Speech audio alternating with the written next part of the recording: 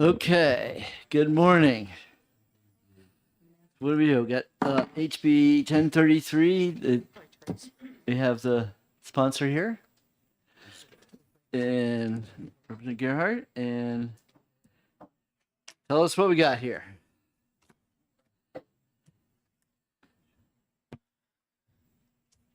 I would say right out of the block, I noticed that it's in the wrong RSA. Okay. I don't know, was you told them which RSA to be in, or did you? I took the professional advice of OLS. And unfortunately, we have a lot of new people there. Okay, go ahead. Thank you. Good morning, committee. Representative Jason Gerhardt, representing Northfield Franklin, Merrimack 25.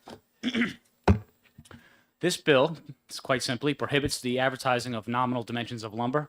As some may or may not be aware, a 2x4 that you buy in the store is not actually 2 inches by 4 inches. It's 1.5 by 3.5.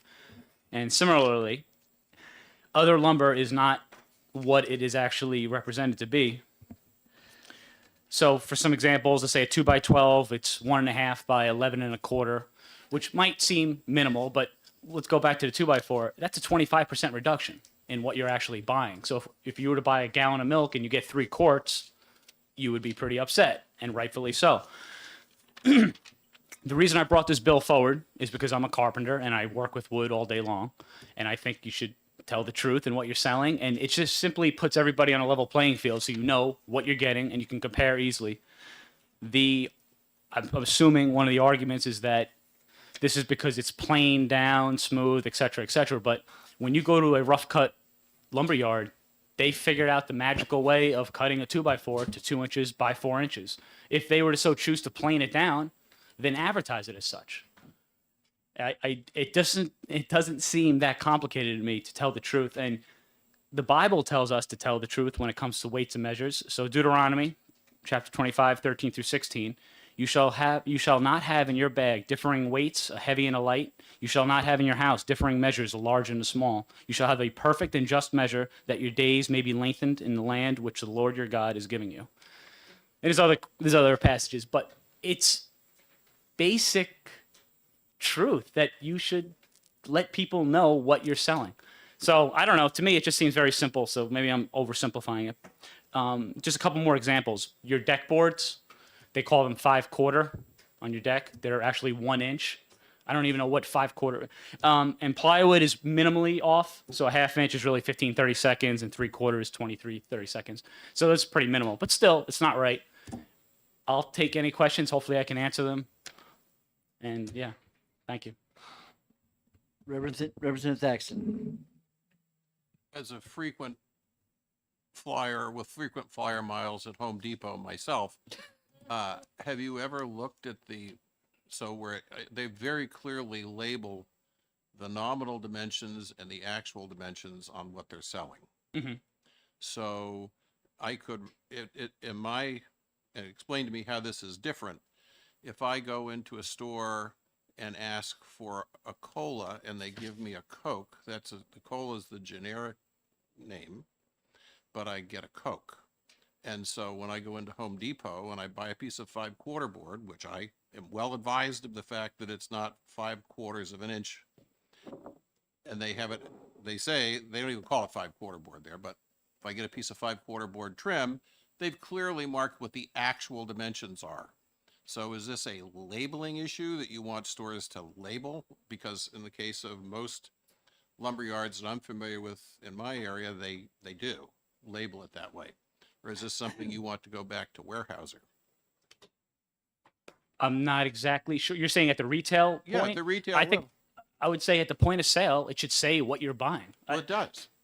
But it does in these little itty bitty things. When you look online, 2x4, it comes up, and you have to go into the specifications and actually say, oh, there's the actual. I don't understand why we need that second hurdle. It just doesn't make any sense to me. That's what I'm trying to get at. If you have a product, it's like saying this is a yard, but it's 2 feet. No, it's not a yard. It's 2 feet. So, but the little sign in the fine print says this. I don't see the necessity for it. I'm just. Okay. Fair enough. Representative Hammond. Thank you for bringing this bill to us. It's an interesting topic that you brought up here. So I was always taught you measure twice and you cut once, right? So in that double measuring, you would find out the actual dimensions of the board. The way I was told, the reason for that is the raw lumber is 2 inches, and the width of the saw is what knocks it down to less than 2 inches. Is that your understanding? I don't believe that to be true, because then why would the variations happen? So, for instance, 2x4, 1.5 by 3.5. But now when you're doing a 2x12s, it's only 11 1/4. You know what I mean? It's not following the same rate. So we can. Yeah, I'm just gonna stick with what I initially said. If you're selling something, say what you're selling. Otherwise, don't say it. It just, I think that's a pretty much basic principle, but maybe I'm missing something. Okay, Representative McGill. Thank you, Mr. Chairman. Philosophically, we probably agree in truth in advertising, but on the shelf edge price, would you believe, like the shelf edge, I think that's the fine print you're talking about at Home Depot. I've also noticed that it does say the actual dimensions. And I'm guessing, and I'm wondering if you have any insight, they do that because of the average uneducated home DIY consumer like me that years ago may have thought I was buying a 2x4, but they put it to make sure I don't have to return it or I don't get it, I don't get it wrong. Well, So I think they already label it. Do they? okay, I didn't want to cut you off. Yeah. Actually, there was a lawsuit. So somebody sued, was it Lowe's and Home, whatever, I think it was Lowe's and Home Depot, but they sued them saying that they weren't sold the right wood and blah, blah, blah. And that led to a lot more of the explicit advertising of such. Okay, going back to what we were saying with do-it-yourselfers, I think we should be encouraging people to do more work on their houses. And I would say it's kind of similar to the whole lawyer, well, I'd say scam, but this legalese that most people don't understand. So we've created this separate language that only the select understand. Now, I understand this is a minimal thing, but still, shouldn't we all be speaking the same language? And when it comes to math, I don't know. It seems so straightforward. It's hard to explain when it's so. Representative Burrows. Thanks for taking my question. Beyond the lawsuit, what evidence is there that this is a problem, for people? I would say not telling the truth is a problem for everyone. But do you have any other evidence to back it? How do you know that the consumers are having a problem with this? Oh, well, I mean, if you could go that angle, it would be in that lawsuit, they brought some evidence forward. They did some kind of poll or something. And the vast majority of people don't know that a 2x4 is not actually 2x4. Who they poll, I don't know. Maybe it was, elementary school kids. I don't know. But the point being is most people actually don't realize that because most people don't work on their houses, which I think is a really bad thing. I think, well, this is a philosophical thing. I think you should build your own house in a way but yeah, anyway, it's a deeper. Well, I mean, it would make you appreciate it more. So anyway. Okay, so, we got more. Yes, Representative Spear. I've lived in a number of states, and I've seen these kind of measurements everywhere I've lived. And I don't. My husband does a lot of work on the houses that we've lived in. And it seems like it's a standard everywhere we've lived to do this. Is this an industry standard that they put the measurements out that way? I mean, Home Depot and Lowe's are international. So. Long before either one of them even started. goes- It's an industry standard. It's an industry standard for the 1930s. Okay, thank you. Yeah, so I guess I'd pick up there. The only time we've ever had a bill similar to your subject matter was Gary Daniels brought in when he was a rep before he was senator, but he brought in a bill that was, I didn't like the fact that gas stations always charge that's $2.99.9. And he says, well, where's this 0.9? I mean, you can't do 0.9. I mean, 0.9 doesn't exist. Let's truth and advertise. Let's fix this up. And the end of the day, the problem is that you're actually going to create more confusion if you were to pass this bill, because that for everyone who's ever stumbled into a lumber, ever bought a 2x4, and maybe the very first time you bought it, you say, boy, that's annoying that 2x4 is not a 2x4. Okay. But it's just, that's what it's called. And so what I'm going to ask you is think about, it's not that they're being untruthful about what they're selling, because they're marketing it is this is what everybody thinks a 2x4 looks like.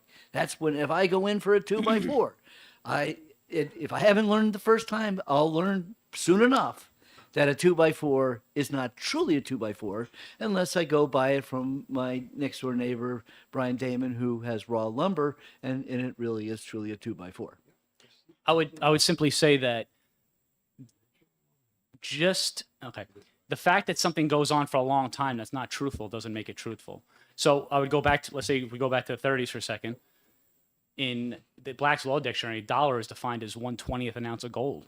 Now you need $2,000 or more. I don't even know what the rate is right now to buy a dollar, for the equivalent in gold. So to me, telling the truth is important. Not that I've always done it. I've made mistakes like all. But I think getting back to just simple math, I mean, okay, we haven't done this in a long time. People will be confused. Well, you know what? Being confused by the truth isn't being confused. Now you know the truth. So that's all I'm going to say on that. And yeah. Fair enough. Any other questions? Representative Porcelli. I would be more interested in what am I paying for? So do you find that there are pricing issues? So everything now is shrinkage, right? You don't get a package of Oreos, everything is shrunk. So is there an issue with the pricing because the boards are not actually 2x4s and they're charging you for 2x4? Is that a concern at all? Or No, is- I mean, I don't even know how to answer that. I would just say that as before, just if you're selling X, have it to be X. Don't have it being Y. So.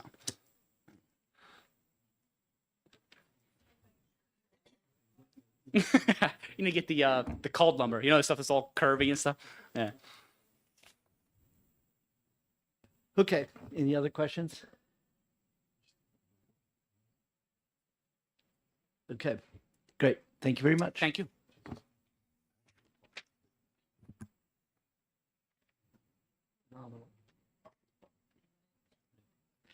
Okay.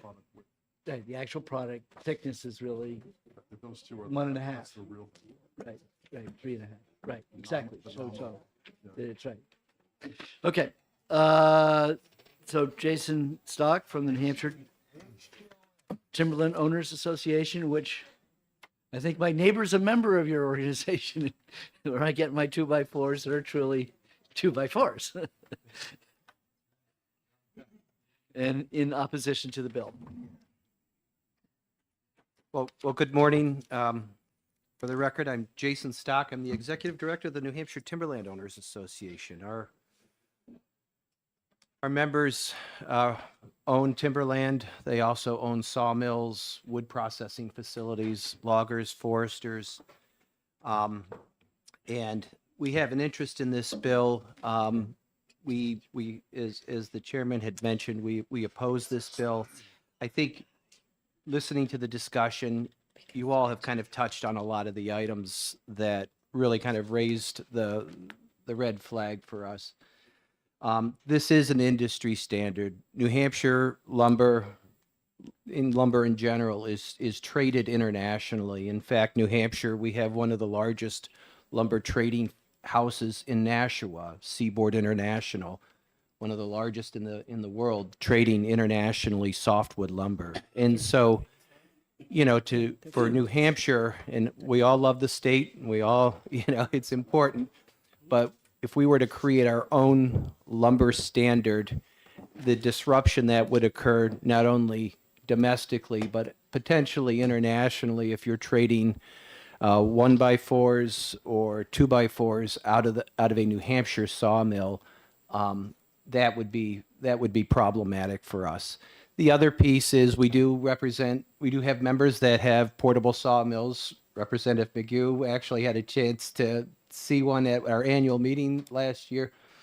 And, I asked them about this bill, and one of the things they had told me, some concerns they raised is that, they'll sell green lumber. It is a solid 2 inches by 4 inches. And the expectation is as lumber dries, you're going to get some shrinkage, but also you're going to, if you plane it, when you go to plane it, you also. So this concept of a nominal dimension takes into consideration those facts that you have green lumber. Yes, at one point in time, it was in fact 2 inches by 4 inches. it gets dried, you get shrinkage. It also, when you go to plane it, you also see a reduction as well. I'm going to conclude my testimony at that, only just, saying that we don't think this is necessary. We think it would be incredibly disruptive and unnecessary for the industry. We've done pretty well trading our lumber domestically and internationally with the nominal. One last point was the way as drafted, this also includes timber. If you list, it's not just lumber. We're not just talking about the rack at Home Depot.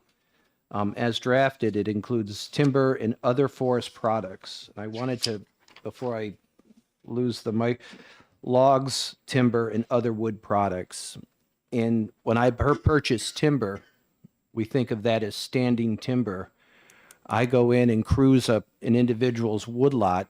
I give them an estimate of what's out there. Obviously, I don't measure absolutely every single tree and say yes to the decimal point. This is how many board feet, this is how many cords, and this is how many tons of these different products. And so that was another piece that some of our actually foresters and loggers had raised, is that if I'm buying standing timber, how would this affect me? Likewise, many of you have probably purchased cords of firewood, 4 feet by 4 feet by 8 feet. Well, I can tell you, I can stack a cord of firewood 4 feet by 4 feet by 8 feet. My kids, when they go to stack it, it's not 4 feet by 4 feet by 8 feet. It's usually off a little bit. And it's just how the pieces fit together. Again, if I'm selling firewood by the cord, again, this kind of affects that as well. So with that, I'll conclude my testimony. I'm happy to try to answer any questions. Thank you. Do we have regulations now on cordwood in the 4x4x8? Is that in our statute now? Yes, we do. The New Hampshire Department of Agriculture has that. They do in fact regulate that. Okay. I knew that, but I just wanted you to say Well, it. you tested me. Good. Representative Terry. So I realize that the bill is focused at the retail sales point, and what are the actual dimensions of a 2x4 in Home Depot? But I just want to be clear about what I thought I heard you say. So, did you say that when a 2x4 is milled, it's actually milled at 2x4 and then it shrinks? And so when I go to Home Depot, it's already shrunk. Yeah, Just want to be clear. Yeah, so when the folks that I talk to, that piece of lumber that you've purchased at Home Depot it was originally 2 inches by 4 inches. It goes through a dry kiln, it gets dried, it shrinks, and then it'll go through a planer that smooths it out so it's nice and smooth, and you have those rounded corners. And so at that point, you get these, that's why you'll have these nominal. And again, you can buy from a local portable sawmill, and they can actually, they'll saw whatever you want. They'll saw 5/4, they'll saw 4/4, 8/4. Further question. So if I were to summarize what I think I'm hearing you say, a 2x4 is what it was, not what it is any longer at the retail level. It's what it was, but it's not what it is. I guess that's a good way of putting Great, it. thank you. Thanks. And it does say kiln dry sometimes. They say, is what it is, kiln yeah. dry, and you got to assume that putting it through the kiln is going to make it shrink a little bit. Yeah. Lumber starts out around 50% water. Okay. Representative Ammon. Thank you, Mr. Chair. Thank you for taking our questions. To me, would you believe this sounds like the original version of shrinkflation. So we're familiar when we go to the grocery store that the packaging might be the same size, but the contents have shrunk magically, right? So I think this is I appreciate, would you believe, I appreciate the representative bringing this to our attention. This is sort of like maybe a little white lie that we've gotten used to, and we all kind of, have adjusted to it, and it may cause more disruption if we undo it. But I would believe that. Okay. And we're quite, oh, Representative Cole has a question. What would be the cost increase of lumber if something like this was implemented? Oh my God. It would be significant. If you think about, these lumber mills having to maintain 2 sets of inventory, shipping, labeling, particularly if you're shipping it, putting it in a container and sending it over to China or, Europe, having to segregate it, it would be significant. I can't give you a dollar amount, but when I talk to them, they're in the business of making round logs into square lumber. They said to create yet a whole other class of lumber and having to inventory that and manage that inventory would be significant. Okay. Thank you very much. Thank you. I have one more card, Curtis Berry, the New Hampshire Retail Lumber Association.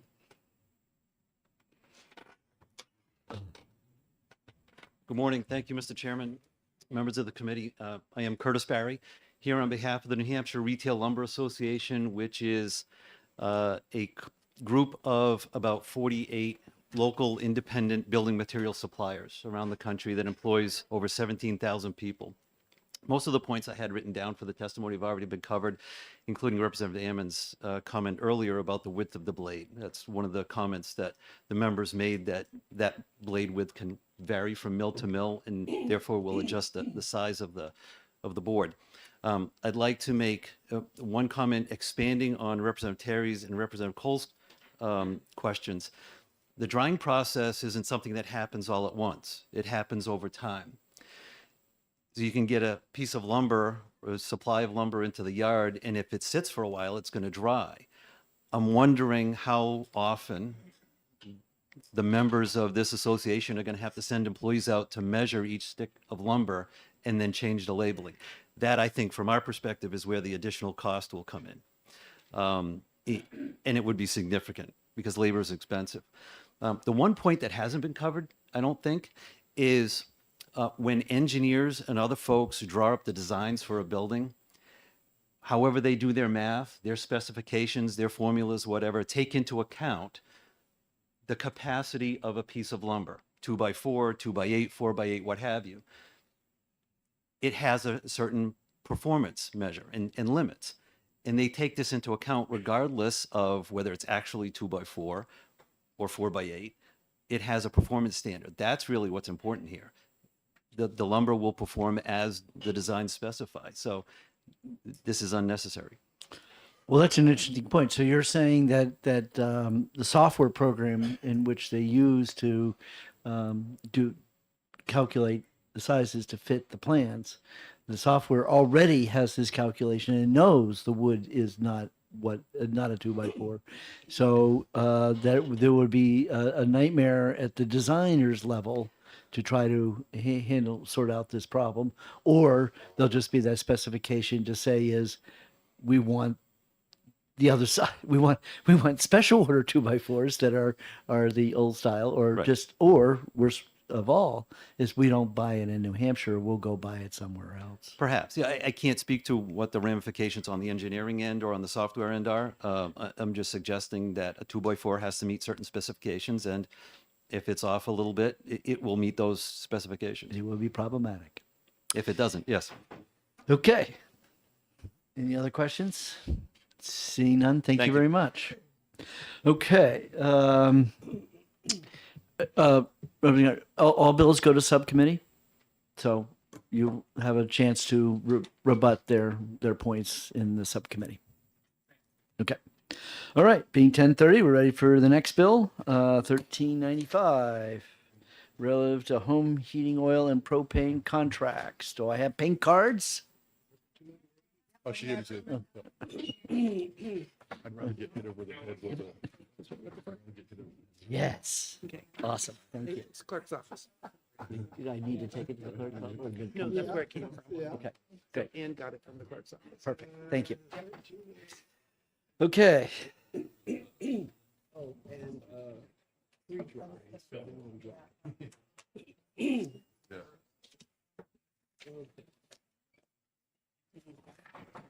I'm just gonna. Okay, good morning, Good morning, Mr. Chair. Representative Rung. How are you today? I'm very well. How about yourself? Just dandy. Yeah, I bet so. Well, thank you very much for allowing me to be here to introduce to you House Bill 1395, and thank you, Commerce Committee.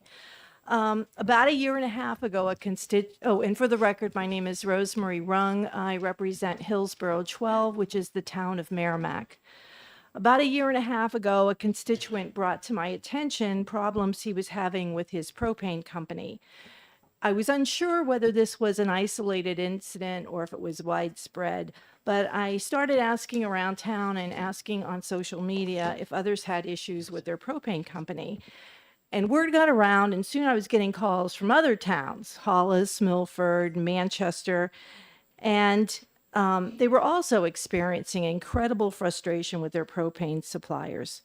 And the problems were widespread. It ranged from charging rent on tanks that consumers owned, not responding to requests to remove a rented tank, forcing online agreements in order for a customer to make a payment, and not reimbursing a pre-buy fee when the contract is canceled.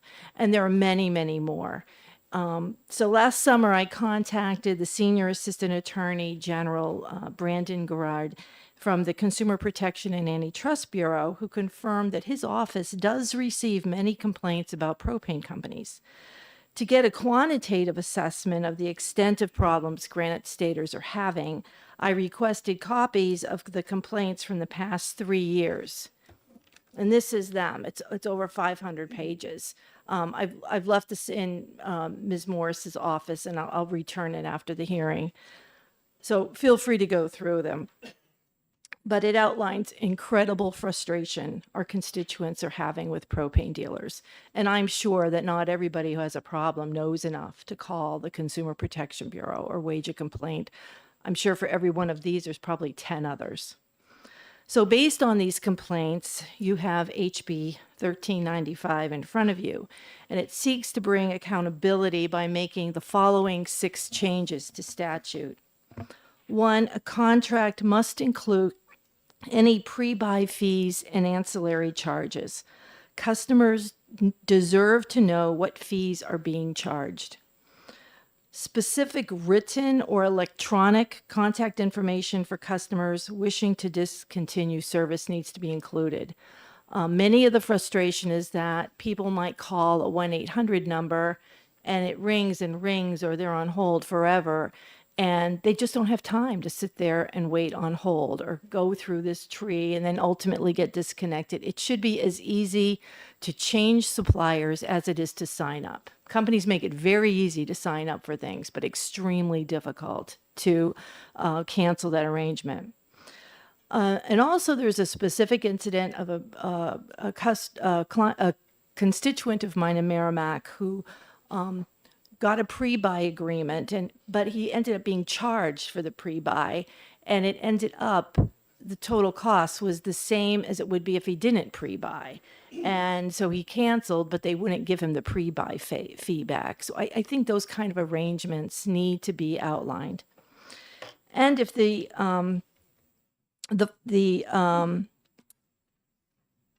contact information I would like included on contracts for the New Hampshire Consumer Protection and Antitrust Bureau. I didn't even realize, being a state representative, and I'm in my 3rd term, the extent of the work that this bureau handles and the support that it gives to Granite Staters. And I think it behooves us to make sure that we can promote that service to our constituents as much as possible. So including that number on contract, so if people have a problem, they can call, blah, blah, blah. And the 4th item was prorated reimbursement for any pre-buy fees. I already mentioned that. And also number 5, if the customer notifies the dealer of any contract discontinuance, the dealer shall have 60 days from the date of customer notification to remove their tank or make every reasonable attempt to transfer ownership to the consumer or to another dealer. This is a big problem, and you'll see it often in these consumer complaints, is a consumer may have entered a contract with a propane company, gets a great deal, goes on and realizes now the price is so high or the ancillary charges have added up, they want to now go to another company. And they find that they either have a real difficulty getting in touch with their original supplier. Once they do, the supplier may take months and months to come and get that tank. And other companies won't fill somebody else's tank. So those rental charges and those ancillary charges still pile up for the consumer. And as I said before, we should make it as easy as possible for a consumer to exercise their choice in going to a new supplier as it is for companies to sign people up. And finally, and I know this is going to sound like common sense, but no dealer may charge a rental fee for a propane tank that they don't own or that is owned by another company. That does happen. So I've also included, well, just in my final remarks, I just want to say that these changes to the existing statute don't solve all the problems, but they are a start. They will put into law some minimum expectations for companies delivering propane to Granite Staters. And I also want to be clear about something. To our constituents, this bill is not really about propane. It's not really about commerce. It's about making sure their family is warm in the winter. We all know what it was like last week. Imagine your propane tank is empty and your propane dealer has reneged on a delivery, or you've been trying to change customers to somebody that's more affordable and you can't. Our constituents want to have a reliable estimate of how much they're going to need to pay to provide that warm home to their families. And knowing that the state of New Hampshire has their backs by placing minimum expectations on companies doing business with Granite Staters.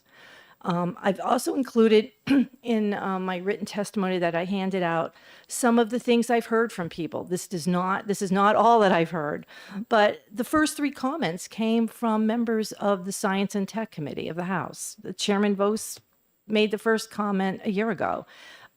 So I ask that you consider this, and I would be very happy to try to answer any of your questions. Thank you. Okay. Representative Burrows. Yes, thanks for taking my question. Can you tell me if a similar bill has come before the House in the last few years, and if so, what's different? Yeah, last year I actually had a bill, I forget the number of it, Representative Burrows, but it was in response to some of the earlier complaints I heard. I really wasn't sure if it was widespread, just anecdotal. So I had a bill that was to establish a study committee just to look at the extent of this. Does it cross a lot of companies? And it passed a Science and Tech Committee and it passed the House, but I was so outnumbered by lobbyists and when it went to the Senate that it didn't make it through the Senate committee. But that process and the attention that bill brought made it clear that we have to make some changes. And that's why I came this year with this bill. Thank you. Thank you for the question. Representative Terry. Thank you. And thank you for providing the voluminous evidence that you have to the committee.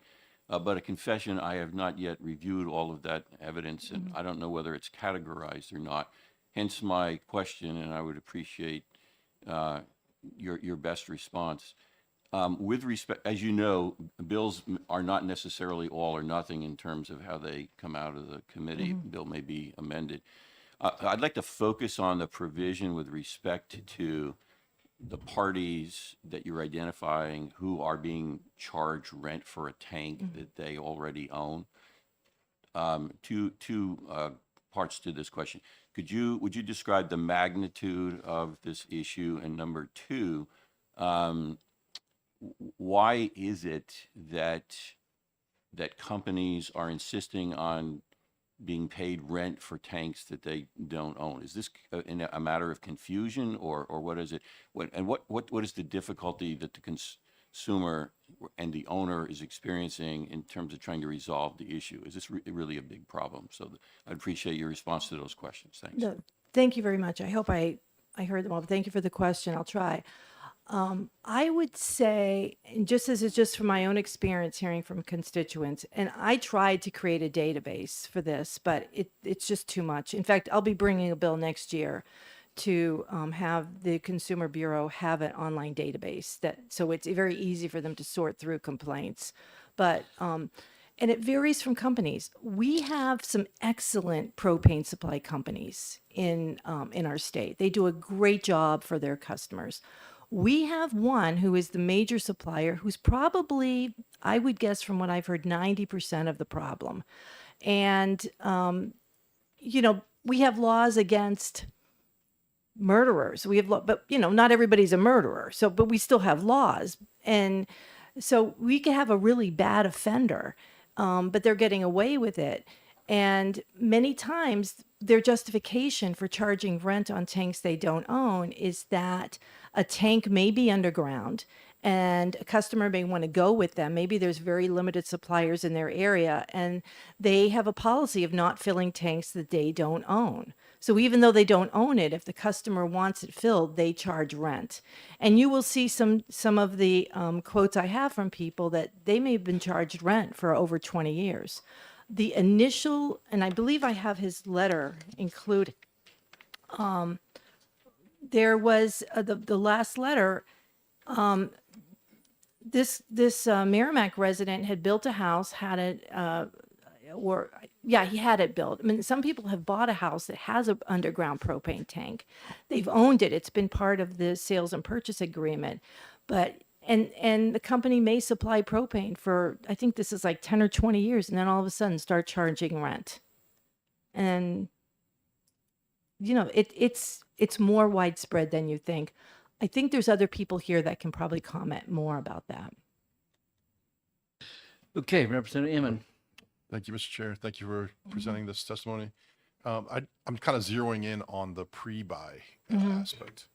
So the existing law says that the contract shall require dealers to reimburse customers at the contract price for any undelivered pre-purchase fuel. So that's existing law. And then you're adding and any prorated pre-buy fees. And then later in that same paragraph, it says, unless they agree to different terms. So a customer can sign a contract that has completely different terms than what is existing law or what you're adding. But could you explain the pre-buy fees? How is that different from the pre-purchased fuel? Oh, okay. Thank you very much, Representative, for the question. And that came from a different constituent of mine, but he wanted to take advantage of the pre-buy price for propane. But they charged him to take advantage of that. So they charged him a pre-buy fee to get the propane at a pre-buy price. And he realized when he added up he just saw on his bill a pre-buy fee. And it was because it was a charge that they were waging on his account because he was taking advantage of the pre-buy program. And when he canceled, he wanted to get a portion of that pre-buy back, and they denied him. Further question, may inquire. Thank you. So just focusing on the pre-buy, it's my understanding that because there's a time value of money, right? So you take a risk as a consumer that you're getting a good price, and you're kind of splitting that risk with the supplier because the price of fuel could go up or it could go down. And if we're allowing people to kind of renege on that risk taking, let's say the price goes way down and they want to it sort of like puts the risk all on the supplier. And would you see it that way? I mean, thank you for the question. I agree that, being reimbursed for a pre-buy of fuel doesn't make much sense because it is a risk, but it's the pre-buy fee. A customer has to pay to even participate in the pre-buy, and that's a set fee. So I don't see where there would be any risk. It's more of just an assessment to participate, like a participation fee in this pre-buy. And it's not the pre-buy fee, and I'm sure people that are here can give you a better answer, but my thoughts are that the pre-buy fee is just a fee to participate. It's not based on any level of risk of getting that fuel at a lower price. Do you know what the pre-buy fee was? I can, let me see.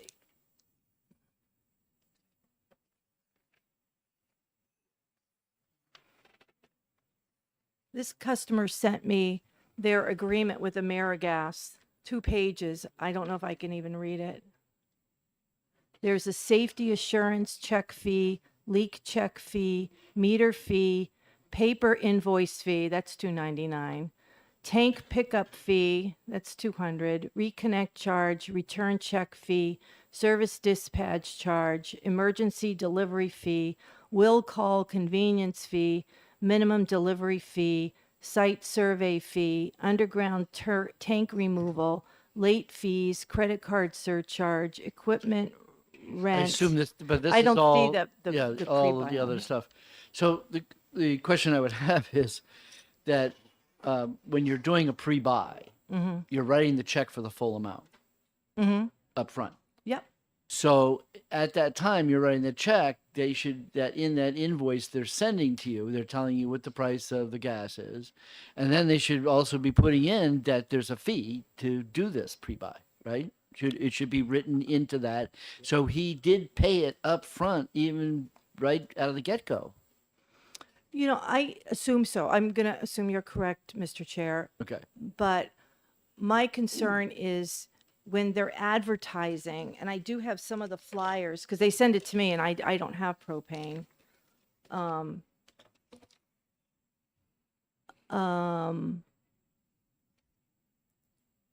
If you, I'll have to go, I'll pass this around, but I don't believe that they list the pre-buy fee on here. Free installation for leased tanks. Are they, I mean, are they they're- listing the price of the fuel?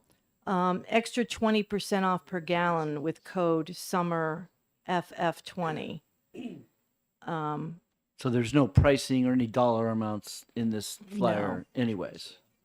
No, Because no. that's the problem with the pre-buy. I mean, just so you know, historically, that there was a period of time where we were losing oil dealers, you know, and I think Fuller, I think was the big one, but we were losing oil dealers right and left, and they all blamed the pre-buy as the reason they lost their shirt because they underpriced the pre-buy. So, notwithstanding that, so that's my interest will definitely be what is the contractual arrangement? What is the consumer really being told or know before they get into the deal? Certainly, I can imagine they don't have an exit strategy, right? They don't say this, it's just open-ended, and that's part of the problem is that a consumer signs this thing and might be happy for several years, and then after some point in time when someone says, well, I'm getting it, at this price, and you say, oh my God, I'm paying so much more. Why? Well, because I signed up with this contract that never had an exit strategy. So I Yeah. think that's worth looking at. One thing, and I'm just scanning this bill, but one thing I see in here is I think you're actually want to put pre-buys out of business, is a surety bond made payable to the Attorney General the amount not less than 50% of the total amount of funds paid to the dealer by consumers, or a letter of credit that represents 100%. What line do you see Is that that, on? is this I think it's existing. That's that's already in all right, so statute. the only thing your bill is the bullface stuff. Right. Okay, so they already have the obligation. Okay. Yeah. And Mr. guess I do Chair, remember I have having this nothing bill against before. pre-buy. If I was a company and I want to assume that risk of a price increase for getting my propane at wholesale, I totally agree with that. But they're passing that risk on to the consumer with that pre-buy fee. So essentially, the consumer's not benefiting from that, and the company is hedging their bet actually with the pre-buy fee. Right, but again, if the consumer writes that check and pays them, they kind of own that pre-buy fee, don't they?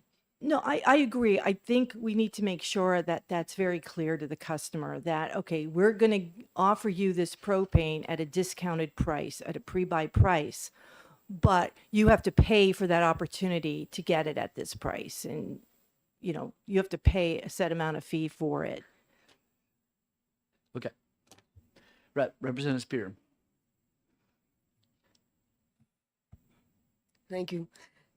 just so I understand this, in reading this, we're not forcing anybody to do anything different than what they were doing, but just to let the customer know what it is they're doing. Am I reading that right? That we're not changing how anything operates, like getting rid of pre-buy fees or anything like that.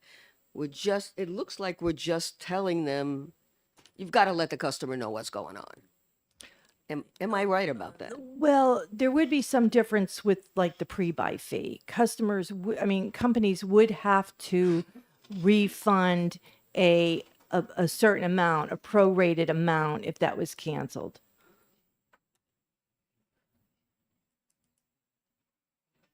So yeah, okay. So obviously I wasn't paying attention. That this is stuff we have had. A lot of this stuff is already here in this bill. So but that's for discussion purposes. That in terms of looking at just these little narrow sections of the law that you want to add here, the only question I would have is if it's actually in the contract that the exit strategy is in the contract, or that if something is written, this saying shall have 60 days from the date of notification.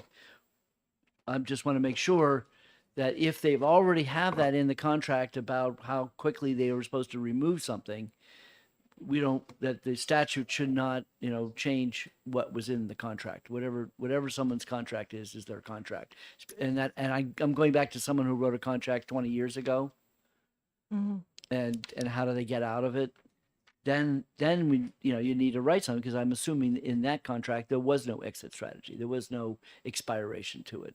Whereas if I would hope that nowadays more contracts would be, but we'll find out. Okay. Representative Post. Thank you very much, Mr. Chair, and thank you for this bill. I did have a pre-buy several years, and that's a contract that you enter into, and it's seasonal.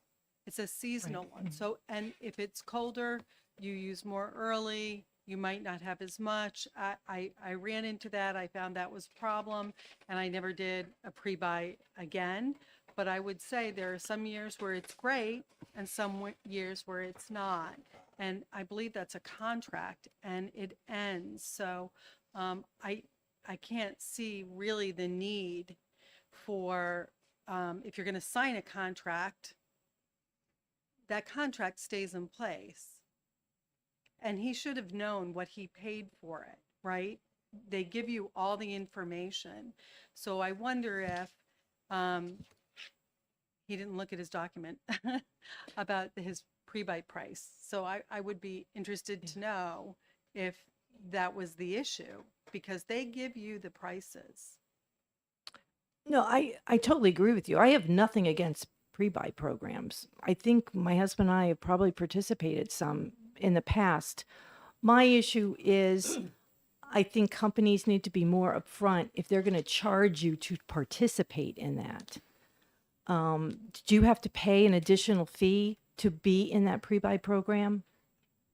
We did. It was just an upfront fee, and it wasn't very big. It was just part of the contract, and they did write it out. It was Eastern Propane, so we had no problem. We still use them, but we use them in a different capacity now. Okay, thank you. But thank you. I would be interested to know if he knew the number up front.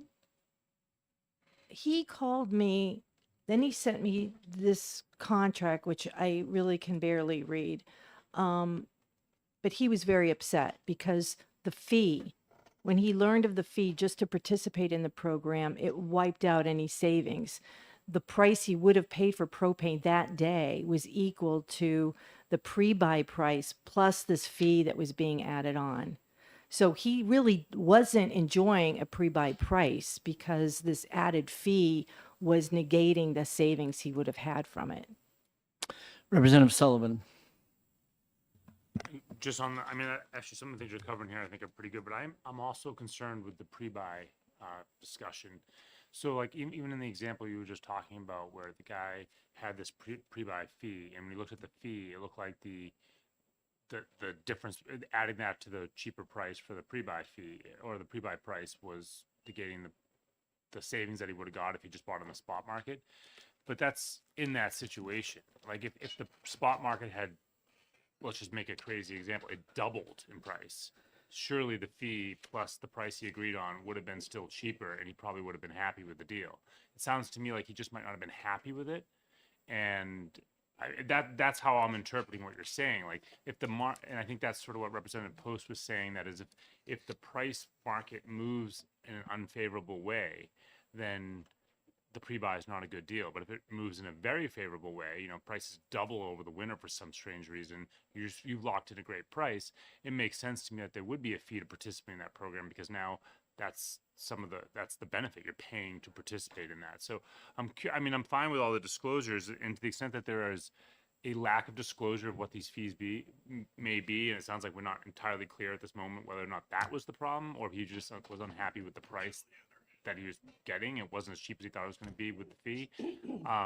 Those are two different things. So I'm not entirely sure from this discussion what we're addressing. And I've read through the bill. It's also not clear to me. It sounds to me that this is being motivated by somebody who's unhappy with the price plus the fee, or was he unhappy that it was somehow not disclosed in the point when he signed the contract? If that's the case, then that is a problem. I agree, but I'm trying to get to what the problem is.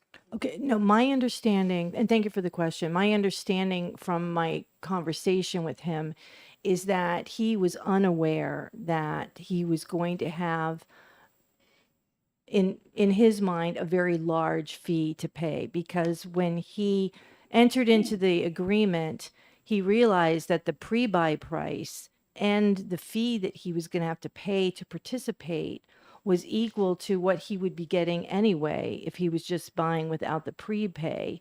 And when he canceled the contract, he was upset that they didn't refund him a part of the fee, the prorated part of the fee, that he lost all of that fee for the term of the pre-buy contract. See, the problem, like you keep saying, he didn't know it was going forward. Okay. Part of the pre-buy is you have no idea what the price of propane is going to be going forward. Okay. So he absolutely knew how much he paid for a fee because he wrote the check already. He already bought the propane with the fee up front. So you keep saying is he didn't know that it was going to be that much, but that's part of the gamble that you make, that you don't know what, at the end of the day, what the price of propane is going to be. And so therefore you have to, when you pay that fee up front to make that deal, right, that he wrote that check up front with that fee, he was making a bet that that check was going to be less than what it would have been if he had not signed the pre-buy. May I have a follow-up, Mr. Chair? Follow-up question. So if what you're telling me is, and you're not saying this, but let's say that this gentleman has the contract, he could show it to you or us, this committee, whatever, that this fee was somehow not disclosed, that's absolutely a problem, and I would be interested to know that. But my hunch is that's probably not the case. And he just sounds like he might be unhappy that the market didn't move to help him or make it seem like it was a good bet that he made. He made a bet that wasn't worked out. So I would be interested to learn, though, that if somehow this was not disclosed, then that is a problem and we should address it. But from this discussion, it doesn't seem like we know that. So that's just sort of my take. Yeah, he didn't, when he called me, he had just signed up for it. And when he did the calculation, it wasn't like he even knew that the price was going to change, whether it went up or down. He was just like, oh my gosh, this pre-buy fee is so high. And this is what I'm paying. Like I said, I'm totally fine with pre-buy, but I really wonder and that's one of a million complaints, is that he did not have a good understanding of these ancillary costs that he was going to have to pay beyond participating in the program. Okay, well, that's going to be hard to legislate, but okay. All right, Portelli. Thank you, Mr. Chairman, and thank you for the concern. But I don't want to legislate based on one anecdote, but you do have several inches there of complaints. So if I were to look through all of those complaints, you mentioned it's 90% of them are from one company? Is that true? I'm estimating, yes. And what did, and I would be able to find out what that I don't want you to. You will I see don't it wanna when you force open, you to when say you it. open it up, you'll see it. Okay, so I will be able to determine what that company was from your He's actually mentioned the documentation. name already, so. Absolutely. I'm And assuming. I'm and- assuming it begins with an A and it ends with a S. All right, now, all right. And I But- would like to know, what is it that the consumer protection and He's about to antitrust- testify, so as soon as we're all done with our questions, we'll hear from the Consumer what Protection they Division. did to Yeah, remediate this? yes. Okay, and it just seems like, just to make a fine point, these are more disclosures as opposed to the, in addition to the rental fee. So what the bill really drives is more disclosure Right. There is at a- the time of signing up and making sure that it's very clear. But what I'm not sure, I think. But as on the you- back page, it does say it bans the fee. Okay, but I It want does to ban make the sure, fee. like, as you said, that we're not in conflict with whatever other laws exist or what the contract may say. I just want to make sure that we understand Right. that. Right. I mean, thank you for the question.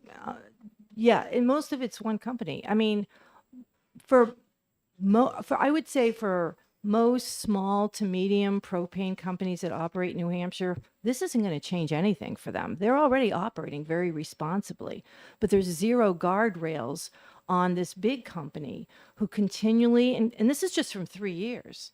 They've been in operation in the state longer. There's just no guardrails on them. And when they take advantage of consumers, they're taking advantage of someone's ability to provide a warm home for their family. It's the frustration is just incredible. And I would ask all of you, go back to your districts and ask around, ask people what their experience has been with their propane company. Yeah. We have a hometown one, so we all love Yeah. ours. Okay, Representative Herbert.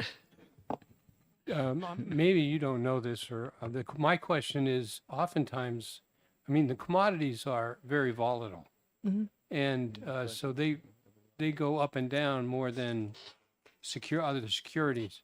But is there an insurance policy that the supplier can take, and the risk goes up to some investor somewhere else? I'm just curious, because I mean that is oftentimes a technique that is used in order to push off the risk of a seller of some product, and they buy some insurance, and it's aggregated into like mortgages. You know what I mean? Is there anything like that for these guys? I don't, thank you for the question, Representative. I don't know, but I would think if I owned a propane company and I wanted to increase business by offering a pre-buy program, I'm assuming risk that I'm going to have to pay more, but I can definitely hedge that by charging a really high pre-buy participation fee. So that could almost be looked at as an insurance. Well, Again, a pre-buy is something that you choose to do later after you have already have a relationship with a propane company. right. So, okay, I think we should hear. But my question was, is there a secondary market that I- can insure? Right now, the problem is going back to the original issue of propane is that a lot of these propane companies will actually give you the tank for free As an on the incentive? assumption that you are just going to buy them. So this is like a cell phone, right? Verizon gives you the phone for free, but you have to sign up for a 2-year contract. And don't try to get out of it. Okay, thank you very much. Thank you very much. Okay. All right, Brandon. We do have our Consumer Protection Division chief here, so. Good morning. Good morning. Thank you, Mr. Chairperson, members of the committee. As some of you may know, my name is Brandon Garrod. I am a Senior Assistant Attorney General, Chief of the Consumer Protection and Antitrust Bureau at the New Hampshire Department of Justice. The Department of Justice is not taking a formal position on this bill this morning, but I would like to share that we are very close to supporting it. There are a couple of areas where it could be improved, and I think that is the only thing that is keeping us from supporting it at this time. But if a few minor modifications were made, I think there's a very high likelihood that the Attorney General would support this bill because, as the representative just testified to, some of the issues that are addressed in here are major problems in this state and are a frequent source of consumer complaints to the Department of Justice. And so I think that, after witnessing the discussion that just took place, the way I could be most helpful is to walk through this bill and talk about the different things that it does from my understanding, the actual impact that it would have, because I think there is a bit of misunderstanding, and then also talk about what we see in the Consumer Protection Bureau in terms of the extent of each of these changes and the problems that they would purportedly fix. So if you start at the beginning, the changes that are made under paragraph 1A and B, as I understand it, this is simply just a matter of disclosure. It requires disclosure of any fees that are going to be charged, regardless of their pre-buy fees, ancillary charges, or fees for anything else. It simply requires fees to be disclosed in a reasonable manner in a contract for the purchase of fuel, regardless of whether it is a pre-buy contract or any other contract. Any contract has to disclose all fees. So, from the Attorney General's perspective, that's a good thing. Consumers are signing up for things, they should know what the fees are and make informed decisions about whether or not they want to enter into that contract. What the other thing that this does is require that every contract contain contact information for the New Hampshire Department of Justice Consumer Protection Hotline. So this is one of the areas where I think this could be improved.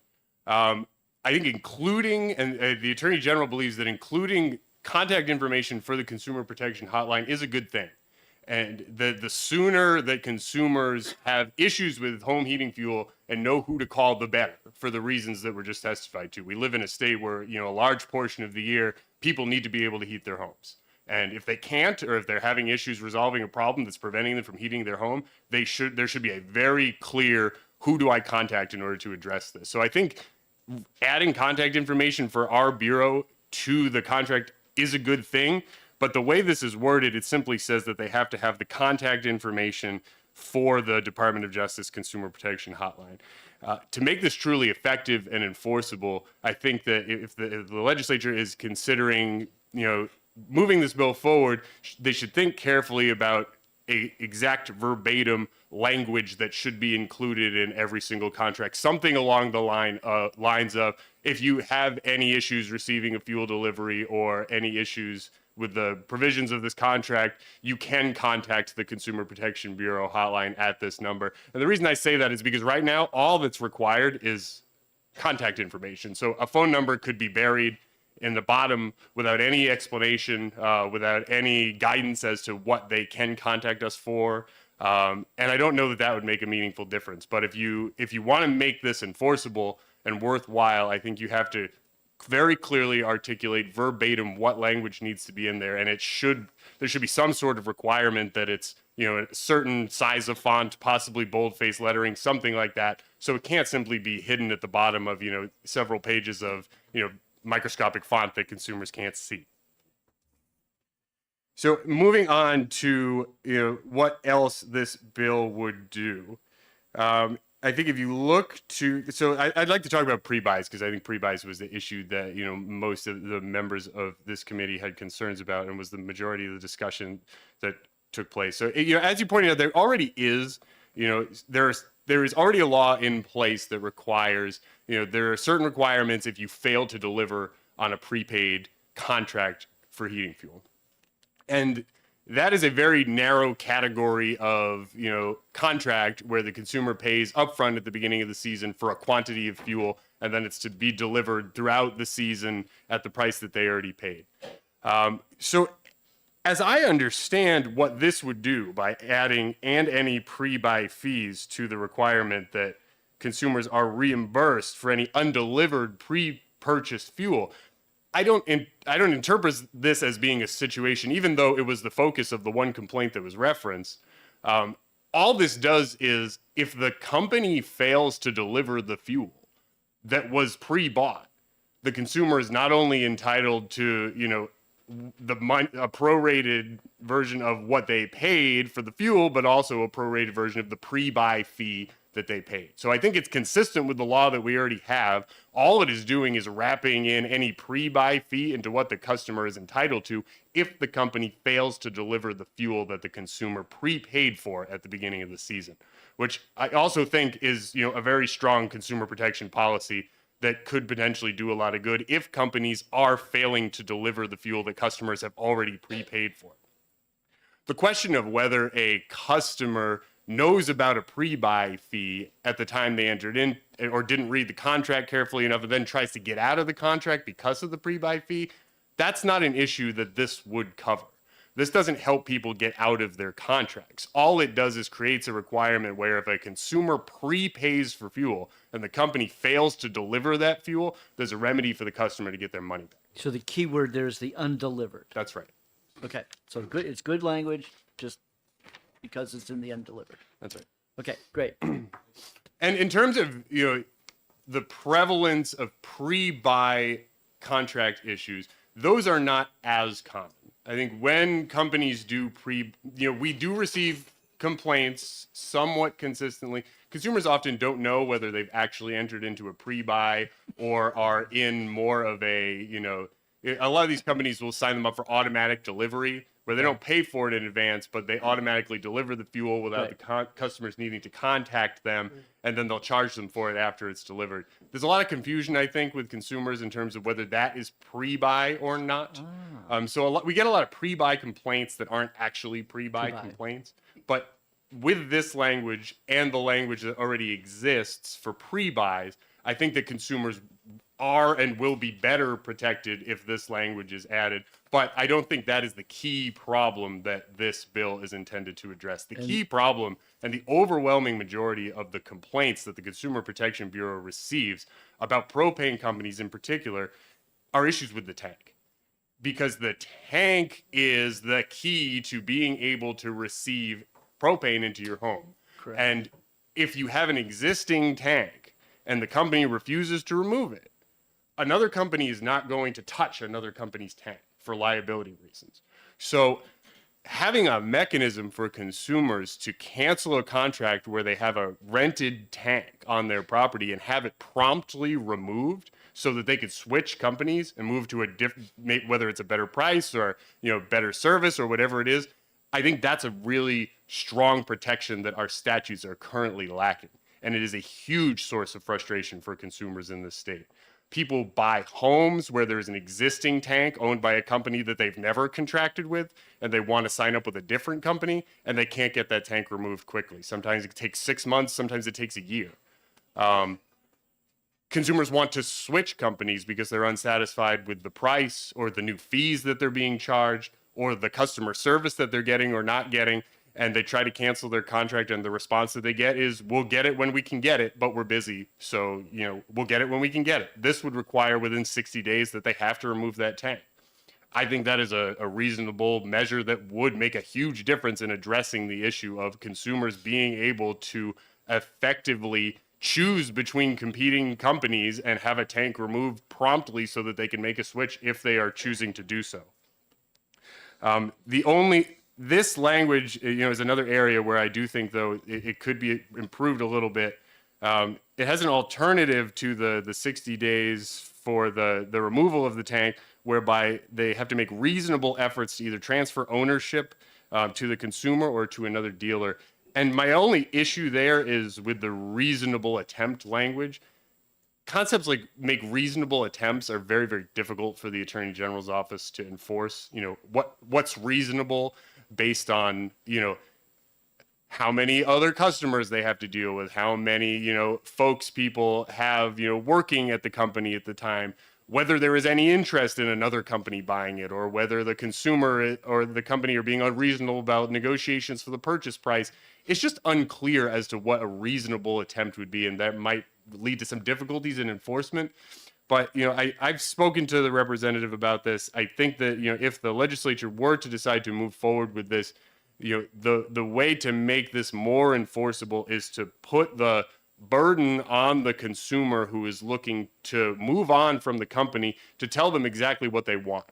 Consumer either has to tell them, I want to have the tank removed, or I want the tank transferred to another company, or I want to purchase the tank. And then they have a set amount of time to accomplish that goal. If you had that list and it takes, the customer has the initial burden of saying, here's what I want to do, I'm switching providers, then the company has to do it if they can within a set period of time.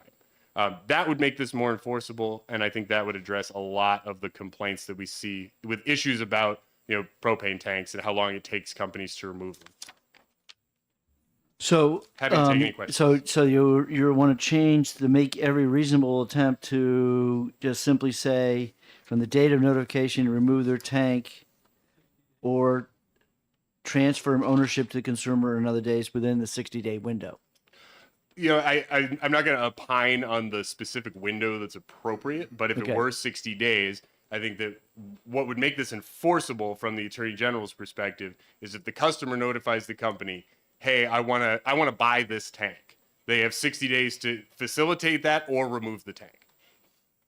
If the customer wants to transfer ownership to another company, they say, hey, I'm going from company A to company B. Okay. And company B has expressed an interest in buying this tank so they can service this tank. Then Right, the so company basically- A has 60 days to so either basically transfer ownership or remove the tank. Right. So basically, I'm scratching out make every reasonable attempt to or transfer ownership to the consumer or another dealer. That's right. And we can negotiate the 60 days, and if that might be a problem, but okay. So that's I don't claim to be an expert on what an appropriate time period is, but whatever the time period is, it needs to be one that A, is reasonable, but also one that can facilitate meaningfully a consumer switching providers if they want to in the middle of a winter season where they can't I would afford say, to be. when without every heat. time it ever came to a buried tank is it for me, and I've dealt with this a couple times. It's either I just buy the tank outright, or I've actually had to buy a tank to the guy who was leaving it. I had to buy their tank, and then they delivered it to the other guy, to the guy who was losing his tank. But in either case, when it's buried, it's problematic. But this to say is that transfer has to happen within 60 days. That's right. Okay, Representative Terry. Thank you. So I'm curious, what is the legal basis for a company charging a rental fee for a tank that it does not own? All right, and because that's what we heard. And then secondly, could you address how it is? What's the legal basis for tying the fee for being in a pre-buy arrangement with the pre-buy price contract, such that and let me illustrate, it's oil and not propane, but it's the same. It's just apples, different kinds of apples here. At the end of a pre-buy year, I used less fuel than I contracted for. And the companies told me, we'll either give you the difference back or we'll credit to next year. Well, I thought, that was very appropriate. That was very nice. Appreciated that. However, with respect to the fee, why should I have expected that I would receive a pro-rated refund on the fee that I had paid just to be able to enter into the program with other people? So 2 questions. Thank you. You're welcome. Answer your first question. What legal basis is there for a company to charge a tank rental fee for a fee they don't own? You would have to ask the company, because I can't think of one. I mean, that is not a common source of complaint. The representative represented, she's reviewed all of these more recently than I have. It's 3 years worth of complaints. I don't recall that specific complaint. I'm not willing to say it doesn't exist. I assume it does since she referenced it. But I can't imagine what legal basis there would be. But that would be a question. You've not dealt with it. We Okay. may have. You haven't dealt with it. We may have. I just can't recall. I mean, it's 3 years worth of complaints she's referencing. No, I'm only I'm only referencing one particular complaint. And as far as you know, your department has not dealt with the complaint of an individual. I just don't remember. That. He doesn't know. You don't know. I don't remember it off the top of You my don't head. know. I look at all the complaints, all the complaints, not just the propane complaints, not just the recent He complaints. gets a lot of complaints. I'm Yeah, sure I've he been bureau chief for 4.5 years, and I've looked at every single complaint other than when I've been on vacation. Okay, so how about the pre-buy? other one? How about the pre-buy? fee, Isn't a pre-buy a why? one-time transaction fee for doing the Yeah, why doing isn't the it- pre-buy? Shouldn't you that not necessarily be? Why should that be prorated prorated? refunded? If the company fails to deliver the fuel, No, no. Well, but that's what it says, undelivered. The undelivered portion or the entire sum? It says here Okay. that. So Okay. your arguing is, well, yeah, it was undelivered because he told me they didn't have to deliver so much propane. I didn't need it. right? I didn't need all that propane. So yeah, it was undelivered because the tank couldn't take it. You didn't use it. It couldn't use it. So if that was so the undelivered, so maybe it's really the undelivered is because they failed to deliver rather than the word undeliver. That is Because- how I've always interpreted that statute. It's a Okay. protection against a consumer paying a large, purchase price up front for something that they're going to expect to get over time, and then the company fails to uphold their end So of if the we bargain. change undelivered to failed to deliver, would that, because that would mean that the pre-buy, the prorated pre-buy, I don't think there's a difference well, because between again, we're undelivered saying and failed to deliver. failed to deliver is that they definitely delivered all the propane you needed. They got you what you needed. It just happened that winter was very mild. Yes, And so therefore you didn't need as much as you pre-buy. right.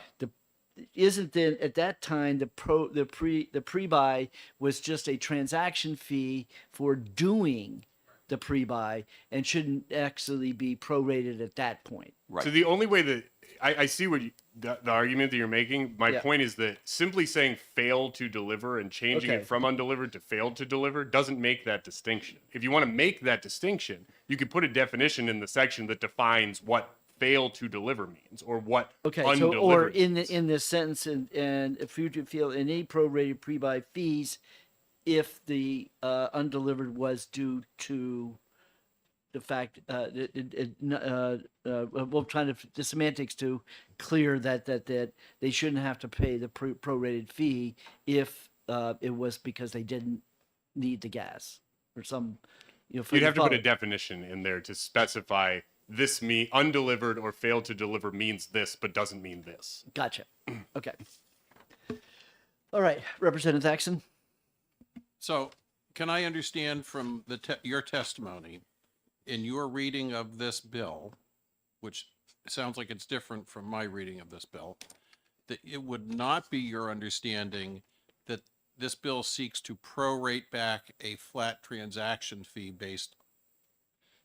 When you sign a pre-buy contract, it says I'm going to buy 2,000 gallons of gas at $1.89 a gallon, and there's a contract fee for buying this option of $250. And so your testimony is that you do not believe this bill requires that $250 transaction be prorated back if I only use 1,800 gallons. Do I understand you correctly or not? You do, but there's a clarification that needs to be made. So my understanding of this legislation, the one that's enacted and the amendments that are seeking to be made here, were enacted in direct response to a situation where a company does pre-buys at the beginning of the season and then they go out of business. So they can't deliver the fuel that the customer has already purchased. That's right. That's what the original statute was. So if that happens and you pay a pre-buy fee at the beginning, I think it's consistent with this statute that the customer should be entitled to that pre-buy fee prorated back to them because the company's gone and can't deliver what the person paid for. That's very different from a situation where, like we're talking about here today, the non-delivery is not based on the company just doesn't do it. There's a justified reason for it. That's something different. And perhaps that's a clarification that needs to be made or should be made in the statute so that everybody's really clear as to what types of situations these apply to. But the Attorney General, Consumer Protection Bureau's interpretation of this statute has always been this applies in situations where customers prepay at the beginning of the season for something that the company then fails to deliver because they either don't or they can't because they're gone out of business or they run out of oil or they other reasons that are squarely the fault of the company and no fault of the consumer. but clearly, it was never designed to be a situation where, if the tank couldn't take any more oil, then you want to penalize the company for that reason. That's my understanding. I mean, that's why the statute was enacted, is my understanding, because that has happened a couple of times in New Hampshire. And that's how I've always interpreted it, through an enforcement lens. Representative Magoo, and then Representative Burrows, and then Representative Post. Thank you, Mr. Chairman. Thanks for providing the enlightening testimony. To put it in context, the 3 years of complaints, is this the most common complaint that your agency deals with, at least in the winter or in this subject matter? And secondly, can you opine a little bit on the right way to provide remedy if a dealer doesn't remove it in 60 days? For instance, if they just ghost you, don't respond, you're in, call center Never Land or whatever, and you need to process real estate transactions or whatever it is, for whatever reason, the consumer just has it removed, should they be then able to charge that potentially large expense to the company for not having complied with the proposed statute?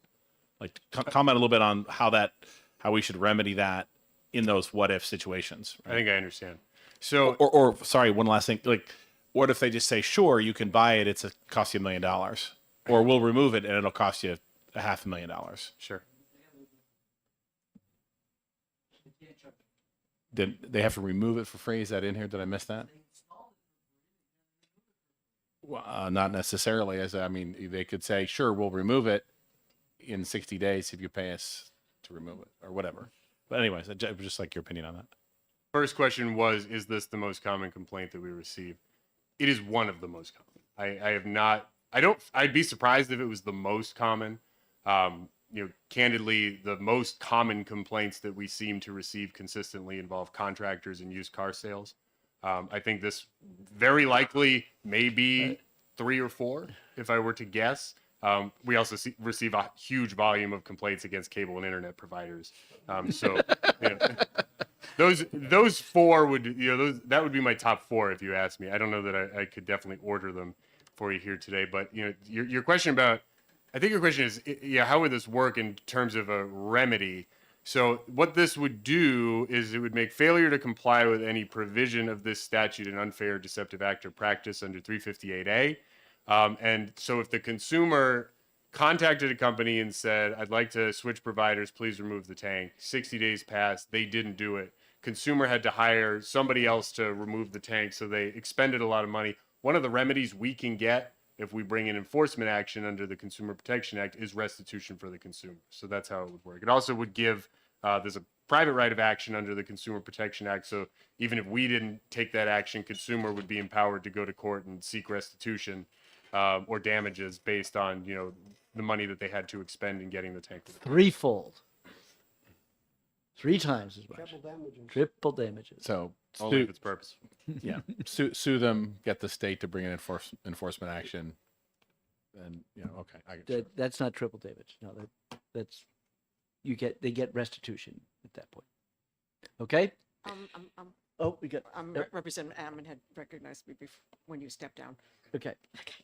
Quick question. For the complaints related to propane, is it one company that gets most of them, or is they across the board? It is one company that gets most of them. Like percentage-wise? I'm not asking the name yet. I would just be spitballing, but I would guess it's at least 75%. Thank you. Okay. Thank you very much. Thank you. I hope you all have your mics off now. Right? I can assure you they're not here today.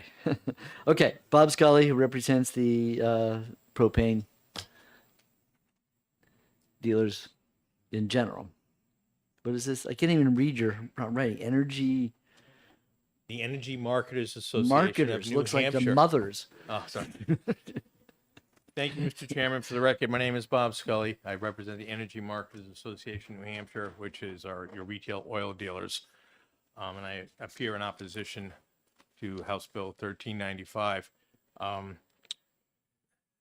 Some of the discussion on pre-buy goes back to 20 years ago, where Jim Buffetti was here instead of Brandon, and the common denominator was your chairman and myself.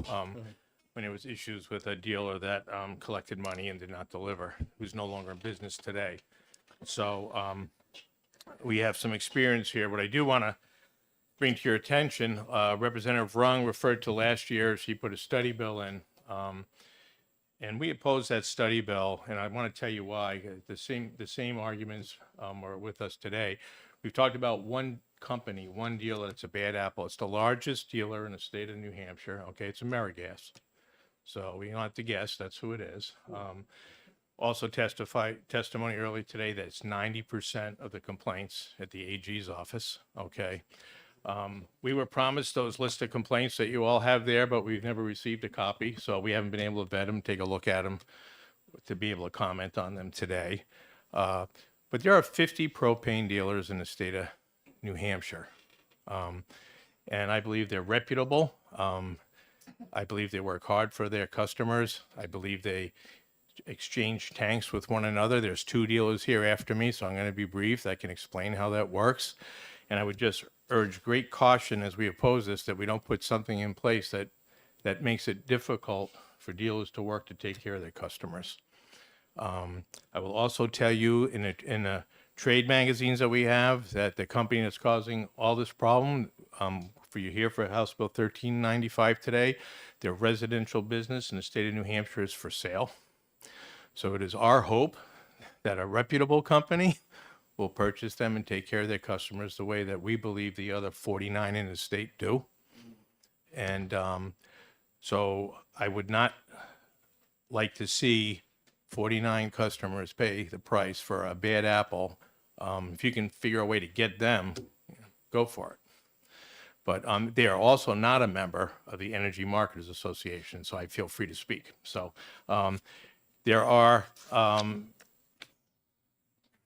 sections in this bill in exchanging tanks. If for some reason this bill goes forward, I would kindly ask you to ask the dealers behind me.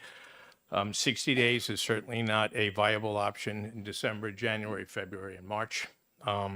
But they know how to do this, and I would just ask you to please listen to them. And also the woman, Leslie Anderson, who's behind me, represents the Propane Gas Association of New England. So she can answer questions specifically to that. But my concern is we're here today because we had one very bad company that we admitted right up front. And I would ask you to take that in consideration when you make your decision. Thank you, Mr. Chairman. Okay, perfect. All right, Rob Stenger from Simple Energy Partners. Okay, anybody here have Simple Energy Partners for their propane? Guess we don't have anybody from the. I have some applications with me. We'll take care of that before I go. Especially for Representative Rung, it's tragic that I'm not operating in her market because That's we wouldn't true. be here today if that were the That's case. it. There you I can go. assure you.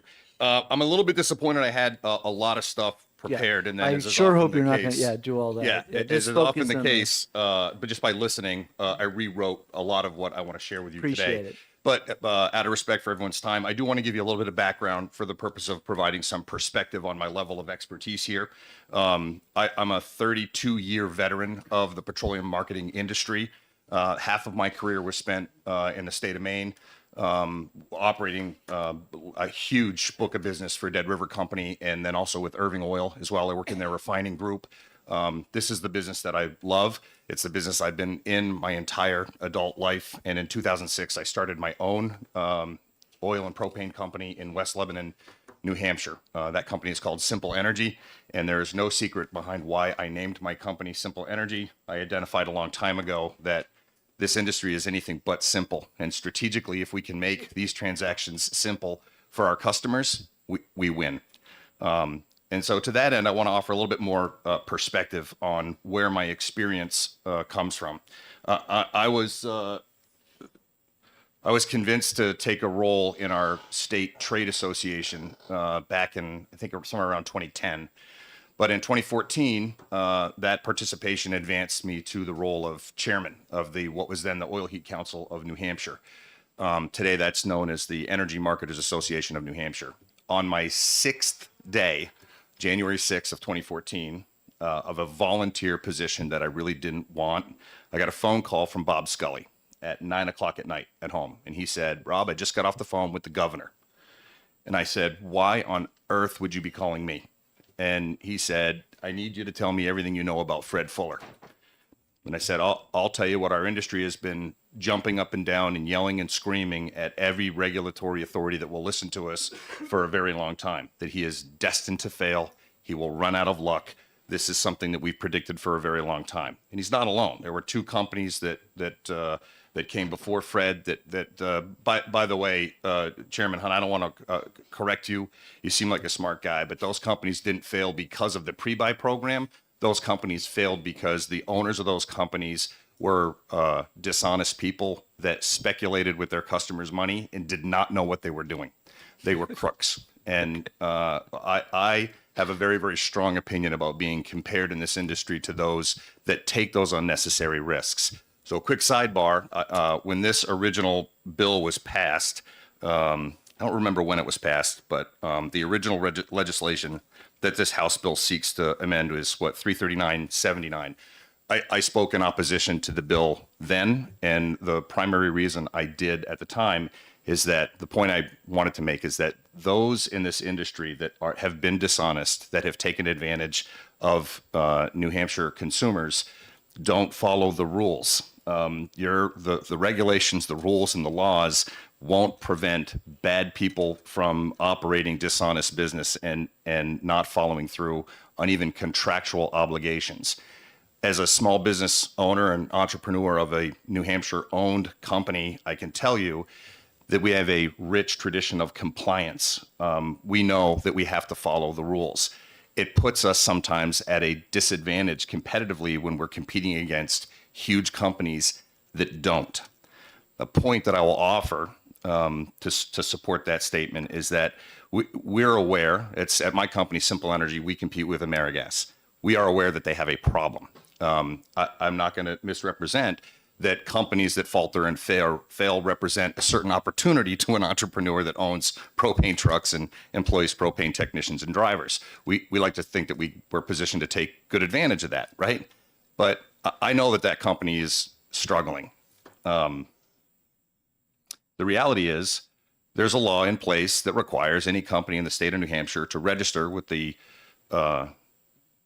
Secretary of State's office annually that we are poised to offer pre-buy contracts. We sign an affidavit. It's got my signature on it that says, I got this. I'm going to cover you can trust me. I'll follow the law. I'm going to cover these contracts using the rules in this legislation. AmeriGas isn't listed there. They're not already following the law, from what I can tell. I'm not in law enforcement, but I went to the website long ago to find out, who's playing by the rules and who isn't. And I can tell you, they're not alone. They're not the only company operating in the Upper Valley that's not registered to sell pre-buy, that sells pre-buy contracts. There's a gentleman, my first experience with this, by the way, I'll sidebar again, was in 1993. There was a gentleman that had a startup business in the Lakes region of New Hampshire that was offering pre-buy that year. I remember it very distinctly. 49.9 was the number. Now, who among us would not jump on a 49.9 pre-buy right now? Well, my response to that is any intelligent human being that understands that if something appears too good to be true, it probably is. And despite my feeling that way, there were thousands of people that bought that contract, including a second cousin of mine that lives in Falmouth. Somehow this ended up being my fault from his perspective.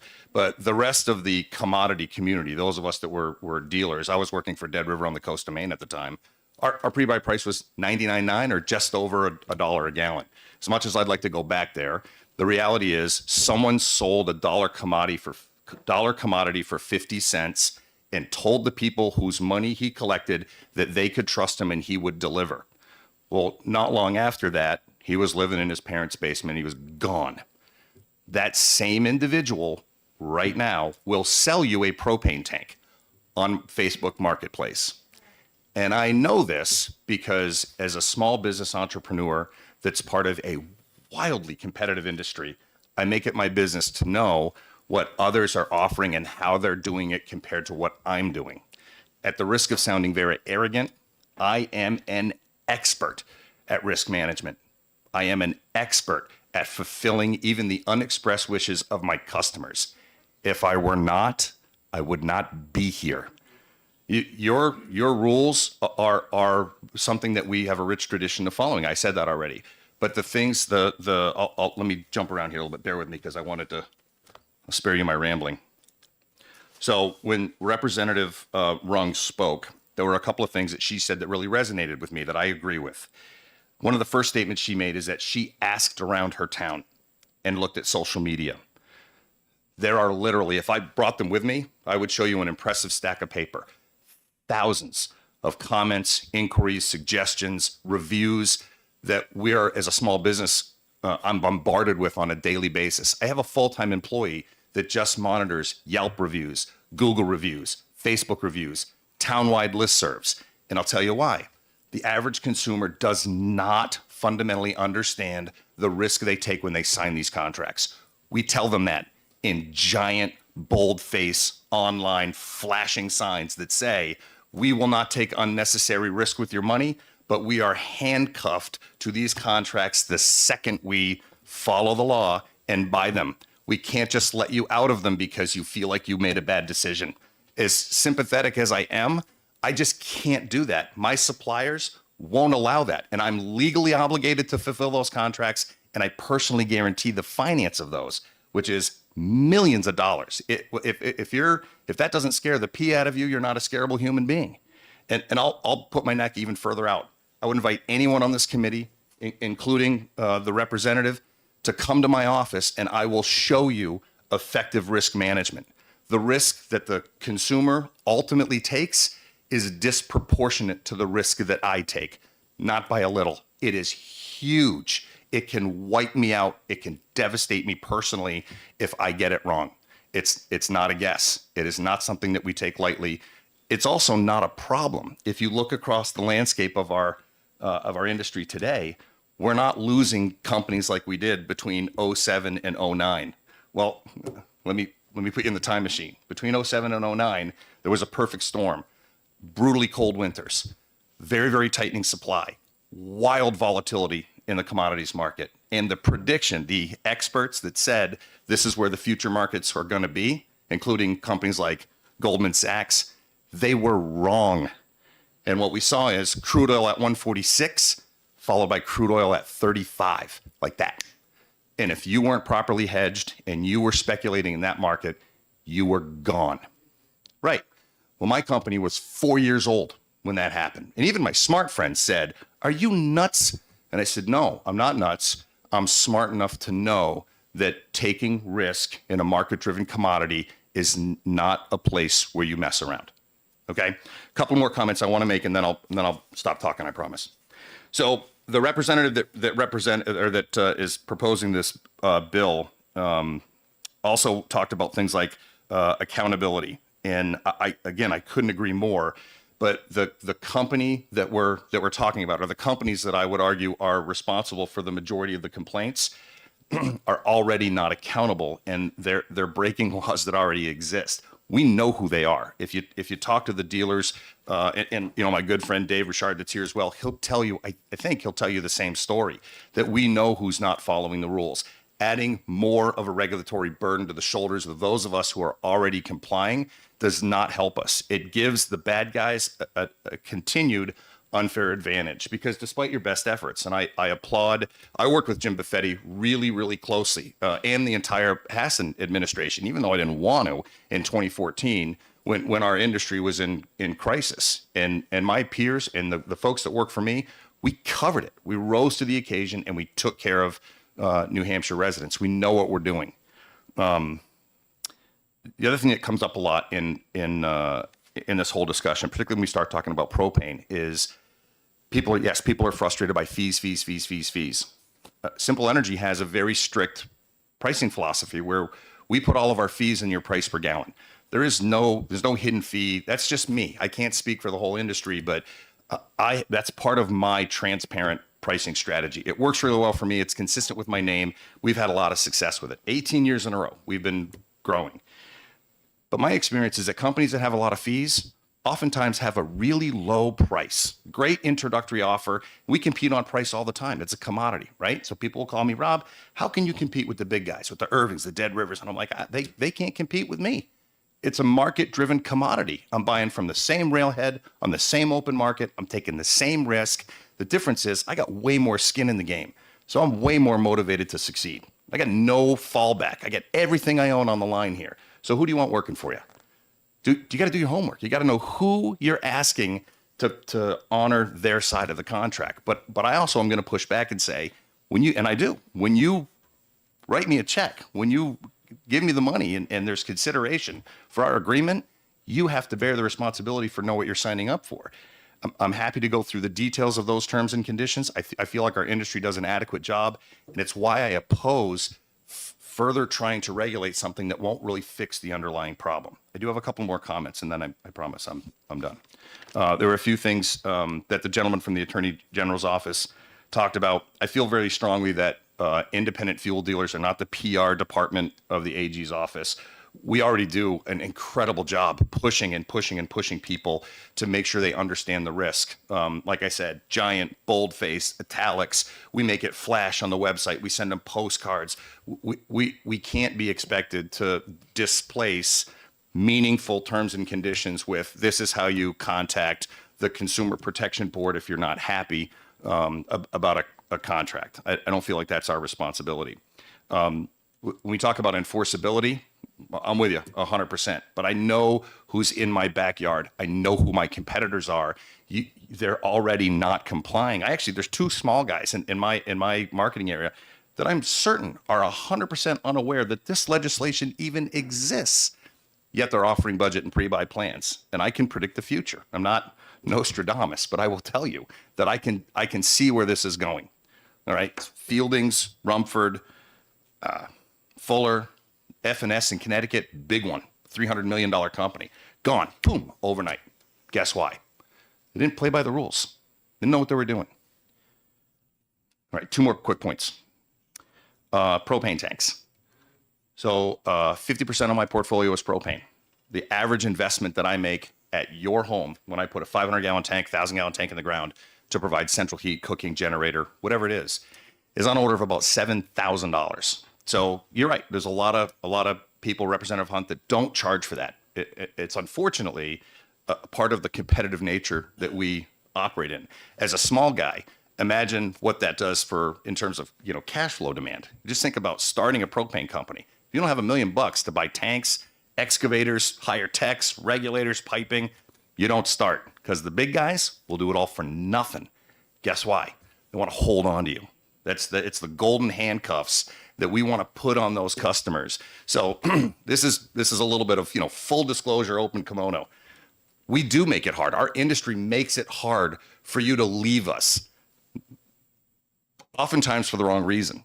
My attitude is, well, if I can't keep you, I'll help you go. I put all of my effort into making sure you're going to stay. But that's me. That's my competitive advantage. The industry in general does not make this very easy for the consumer, and I get that. But please consider for a moment that those 60-day transactions you're looking for have thousands of dollars of value assigned to them, and you're asking two companies in the heat of a season to not only negotiate what the asset buyout is going to be, but potentially disrupt an already very, very busy schedule to go collect tanks that might occur before the new tanks are set, which is a complaint I don't know that you've had yet, but a portion of my portfolio is in the state of Vermont. There is a similar law in the state of Vermont, and that law is called CF 111. It's a consumer protection legislation. It's good legislation. It does help. But one of the unintended consequences is because there's this tight deadline of customer notifies you, you go get the tanks, you weigh the tanks, measure the tanks, give them the credit back. If my company does that very efficiently, and I do, and my competitor who has a ton of fees but a really good price doesn't, I go pick up my tanks within 30 days and they haven't set their tanks yet. Find me a consumer that's going to be happy about that transaction because they can't cook, they can't heat, there's no hot water. And who's the bad guy? I am. So be careful of the unintended consequences of adding earmarks in legislation or adding additional compliance notes to this legislation. I'm happy to do it with you. Great things happen when dealers work with the regulatory community. I'm not here to say I don't want to work with you guys. I do, but let's do it the right way. Thanks for your time. Okay, we have questions from the committee members. Representative McGee. Thank you very much, and thanks for being one of the good ones. It sounds like. Thank you. Appreciate that. You sound like the kind of guy I'd want to do business with if you were in our area. Unfortunately, sometimes we have to legislate for the least common denominator. So my question is, what does it cost now if a consumer calls you, a customer calls and said, I'm sorry, I want to change tanks, and what do you charge them to take it out, if anything? Service fees, maybe nothing for the removal, but some other service fee. How long does it take? All that stuff. Yeah, great question. I appreciate that. I'm sorry to talk over you. That's just part of my anxiety. Personally, I don't charge anything. I have been advised that I should. There are, when I look at the industry, there are lots of peer groups that say, well, you got to get something. Like I said before, I can, on average, it's a $5,000 to $7,000 investment that I have. So if you're $1,000 a year client and I'm at $1 margin, round numbers, right? I'm 7 years before I'm breaking even on the investment to put the infrastructure. Now, the good news is in year 8, making money. That's the whole nature of the propane gas business. Not only that, but my assets are on your property. We're sort of married at that point. But if I can't keep you happy and you want to change, if I want to push the issue, I still look like the bad guy. Now I've lost a customer and I'm kicking you on the way out the door. That never works. I don't know any company that would ever get your business back, or that you would speak favorably about on the local listserv. But the real cost, at a minimum, I'm mobilizing a very experienced, very expensive CDL driver, generally could be a Class A or Class B driver, driving a hazmat vehicle, operating heavy equipment to remove those tanks. There are regulations surrounding where and when I can move those tanks if they have product in them. So, the regulatory checklist starts to pile up. And as it does, in order to satisfy all of those requirements and the scheduling, can I give you a number? That's $200-300 an hour just to put someone in motion in a vehicle.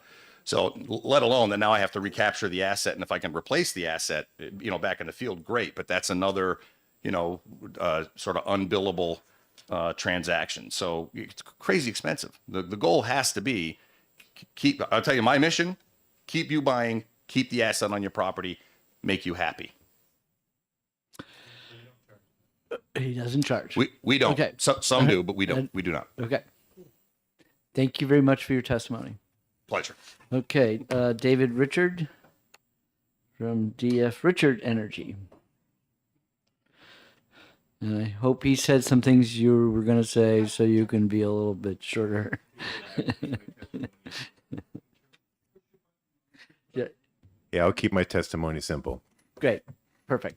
My name is David Richard, and I'm with DF Richard Energy in Dover, New Hampshire. We were founded in 1932 by my grandfather. We do business a lot like Rob. We're very simple as far as we try to maintain people's relationships. It is all about relationships and no hidden fees and we try to do everything up front with people. And we try to maintain that. My grandfather started the company that way with a handshake, and we still do things the same way to this day. The only fees that we do have regarding propane tanks is we do have a usage fee for a generator. But everything else, we take our pride to size the tanks appropriately so we have the right usage through there, so we get our return on our investment and the customer is happy. So there's no hidden fees on the backside where they complain after on the backside.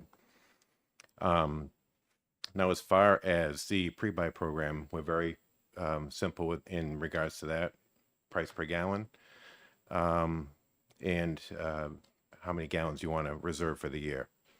Now, the only other... So you don't charge a fee up front? No, we don't charge a fee up front, but we do have a downside protection if you want to combat that if the price goes down. But everything is in writing, terms, and the customer knows exactly what they're getting into. That's great.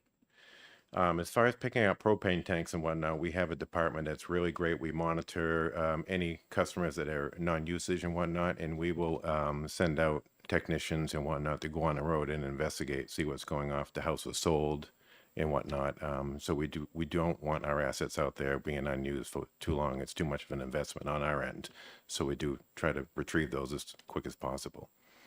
But if there is a situation where there's going to be some overlap, we're not going to take the tanks until the other company has retrieved theirs, because we don't want them to have any freeze ups or without heat. So we do work with the customer on a base by base basis. Yeah, so how often are you actually digging the tank, or are you just working out with the other propane company and Right. So we're talking about one company here, and that's why we're all here. But 95% of the time, we will contract out with another provider, and they'll send us an invoice. We'll purchase a tank off them, and it's seamless. Perfect. Okay, thank you. Thanks. We do have a question. Representative Spear. Realizing that 49 folks are really good at this and very reliable and trustworthy to their customers, but realizing that the largest person that operates in the area played all kinds of games, is the legislation that we're proposing here, that's being proposed here, it doesn't seem to me to be burdensome, so I wanted to get your take on it.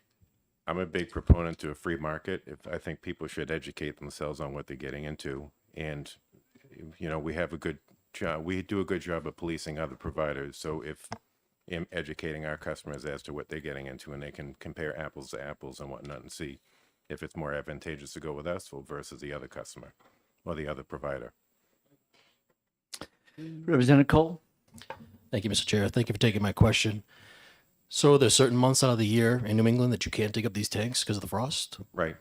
And what's the longest period of time that you've experienced that? Has it been up to 4 months, say? I'd say, yeah, and sometimes into April. So the 60-day requirement in here really doesn't work. It makes it difficult with the underground tank, yes. Thank you. Okay, Representative Herbert. I think I heard that some of the companies in the past have gotten into financial difficulties and gone bankrupt. Yep. Because they took the customer's cash flow and speculated on the price of the commodities they're dealing in, and they bought when they should have sold. Yep. But So what's your is question? there anything that we can legislate that would stop your particular industry from taking cash and putting it into a speculation? I think that would really be a hindrance on all of us people that are doing things the right way. We're really working hard to buy the product at a good rate that we can pass on to the customer, and we're locking in a rate on our end. So we're trying to do the same thing and pass it on to the So customer. if you read page 2, Yep. that's the stuff we did to address that problem. So we So are. that we already addressed that problem several So years ago. they're actually not, they're breaking the law. That these people, if we've got a prohibition on doing that, and they are doing it, why wouldn't our attorney general crack down? We have a contract, and we're going through that contract that we providing for the customer price per gallon, and we're not varying from that on our end. Well, that's fine, but some people apparently are. But I feel like that might be punishing the rest of us, that I feel like we can kind of police ourselves as an industry, and people would come to us because we are doing things the right way. Okay. Representative Walsh, then Representative McAleer. Thank you, Mr. Chairman. Forgive me if perhaps you're not the right person to ask, but do you know if there's anywhere in the state of New Hampshire where there's a monopoly that exists of just one provider for propane? No, and we have 50 of us that are providing propane in the state right now. So there's no town, there's no district, there's no area that is a monopoly? Not as far as, no. Okay. All right. It's a very competitive market. Right. Well, my question is, this would prevent any, evildoers if that were the case. you know Gotcha. what I'm saying. Thank you. And Representative McAleer. Thank you, Mr. Chairman. Both you and the previous speaker spoke about that 60-day problem. Is it possible, and I look at the writer of this legislation, if we excluded heating months, and so it would be 60 days outside of heating months? In other words, you wouldn't have to, let's say from November through April, you wouldn't have to remove a tank. Would that work, number one? Number two, is there any other thing in this legislation that you think is egregious to your business? I think it's a little burdensome to the industry right now. Again, I'm a free market type of guy. I really believe in going with that as far as we don't really need a lot of legislation and mandates to operate the right way in the state. I understand your side, but we're not, people that are doing things the right way, people will gravitate towards doing business with them. Okay, thank you very much. You have one card less, Leslie Anderson, who represents the Propane Gas Association of New England. So you replaced Rose? I did. I replaced Rose. Thank you. I could bring his milk jug, though, if that would be helpful. Well, you say hi for him. I will. Good afternoon. My name's Leslie Anderson. I'm the president of the Propane Gas You Association. need to pull the mic a little closer. My name's Leslie Anderson. I'm the president of the Propane Gas Association of New England, and we operate here in New Hampshire and our members include the 50 companies that sell propane here across the state, including the one that we've been trying not to mention. I will say that they are signaling that their residential business is for sale, and hopefully this problem will take care of itself that has been out there. One of the things our association does is we do work with any consumer complaints. Customers find our number if they have problems, and I will interact and go directly to the heads of the companies and talk with them. And if any of you ever have a problem, as I've offered to the representative sponsoring this bill, please feel free to reach out to our association, and we will work to facilitate and solve that problem as quickly as possible. When we've had deep freezes, we've had the governor call us and ask us to deliver to people that haven't paid their bill in 9 months, but they had kids at home, and we can make things happen when they need to, because we all care about the consumers and our customers here in New Hampshire. So please use us as a resource if you ever have any issue. One of the main things that we have a problem with about this bill is it's taking a pre-buy and a guaranteed price plan statute that was put in place after the events that Rob discussed earlier, where we had the problems with Fred Fuller in the state. And it required dealers to lock in the gallons. So if you're going to sell 100 gallons pre-buy, you've got to lock in 75 of those gallons, and you've got to file a form that goes to the state each year saying how you locked them in. And the way you lock them in is by buying future contracts. Right. And the buying future contracts has a price. And some of our members roll that into their price. Some of them put that as a pre-buy price. So the idea about prorating this pre-buy fees, that's a flat fee. And if somebody prorated it, they probably just broke it up monthly to make it easier on the payments that were there. So that section needs to come out, because that's a fixed price, and that's what drives what that is. And I think you guys have come to that conclusion through the testimony that's gone on. But we've taken this pre-buy and guaranteed plan, and we've thrown a bunch of other stuff into the mix. On the third line, we've added contracts for petroleum. And so now we're saying all petroleum products have to adhere to the rules we put in place just for pre-buy and guaranteed price programs. And that's a problem, because down in section 2, it says that you have to have the price per gallon in every contract that you have. Well, you'd want that for a pre-buy or guaranteed price ban. But now we might be increasing costs if we apply this to all petroleum products, because one of the most common types of programs that our dealers do is they give you a cap price. They say, we're going to charge you $3.50 a gallon, but if the price in the market goes down, you can get the lower cost.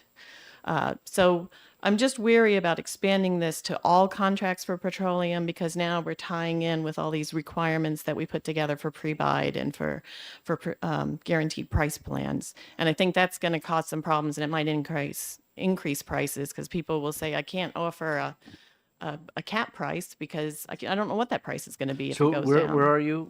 Where are you looking at? So in line 3, it adds and contracts for petroleum. I got And you. I would take that out and limit this to the pre-buy and the guaranteed price programs that are there In contract, I got you. in contract. Yeah. Okay. The other area that really concerned me was the underground tanks, and specifically for tank removals, the 60-day tank removals. Most of our members pick up their tanks within 2 weeks or within 30 days. And that's because they're expensive and they don't want that asset sitting out there not doing anything for their business. It's a very competitive business. They don't want the tanks out there. So 60 days, I think, is a good time, except that there's problems, right? There's problems in the wintertime, and there's especially problems with underground tanks. So if this was to move forward at all, we would want to have this apply only to above ground tanks. Underground tanks, the ground's frozen. You need to coordinate. You've got landscaping issues, mud season. Ugh. I mean, there's all these things that surround underground tanks. And normally what happens is those tanks are transferred. They're either sold to the customer or they're sold to another propane marketers that's taking over the account. But we would want to exclude underground tanks from any kind of a time So where it says, or requirement. make every reasonable effort that the AG's office want to yank that out, we should leave that in for I would- just underground. No, I would just add to remove their above ground tanks. I Right. wouldn't even include underground tanks in this requirement. The majority of the complaints that come in are about above ground tanks. They're not about underground tanks, so I would exclude those. Oh, I see. Okay. And I would leave in the reasonable attempt because there's tanks on islands where you may have to go out and get them when the ice is frozen. You know, I mean, there's tanks on camps that you can't access at certain times of the year. They do have. So, Okay. you know, the dealer can show a good attempt, I think, to try to get their tanks within that certain amount of time. But there's a lot of Mother Nature that factors into that more than anything else. The other thing is it should not be from the contract termination date that you have to pick up your tank. It should be a notification request to come pick up your tank from the customer or from the company that's taking over the account. And I say that because you may terminate your contract today, but you've got 50% in your tank and you want to use the remaining gallons and then switch to a new dealer. And so I don't know how long it's going to take you to use those gallons. You know, if you're just one person on your own, it might take a couple months. If you're a big family, it might take 2 weeks, but the clock doesn't really start ticking until you want that tank picked up. So it should be a notification date from then. And I think above ground 60 days with a reasonable attempt is fine. Although I would prefer, as my members on the whole would prefer that we not expand this regulation and that we really not move it forward. But I did want to add that. What it says right now is or written notification of discontinuance of the contract. But you might discontinue your contract and then use up the propane that's left in your tank before So you're you ready just- to have your tank picked up. So it needs to be a notice to remove your tank, a request for the owner to remove their tank. Okay. Yeah. Okay. All right. Geez, I mentioned we have over 50 members. They're very competitive.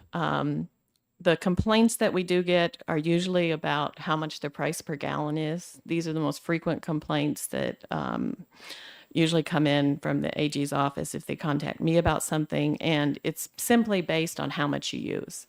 You know, the investment that's out there that we have, I've had a lot of complaints about people that have propane for generators only. That's the more and more electric gets moving and people move to heat pumps and other things. Everybody's putting in generators for propane, and you have to charge a tank rental or a minimum gallon usage per year to make up your investment if you have tanks at a generator account, because you've got that investment of about $3,000 sitting there at the customer's location. So there's frequently a charge for a tank rental or a minimum usage fee if you're not using propane for home heat, for cooking, for hot water, for pool heaters, for everything else. And we get lots of complaints about that. But the reason is because there's so much investment there by the company owning those above ground tanks. Yeah, but so I remember in the old days, and the complaint was that they paid more for the tank to be filled than a bigger tank. So I'm confused. Is the only thing I see is we're banning somebody else owning that tank. It's still your Yeah, that propane doesn't tank. make any sense to me because you can't charge for something you don't own.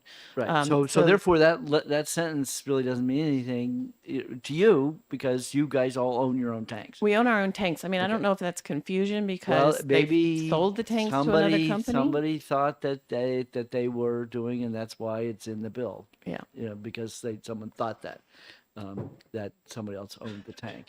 But in terms of this thing about the fee, where did it say that you couldn't charge? A rental fee for a propane tank owned by another company or consumer. It's just, but that owned by another company or Yeah. consumer.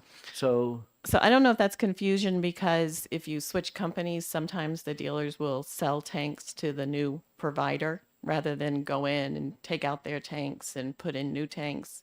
I don't know if that's the confusion or if there has been confusion with some of the acquisitions as to whether the but the new way company that owns sentence it. is written, you really doesn't bother you because none of you guys do that No. anyways. No, that's Okay. correct. Perfect. Yeah. All right. Thank you. Yeah. So Representative- I'd be Yeah, glad to answer any questions. Okay, Representative Ammon. I have two quick ones over here. Here you go. First one is how could a consumer know who owns the tank? It'll say on the tank itself inside, they have to have the number of who's supplying, and it'll usually say owned by this person that's And they'll there. switch that out, I guess. Yeah. I do get calls from new homeowners sometimes that are looking for documentation, can't figure out if they own it or if they don't own it. And I'll work with the propane companies to help them find out because the companies will have them as listed as an asset unless they've sold them. And so you can usually go back to whoever the provider is and find out if you bought the tank or not, if it wasn't specifically listed when you purchased your home. Okay, and then follow-up question. How can a consumer know, a consumer seeking to switch providers, how can they find out what providers service their area? All of our just going on the web and looking, every place is there, and you can also go to propane.com, find a retailer and put your zip code in, and it'll print out based on everybody's Google addresses in the state who's in your area. So propane.com is the easiest. Propane.com, find a retailer. Thank you. Okay, great. Thank you very much. With that, Representative Grassi, is there anything on the blue sheet?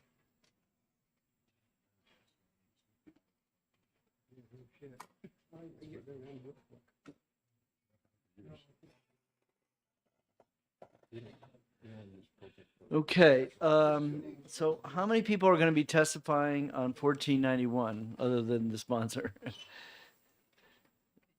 Okay, so we'll go ahead with this hearing then. Great. All right.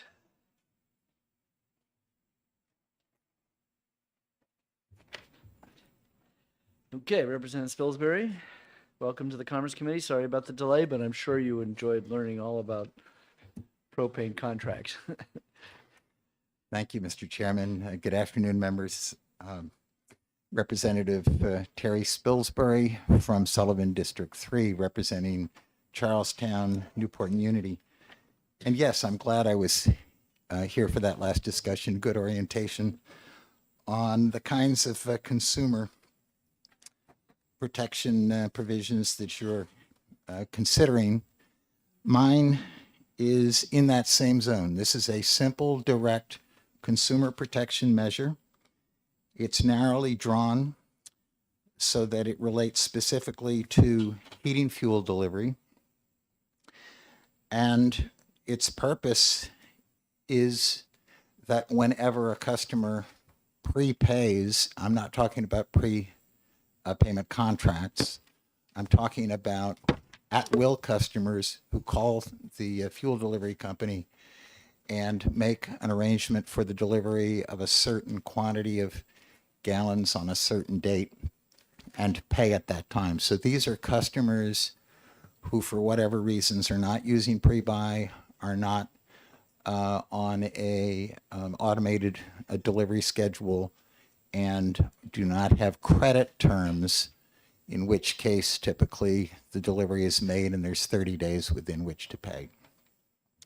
So when a customer calls, let's say on a Monday, and says, I'd like to arrange for 300 gallons of heating fuel to be delivered to my tank on Thursday, price is quoted on Monday, and that price is paid, that, in terms of this bill, is a concluded sale. And this is one of those situations I've become aware of. I know that it is the common practice of one of the largest fuel delivery companies in the state.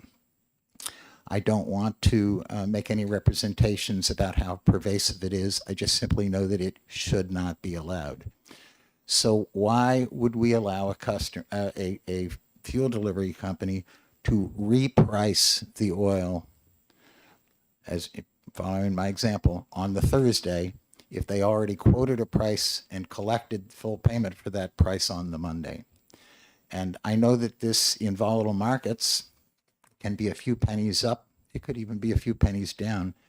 But in recent years, it's often been as much as, even in the space of several days, a 20 to 50 cent swing. So somebody orders 300 gallons and all of a sudden finds on Thursday that what he paid for on Monday is now $75 higher. So I'll leave it there. I think it's straightforward. And I'm actually pretty astounded that this is not currently prohibited. Well, I assume because you don't have how many days.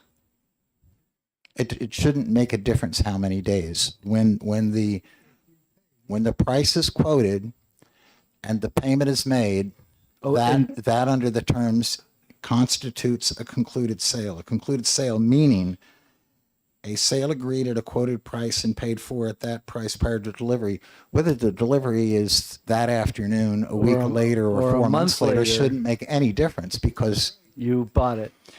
So I'll give you two thoughts that occur to me. And just by analogy, it's hard to make a direct analogy, but I go into Macy's for bed sheets and they don't have them in stock. They say, well, we can sell them to you now and we'll have them delivered to your home. I go into Staples. They don't have the printer ink. They don't have the pens, right? I'm sure we've all been there. These are examples that I'm personally familiar with. Can you imagine the outrage from the consumers in this world if somebody walked into the Staples or the Macy's on a Monday, paid for it, and then found on the Thursday when the delivery arrived that they owed more? Outrageous. It's inconceivable, right? It's outrageous. Outrageous. So please help me by passing this bill. Pretty straightforward. Okay. Thank you for giving us a straightforward one. Okay. Oh, here we go. Yes. Representative Ammon has a question. I know we're in lunchtime here. Could you just walk me through where this bill idea came from and the specifics of, how did this occur to you or your constituents? He says there's an oil dealer that does this. He raises his price. So let's be specific. This has occurred to me. I choose not to be a credit customer, and this has occurred to me for years. And so I began speaking to other people, and I've had conversations with 20 or 30 people to whom this has occurred. So it's not. I'm not just. It's not just that I have a chip on my shoulder. It's that I have detected that this exists. And we can often be talking about price differentials in a matter of days that are $50 to $100. Okay, Representative Walsh. Thank you, Mr. Chairman. How is this different from, say, me going to buy gas one day at $2.99 and then the next day I see that it went down to $2.83 or something? How is that different? So on the you're talking delivery. about you're talking about You got your the your delivery. automobile, the payment and the delivery coincided. So here's the point. So you're Your last bill, you were discussing pre-buy contracts, and one of the fellows who testified talked about who takes the risk of price fluctuations that occur after the sale agreement, which may have occurred in July and deliveries in January and February. Right. So the point is that the consumer who has made the payment on the Monday should not be the party that's taking the price risk of fluctuations that occur between Monday and Thursday. And when you go to your gas station with your car, you pay, you decide whether to drive away or to take the gas, and you get delivery simultaneously. But if you did like a layaway and you waited a month to pick up delivery, shouldn't maybe you have to pay a storage fee for them holding on to your contract. That should be. well, you would write it in the bill. This is not a contract situation. This is not. He paid, but he says, okay, I'm paying you. I'm going to give you this money, but I don't want you to deliver it until 2 months from now. Well, I don't know of an oil company that would do that. So I think you're. Well, that's what I'm saying, because we started out with, you had this simple little scenario, a couple of days. Yes. And then I said, well, what about it? And you said, well, what happens if it's a month later? Okay. So if it is a month later, let's say that it is you have a bunch of constituents, a bunch of people who really pay attention to the oil company, and the oil company puts out an outrageously low price that day. Okay. And everybody says, oh yeah, let's get in on that. Let's get in on it. Now that company has got to hold that oil for that, period of time. That person says, but I don't want delivery yet. My tank is full. I want to lock in that price for you to deliver to me a month from now. So it's a fascinating hypothetical that I cannot imagine actually occurring, because no rational oil company would offer that proposition or would put themselves at risk for that long. But if they did, they should be bound. They should be bound. So it doesn't. Look, so in even other if you words, said a year later, I want to lock in this price for next year. It's not the and there's no purpose of our storage cost? consumer protection statutes to protect the provider of the oil from idiotic marketing decisions. It's the purpose to protect the consumer from being taken advantage. Okay, so I'm saying is I don't have a problem with your issue. Yeah. If as long as the delivery date is within a week. But when you start pushing the delivery date out, I do think you're creating a more problematic solution. If you put a date on it, I think the bill is still worth passing. Great. If you put a date on it, I would think 2 weeks might be a little bit more sensible. Okay. I don't think you need to put a date on it. Right. Because I think that oil companies won't offer to hold the oil for longer periods of time. They only have so much storage, I think. I would assume. Okay, Representative Terry, how about 2 weeks? No, I think it's, let's leave that, as they used to say in my town growing up, leave it go. Let it go. But I have a question, and that is, if this has occurred, you've told us that this has occurred. Has this been tested at all in the courts? Has somebody said, I agreed to pay such and such for so much oil? The company agreed, I paid, and then when they delivered 2 days later, they sent me a bill for the difference. Has anybody balked at this and lost? I don't know. I haven't done that research. Well, does I that can't- mean that they've actually paid and then said nothing? And I would bet, and we have someone come up here who will testify, tell us why this is a bad bill.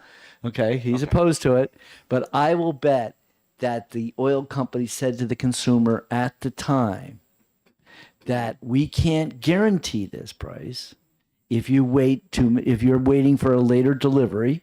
In other words, but what we're going to do is we're going to treat your payment as a deposit, but that it could be higher if that by the time we delivered it to you, because you're asking for a week or whatever, that it could be higher. So be prepared for it to might be higher. Since I'm testifying in part on my personal experience, I Yes. can assure you that no such representation or even a hint of it has ever been made. There you go. Okay. All right. We do have another question. Representative McGee. Thank you, Mr. Chairman.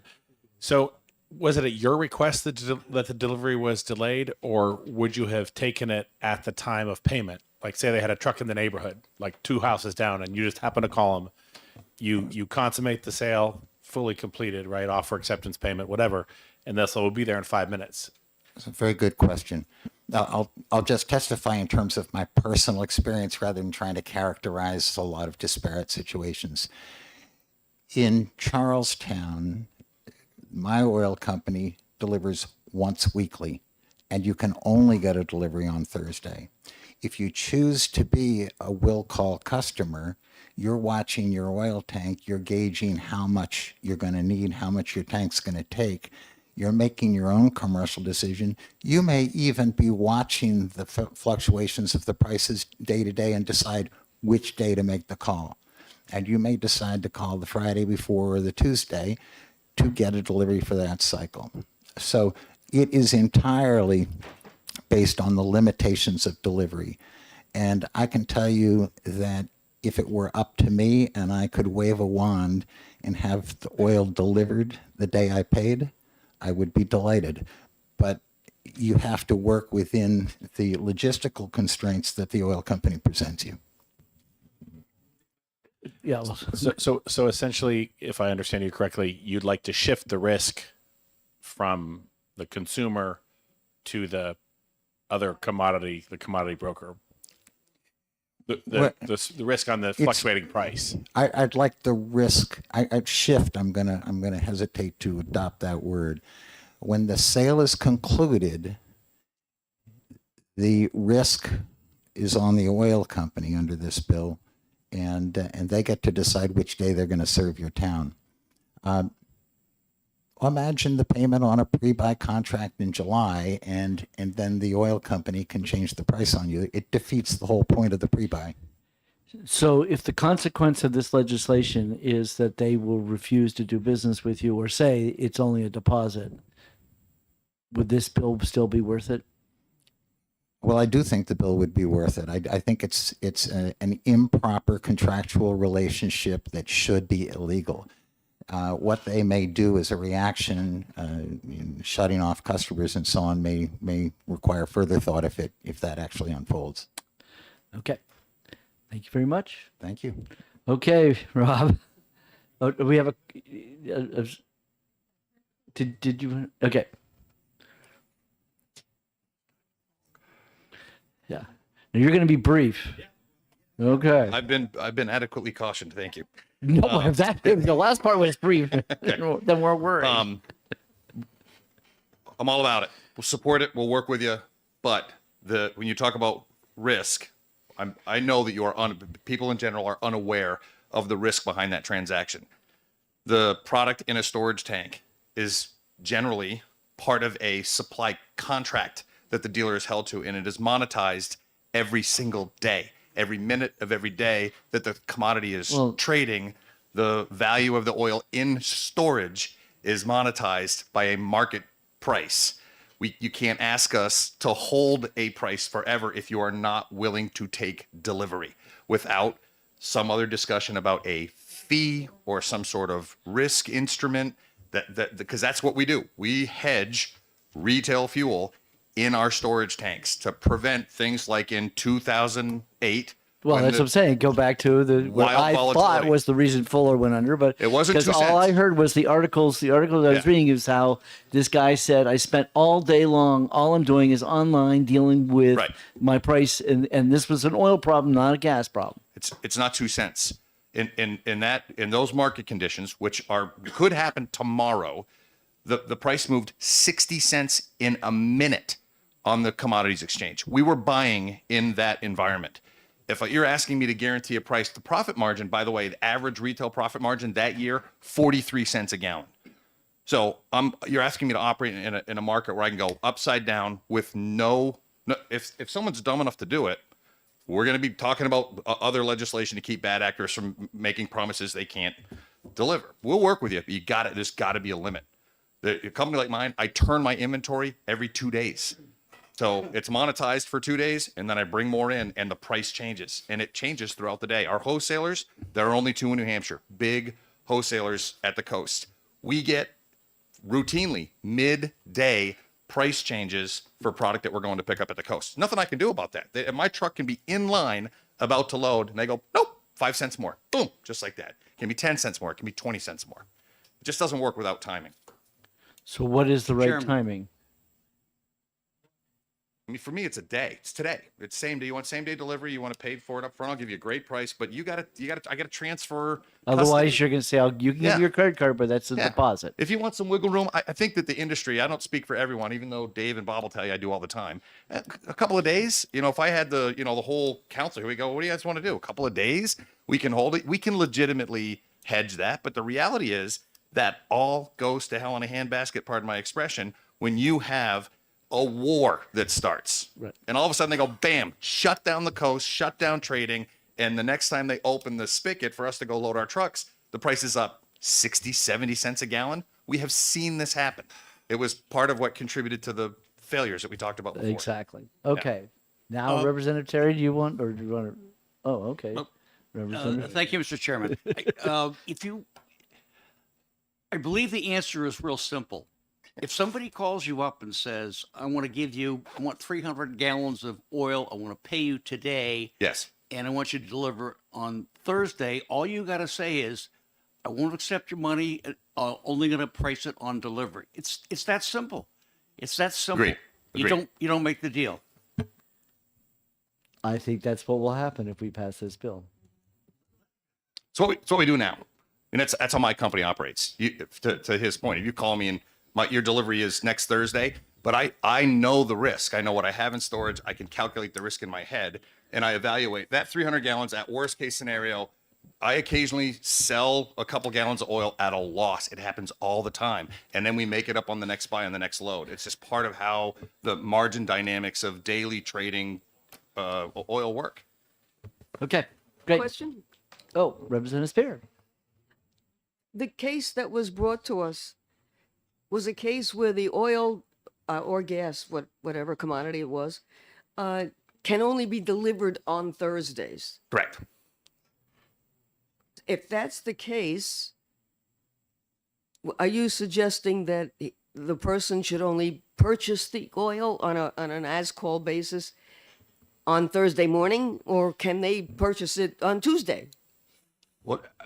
You can order it on Tuesday, but if he can't take Yeah. delivery until Thursday, it's Thursday. But he it's going to can't be take Thursday. delivery because what he you won't said was deliver it. He won't take your money. He'll wait until they deliver it on that Thursday, and they'll hang that coupon on your door, and you'll pay in 30 days. Yeah, I would evaluate the individual risk, which is very, very simple for those of us that do this every day. It's a slam dunk. I go, great, see you next Thursday. There's your price. You'll pay what's on the ticket. In this case, it is you're prepaying me right now, but you're not taking custody. There is a company it's not a startup. They're owned by a big conglomerate operating in New Hampshire. Their whole platform is click, fill. It's all online. It's all prepaid. The number one complaint from those customers it's a great price, but when I order, they don't show up for 6-7 days, and then they change the price. And I go, well, no kidding. It's that you can, but you and I think you should. But it doesn't mean that we need a law governing that, because I have no crystal ball. I cannot tell without a time limit. You're allowing today, I guess, that company to say, sure, give me your money, give me your credit card number, see you next week. And then they're changing the price. Someone gets upset about it. I don't know how to address that. I wouldn't do that. I would tell you, I can't go that far out. Take delivery tomorrow or the next day, no problem. Representative Grassi. Yeah, I think what I'm seeing in this bill and what you're talking about here, and I think makes sense, and is that if someone was to order, if I was to place an order for you for oil today, yeah, and I said, and you give me a price, this is what the oil is today, but you say I can't deliver it until Monday, right? That price shouldn't change for me. If I told you that I wanted to pay for oil today, but I don't want you to deliver it to me for 2 weeks, now that's on me. And if the price changes, I should be held responsible. for So the in difference. principle, I agree with you, Representative, that if I accept those terms as you laid them out, I am accepting that level of risk. What I'm telling you is if you put that into law, I'm opposed to that because there's no time sensitive. I don't want to be forced to, because if I make that decision, I'm taking the risk. But there are market conditions outside of my control that could cause me to say, well, are you going to support me when I say force majeure, I can't do it? Because that's what that company's going to do. Further question: if you take my order today, Yeah. and you may not have the trucks to get it out to me or whatever, but you know you have that oil in stock or in your tanks at your store, you should be able to honor that price for Monday. Yes. Or you can tell me I can't sell it to you today. Correct. Which is what I would tell you. I would say, I'm going to put you on a schedule at this price. If there are unforeseen market conditions, I may not be able to, it'll be, but guess what? What if the price goes down? Are you going to expect me to sell it to you at a lower price? I'll answer for you. You are, because that's been my experience over my career. So you can't have it both ways. You're asking me to take the risk, I'll take the risk. If I sign up for it, I'll take it. You put it into a law, I'm going to fight you on it 100% of the time because I have to manage that risk for everyone and you're forcing me to. I think that companies that enter into that agreement are wildly irresponsible. They're doing it right now in New Hampshire. You don't know it. He's doing it because he got a great price. I don't mean to speak for you, but that's my experience, right? I go online, I get a better price than yours, Rob. I go ahead. And then a week later, they get the delivery. Price went up because they never call me if the price went down. Price goes up, they get a new delivery and they call and they're pissed. And I go, well, do you own a 401k?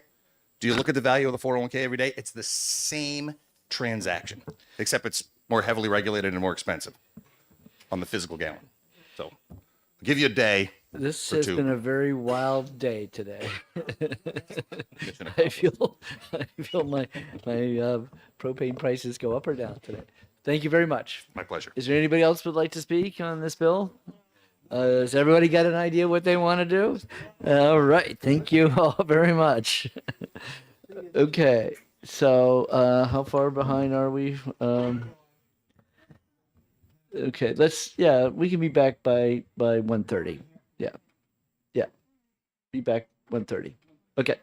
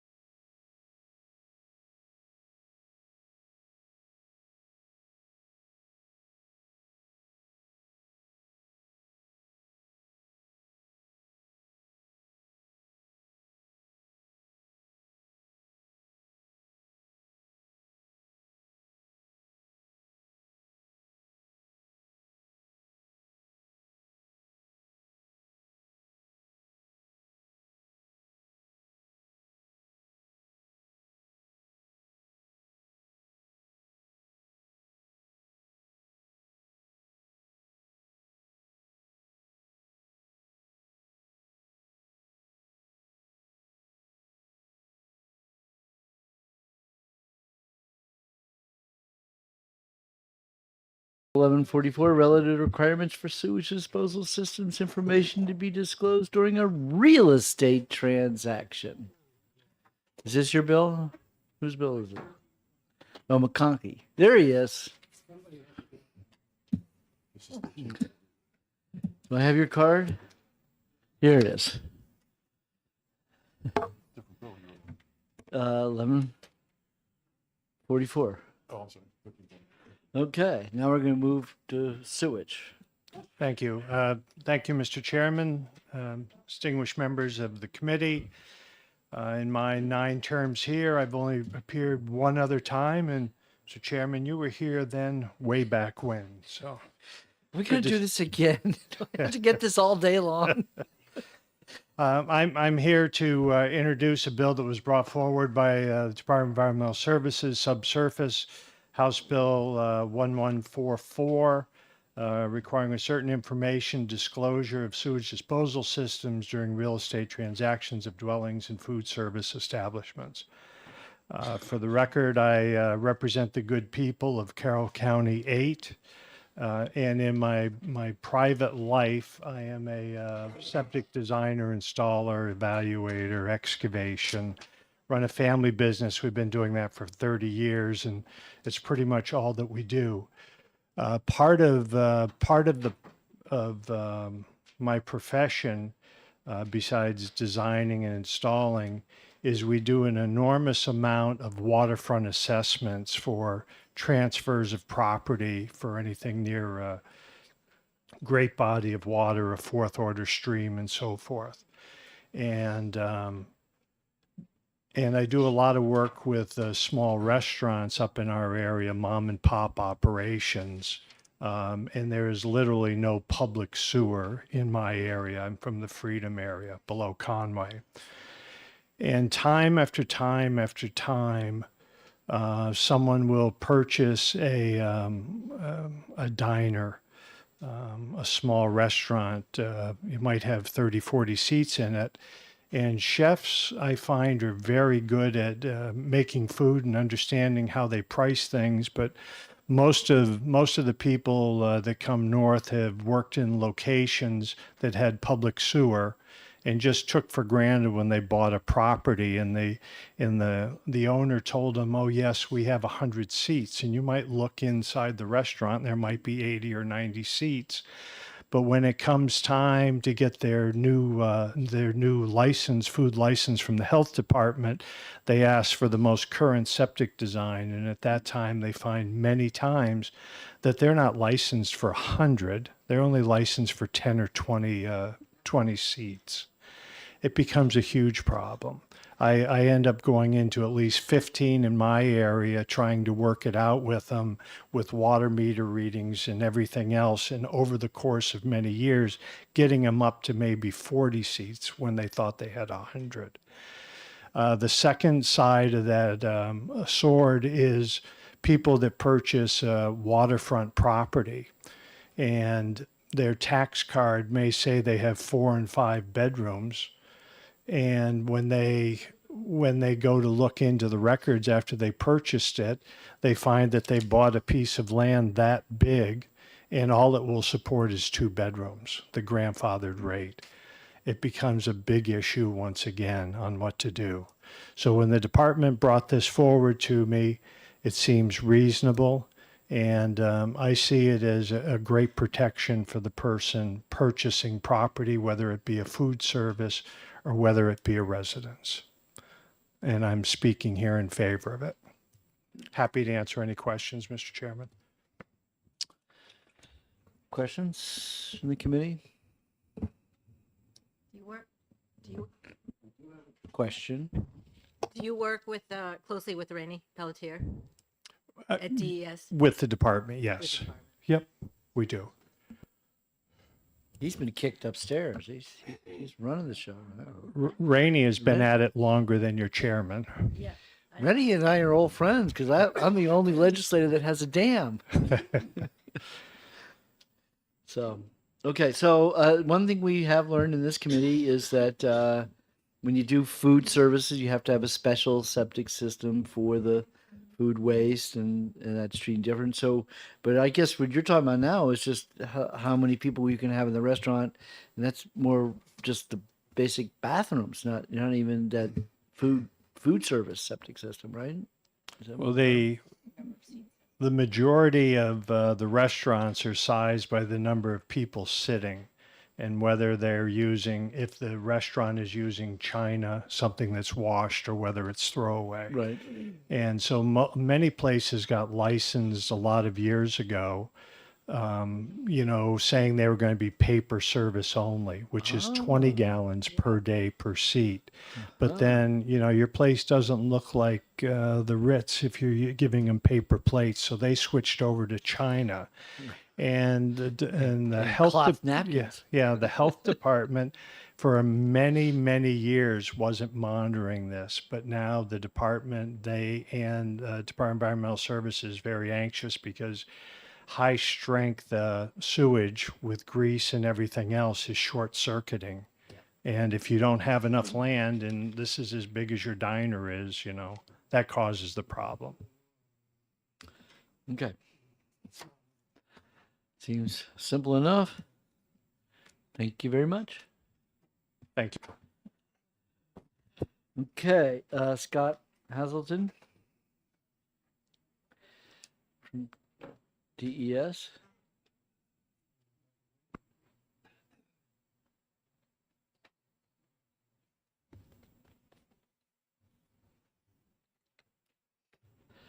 Good afternoon. Good afternoon. Thank you for allowing me to testify on this bill. For the record, my name is Scott Hazelton. I'm the administrator of the Subsurface Systems Bureau. And I've been there for... Yeah, pull the mic closer to you.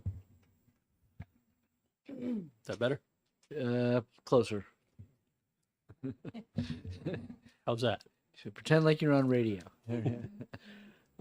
Yeah, so I've been with the Subsurface Systems Bureau just over 6 months. I've been a licensed designer since '04, and prior to that, as a highway director in one of the Upper Valley regions. So Mark covered this very well, and I'm not going to reiterate some of the things he said. But the current RSA limits the information that is required during a real estate transaction. Currently, information that's disclosed in a real estate transaction is only required for 1 to 4 family dwellings. And the information that's disclosed includes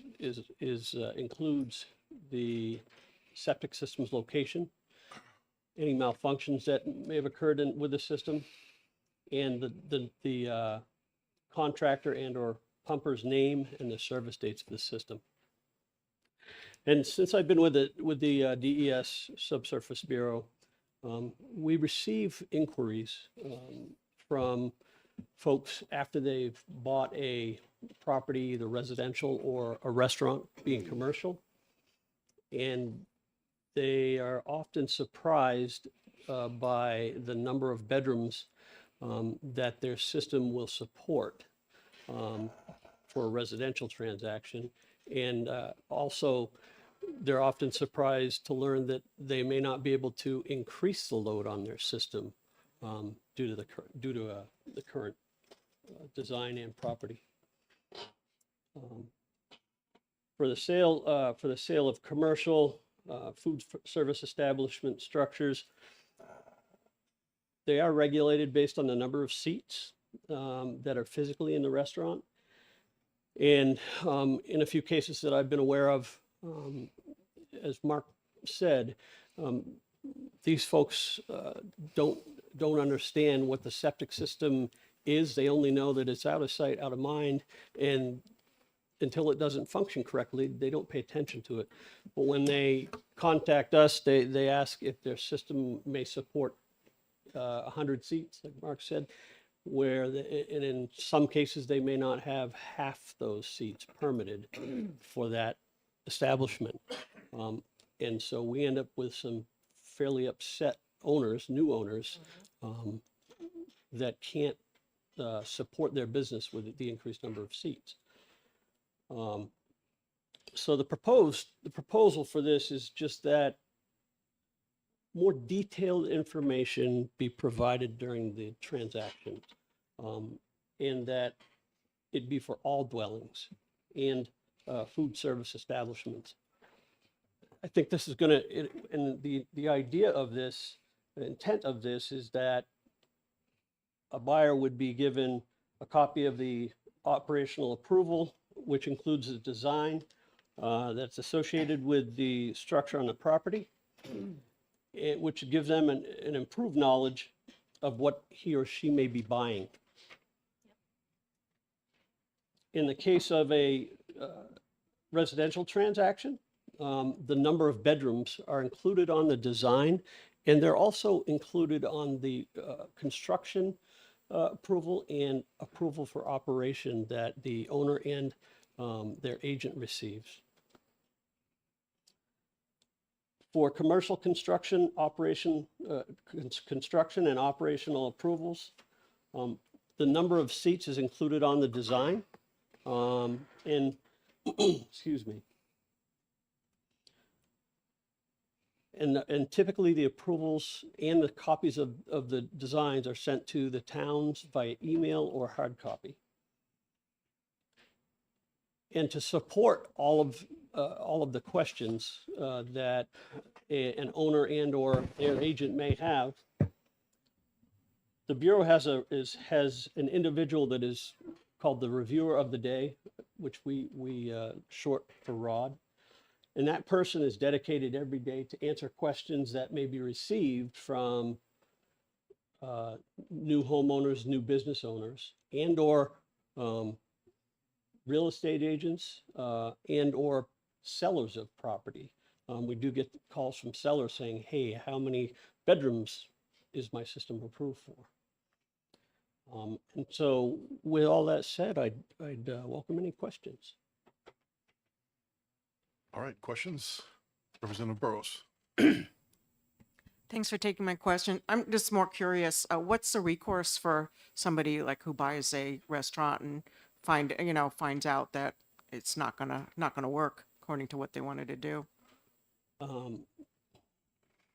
So like Mark said earlier, their recourses, they'd work with a licensed designer to determine what their septic system was permitted for. And then they may have to do a new design to increase the number of seats. Okay.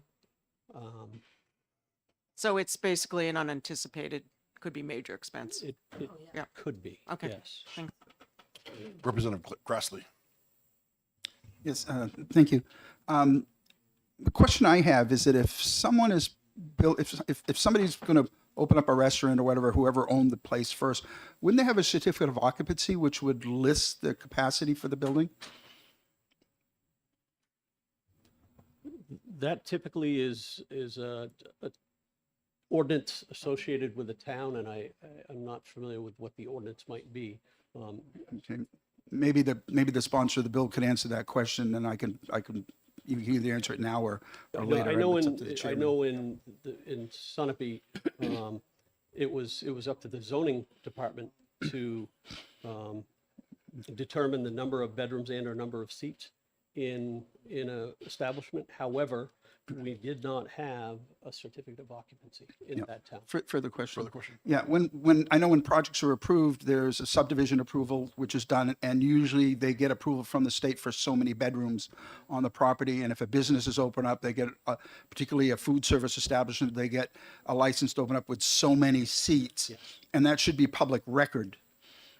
That's correct. And so there would be the ability to, I'm just trying to figure out if there's a way we could link that better so that, because I think if somebody's to buy a place and he was told there's 100 seats in the place and the certificate of occupancy says there's only 20 seats in the place, that would be deceptive marketing.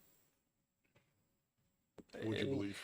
So we, for all of the commercial approvals that we process, all of those approvals are sent to the municipality by email or hard copy. So the municipalities do have those.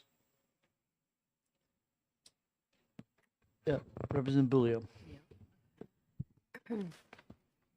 How often do septic systems need to be looked at? What's the word? Inspected? So typically you should, a person who owns a septic system should be pumping their tanks every 2 years. And some people will say 3. And during that time, the licensed pumper should be inspecting the system. Okay. Who else? Representative McAleer. Thank you. It's been my experience as a real estate agent that a lot of times this information is not available. For an older home, if you go to the town, they probably don't have anything, and so the town says, go to the state. And a lot of times the state has no information on the septic system. Is there a way that an inspector could retroactively determine how many rooms should be associated with it? And typically it's the buyer who is the one who opts to have the system inspected. Sellers normally don't do that. Right. Great question. To answer the first part, the DES Subsurface Bureau has an archive where we go back to 1967 with if there is an approval, and people can request an archive review to see if there is an approved system. If there is not an approved system, an inspection by a licensed designer can be done, and the licensed designer can determine the existing system components and the either the number of bedrooms that the system would support or the number of seats that the system would support for commercial development. I have another question. Oh, Representative Beaulieu. I have another question about certain bedrooms. I mean, the amount of bedrooms in a most of them that you're talking about are cottages, camps. If a person buys a piece of property and there's 2 bedrooms, let's say it's on one of the designated rivers, close to the waterway. What's to prevent them from putting in 2 other bedrooms? Is there a notification? Well, maybe this bill is what you need to let them know that you can only have 2 bedrooms here. How is that prevented now? You articulated that very well. So yes, this bill would provide them with the information that is necessary to determine what that system is approved for. There are rules that require a new system design if you're going to increase the use, which is part of that is if you're going to go from 2 bedrooms to 3, that's an increased load on your system, which would require a new application. So I always learn something new every day because I see a lot of lakefront properties in my town, which they all seem to say 3. So the 3, would they had to be designed 3? Because when you said 2 is the default. The assumption is that any septic system is only a 2 unless you can document it. It was a 3. Is 2 a default? Is that what you said? So 2 is, depending on the scenario, 2 is the minimum size that a system can be designed for. Okay. And then, if it's going to be designed for more than that, you have the size is going to increase. The size of the system may increase. So, but if I bought a house that was built prior to 67, and it seemingly only has 2 bedrooms, I can pretty much assume it was a 2-bedroom system. If there were no documentation on file with the archives and you had a licensed designer investigate the lot, investigate what's Still there, have to get you the would be- designer in. Yeah, Okay. you would have to hire a licensed designer to determine what that lot would support, and it may support more. Fair enough. Okay, great. Any other questions for the committee? Thank you very much. Thank you. All right, moving right along because we're behind. House Bill 1320, Representative Munns?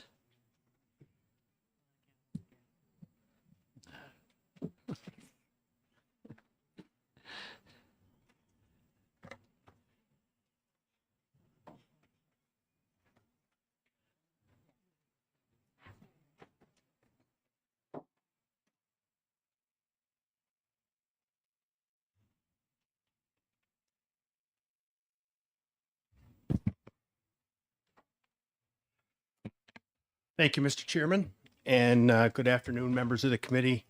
Thank you all for the work that you do. For the record, my name is Chris Munns. I am one of the 4 representatives representing the town of Hampton in Rockingham District 29. I was a member of this committee between 2012 and 2014, and I'm happy to be back with you today. I'm here to introduce HB 1320, of which I'm the prime sponsor. Just within the last 6 months, we have seen unprecedented amounts of flooding in our state, not just on the seacoast, as occurred earlier this month, but in communities in the White Mountains, Lakes region, and Monadnock region during June and July of last year. This flooding not only resulted in millions of dollars of damage, but disrupted the lives of hundreds, if not thousands, of our fellow citizens, many of whom are constituents of those of us in the room. Sadly, many of them were probably taken by surprise. They had no idea they lived in or near a flood zone. That is what this bill is attempting to address. In 2020, the First Street Foundation published a report entitled The First National Flood Risk Assessment Defining America's Growing Risk. Included along with a written copy of my testimony is a copy of the pages from that report covering New Hampshire. In 2020, FEMA estimated that 29,000 properties in New Hampshire were at substantial risk of damage from flooding.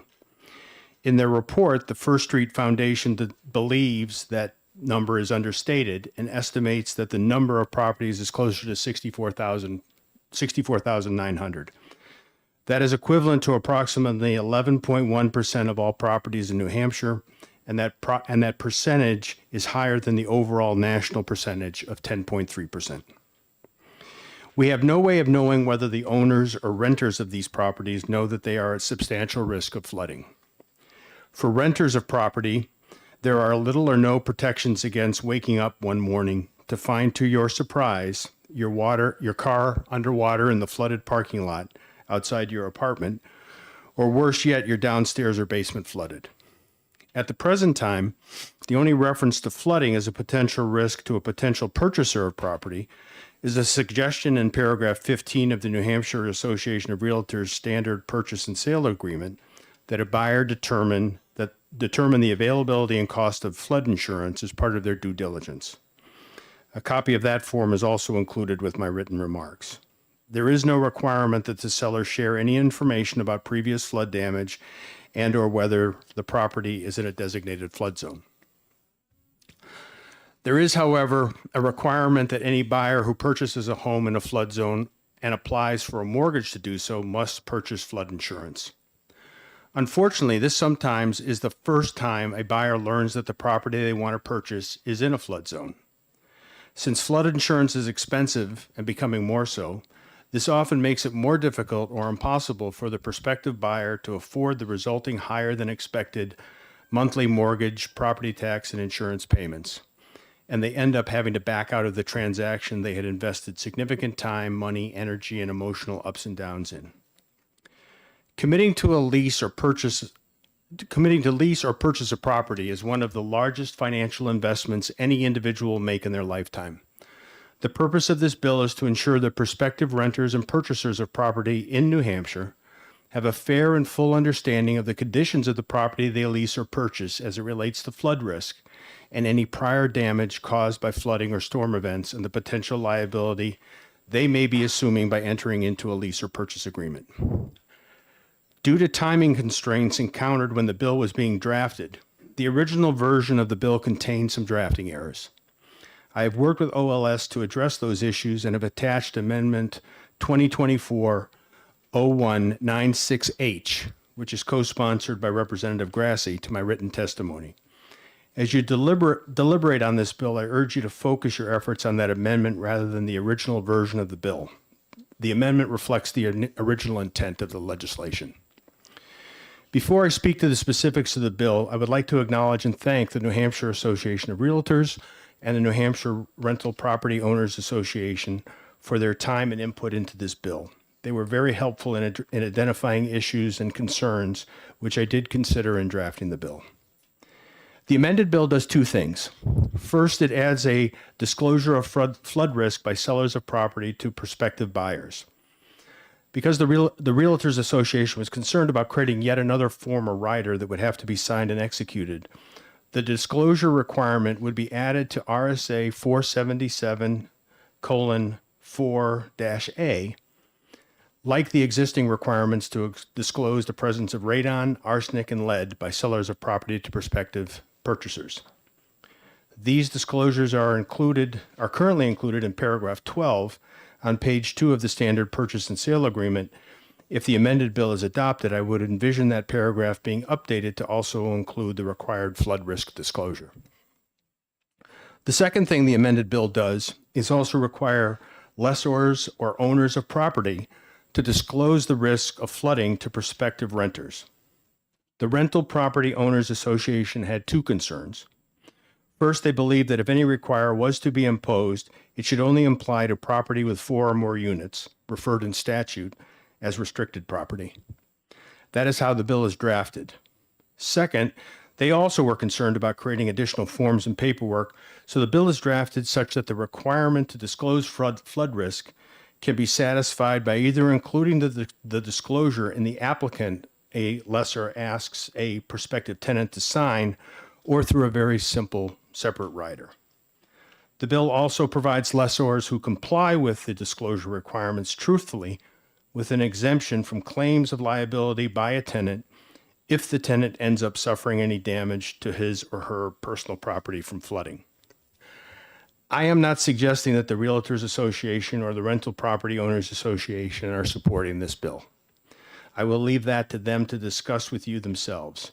But I did want to highlight that what I have done to try to address their concerns, and I do hope they will support it or a version of this bill. In either case, I appreciate their help in educating me and hopefully creating a better bill. Not included in the amendment is some language I received yesterday that provides some protections for owners and or realtors who may rely on third parties to complete a flood hazard determination form or flood certificate for them.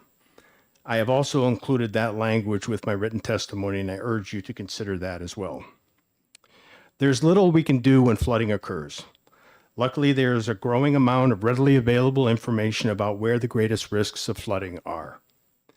Some of you will no doubt say that it is up to the prospective buyer or renter to do their own due diligence. I do not disagree with that. As with any large transaction, it is always best to do your own research. But I would also argue that it is incumbent upon the owner of the property to share all available information they have about the property as part of the transaction they are about to enter into. The legislature has certainly said that should be the case with respect to disclosures about radon, arsenic, and lead. Given the devastation we have seen from flooding, not just recently, but over the years, now is the time to add disclosures of potential flood risk to that list. It is also the time to provide renters with some peace of mind about the risks of damages from flooding they may be facing. I urge you to recommend HB 1320 ought to pass as amended, and I would be happy to try to answer any of your questions, the key word there being try. Thank you. Okay, Representative Bullion. You're talking about renters renting a piece of property that may be in a floodplain or flood zone and has flooded. And oftentimes, if it has been flooded, there probably will be some mold, which is a hazard. So that's included in the bill, or I mean, that's what you're proposing is for the owner of the property to disclose to the renter that there might be some issues. Yeah, what the bill does is it asks an owner to identify that the property is in a FEMA flood zone, and also to disclose any information that they have about previous flood damage. Understanding that if someone only has owned the property for 10 years, they may not have known what happened 20 years ago, but at least share information that they know of, so that the prospective renter or the buyer goes into the transaction with their eyes wide open. Okay, Representative Burrows. Just a quick question. Would this apply to a riverbank where there's been erosion, where there's maybe not an imminent danger of flooding? I mean, I'll give you a real life example. My friends bought this house on a river, didn't do a lot of due diligence, and the riverbank eroded. The house was actually in danger of collapsing into the river. Would this cover it? We tried to make the bill as objective as possible. So the key is whether a property is in a designated flood zone. So if that property is in a flood zone, then yes, it would apply. If not, then this doesn't really apply to that. Thank you. Okay, Representative Hammond. Thank you, Mr. Chair. Thank you for your well thought out testimony. I think your testimony is a model of how testimony should be, the way that you structured it. I think the first question I had was, how do you determine if your house is in a riverine? I think I saw that. And I think you answered that with it's a riverine. So I'm looking at page 1, line 27. It says flooding properties in coastal or riverine areas may be subject to increased risk.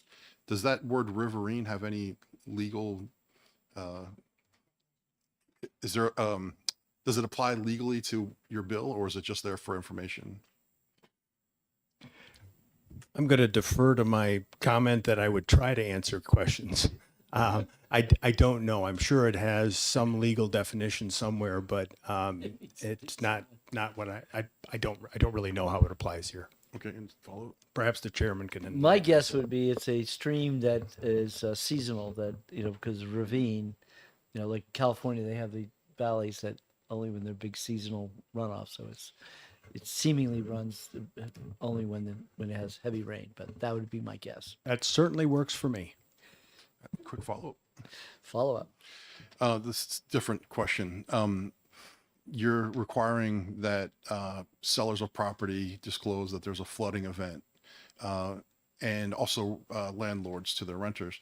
What if I purchase a house and I've only owned it a year, but 10 years ago there was a big flood, and then I go to sell it not knowing that happened? How do you have a chain of custody of a log of all the events so that the proper notification can happen?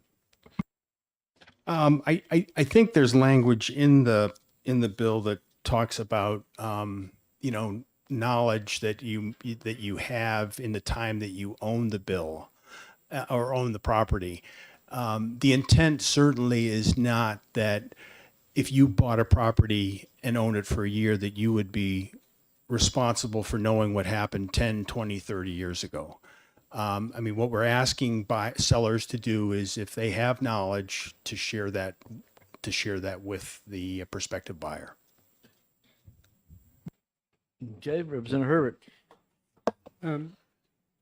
How easy or thorough or easy is it to get the floodplain information if you're an owner or somebody who wants to buy?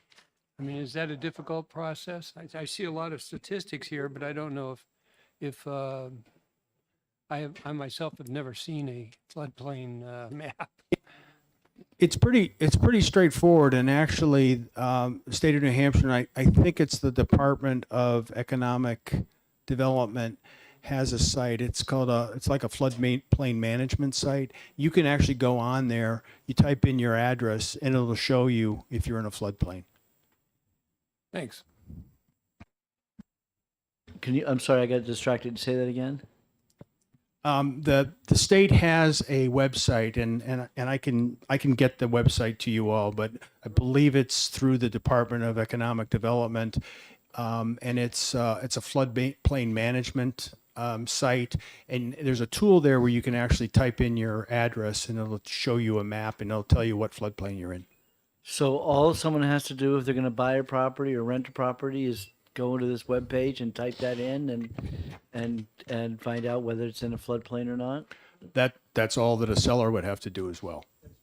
Right, so, That, but isn't this what the bill is all about? Is the whether bill, it's the in bill is floodplain or about, not? it's disclosing whether it's in a floodplain, but also disclosing any prior knowledge that you may have had of any flooding that occurred.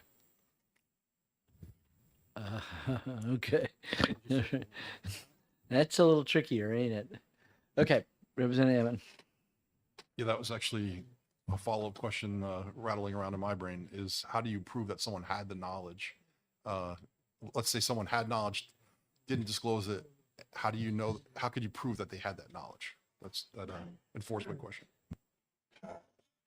What's the penalties for the violation of this? That act? is a good question. And I quite frankly can't give you an answer to that off the top of my head. Okay, Representative. I'm sure that there must be some kind of, if it gets to a legal case, there's some legal standard of, what defines prior knowledge. I just don't know what that is. Representative Bullion. Yeah, this is would you believe, but I believe that the town planners or the planning department would have some of this information, so you could go there before you purchase a home, just recent events. They would probably have it on a map because they have several maps, in maybe more cities than towns, but that would indicate if there was flooding in the past. Yep. That makes sense. Representative Grassi. Yeah, Mr. Chairman. Senator Rahn, would you believe that on page 3 of the amendment, line 20 starts, it said during the period of ownership, they're responsible for that information? And if it was before that, that's all they're responsible for? Yeah, that is definitely the intent. It's only for the period that they owned it. So you're from Hampton. Doesn't the whole town flood when when the ocean, when the water comes up? Not the whole town, but a big portion of it along the seacoast. Yeah, and it's mostly the areas that abut the marshes. It's not the area that abuts the seacoast. It's the marshes. On the backside. Yeah, it's On the backside. Yeah. And I actually have one constituent that wanted to be here, but has actually submitted online testimony that talks about the fact that when they purchased their home, they were not told that there was any flood risk. They were not aware of any flood risk, and the streets around their home flood continually now. And that's really what we're trying to address is just provide purchasers with just information so that they can make an informed decision. But if they had just pulled up some old newspapers, they probably would have seen pictures of the creek rising multiple times and down that street, wouldn't they have? Potentially, if they were, but I believe I don't know how that. I don't know if somebody moving in from out of town. I don't know if that's as easy for them. And again, I mean, there's no question, as I said in my testimony. I mean, I don't disagree that people should do their own due diligence. But I also don't think that it's right and fair that all of that burden should fall on only one of the parties in the transaction. I think if the seller is aware of, the seller should be able to tell the prospective purchaser what they know of the risk being. Gotcha. Okay. Yeah, Representative Priscelli. Thank you for taking my question. I had a question about the process. So I'm a seller and I'm not aware of any issues or problems. So what are you asking the seller to do? Go on a website and look and see what? And then disclose what? How does the process actually work? And what websites would be acceptable, and how does that whole process work? The bill lays out, starting on in the amendment on line 27 on the first page, and it goes into the second page, what we're asking the seller to do. And we're asking the seller to say, is any or to answer yes or no, is any or all of the property located in a federal emergency management agency designated flood zone? Yes or no? And the seller can do that by going online, or as I understand it, there are organizations, third parties that do that work and will provide a letter of certification to a prospective seller. So that's one question. The second question is there flood insurance currently on the property? Yes or no? That should be a pretty straightforward question.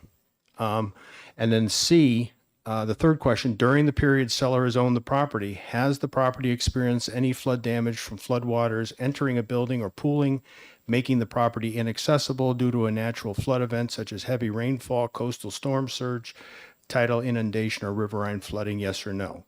And then if yes, has a claim been filed? Again, the seller would know that if it's happened. And then finally, is there a FEMA elevation certificate available for the property? Yes or no? And again, the seller would have that information. That's all we're asking. Quick Further follow-up. question, follow? So what about line 25 through 31? How would I understand that information? Moderate flood hazard area. On page 2? Yep, those are the definitions of a flood zone. And if you go to one of those online sites where you type in your name or your address, it'll tell you which level of flood zone you're in. I think it's So called it designates that. It's different colors and stuff. So that's designated on those sites. And that data is maintained by? It's Is it FEMA? Is it local? I think it's originally FEMA that maintains it, but it is on a website that the state of New Hampshire oversees. Every town needs to have. You can go to your town office, they'll. It's available Yeah. for every section of the. Okay. Thank you very much. Next Thank you. card, I have a constituent, I guess here, Joy Dienzer. I guess she's from Hampton. I have her name. I don't know. Jody, Joy, Jay. Jay. Okay, Jay Dinzer, right? Okay. You have to turn the mic on and pull that microphone up as though it's your best friend. Is that good? Great. Okay. Thank you, Mr. Chairman. Thank you, ladies and gentlemen. Appreciate your time this afternoon. I am Jay Diener. I am a resident of Hampton and also a member of Hampton's Coastal Hazard Adaptation Team, also known as CHAT. And I want to give you just a brief history of CHAT. It was formed in 2019 as an ad hoc committee to address the needs for enhancing coordination of flood-related projects, planning efforts, regulation, and policy. CHAT's membership includes representatives of all the municipal boards in Hampton, the Hampton Beach Village, the Hampton Beach District, the Hampton Beach Area Commission, the town planner, the DPW director, and a few resident representatives from different neighborhoods in Hampton. CHAT has developed 19 wide-ranging recommendations for the town of Hampton that are focused on increasing resilience to coastal flooding and storm surge. Some of these recommendations have already been implemented, some are in the process of being adopted, and some have been incorporated into the town's master plan update. Last year, CHAT met with and had several conversations with Representative Munns about his interest in this legislation, and CHAT has endorsed his drafting of this legislation. I want to tell you a personal story. My wife and I moved to Hampton, New Hampshire 25 years ago, and we bought a property that has wetlands and wetland buffers on it. At the time, we didn't know that that was the case. We didn't face flooding issues, but the principles are the same between not knowing about wetlands and not knowing about flooding issues. We came from an area out of state that was high and dry. We didn't know what wetlands were. So we didn't even know what questions to ask. So we were relying on, if there were issues with the property related to that, for somebody to help us out, to give us some guidance. None was provided. Fortunately, it hasn't become a major issue for us. When there are wetlands and wetland buffers on a property, most communities impose certain conditions on how you can use those portions of your property. So it does have an impact on your ability to use your property. So having that information is important. While we most likely would have made the same purchase decision as we made, it would have been so much better if we had been better informed purchasers. The sellers or their real estate agents could have made it so, but nobody did. If you look at the 35 or so states that already have flood disclosure laws, the most common disclosures are whether the property has experienced past flood damage or has flooding problems, and 2, whether the property is located in a FEMA designated special flood hazard area or flood zone. This bill is asking that same information to be disclosed in New Hampshire. And Representative Munns, as he discussed, has worked hard to ensure that the sellers and landlords are not being asked to disclose information that they shouldn't already have, and that the disclosures be done in such a way as to minimize, if not eliminate, any additional paperwork. So he's trying to make it easy as possible to meet these disclosure requirements. Some people have said that the responsibility is on the buyer to do their due diligence, and that is accurate, and with this bill, that will not change. They have also said that potential purchasers or renters often double-check information given to them by sellers and landlords, and that's a good thing to do. But that doesn't mean that if the buyer are going to double-check the information anyway, that those sellers and landlords don't still have a responsibility to provide that information to begin with. It will be because of these disclosures that the buyers know that perhaps additional questions do need to be asked and researched. The point of this legislation is to enable buyers and renters to be as well informed as possible about a major financial decision in their lives. And the legislation will also make some of that information available to them without creating a hardship for the sellers or the landlords. People say that New Hampshire is a buyer beware state, and I think it's time we update that narrative just a bit to have it read seller beware, seller be fair rather, buyer beware. I think both parties have a role to play in this, and that's what this bill is trying to accomplish. Thank you. Thank you. Thank you. All right. Then we'll get from the other side, Sarah Holland from New Hampshire Realtors.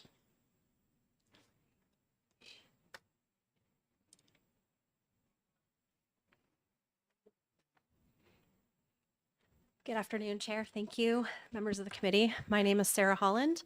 I am a real estate licensee. I'm also a licensed real estate instructor from Plymouth, and I am the vice chair of the New Hampshire Association of Realtors Public Policy Committee.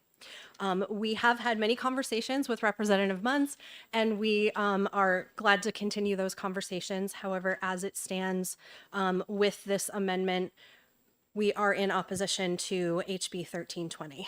We're certainly not in opposition to consumers understanding the flood risks of properties. We just feel that the language here is difficult to understand and to follow, because it will require not just buyers and sellers to understand this rule and regulation going forward that have realtors or licensees as their representation, but all property owners who wish to transfer their property going forward. We are definitely aware. We work in those communities that have had all of the floodings. In Jackson, I live near the Pemmy in Campton. We work all over the state, and we see the devastation everywhere. What we have passing around is our purchase and sales agreement, as well as our property disclosure. And once those get around, I'll be able to share with you what we do to communicate this information to consumers.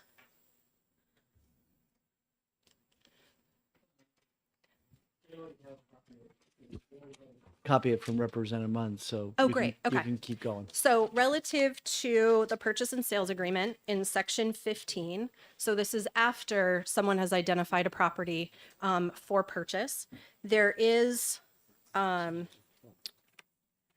satisfactory review of the property disclosure. The property disclosure is our way to encourage our seller clients to share all information that they know about the property, good or bad. And the reason that we do that is transparency is super important to the success of the sale of their property going forward. The more that they share about the property, the less likelihood that a transaction may fall apart later in the process due to something being uncovered. So when we get to the purchase process, the buyer does have to acknowledge that they've received this information from the seller. On the property disclosure, which is the second form that I shared with you, on page 3, section 9F, the seller does have to disclose if they have actual knowledge that the property is in a federally designated flood hazard zone. In addition, in section 9L on page 4, they do have to, the seller does have to share whether there has been a flooding or a leaking event relative to the foundation of the property. Although we can only encourage our sellers to be truthful, we know that not everyone may be truthful, and we know that New Hampshire is a buyer beware state. I work both with sellers and with buyers. On the buying side, the mantra is trust but verify. We're going to look into that property as much as possible. Stepping foot on a property can actually share a lot of information, right? If you're near a body of water that may flood, if you see a flood event or you see some crystallization in the basement, you can pick up on some clues that there may have been a flooding event that we need to look at going forward.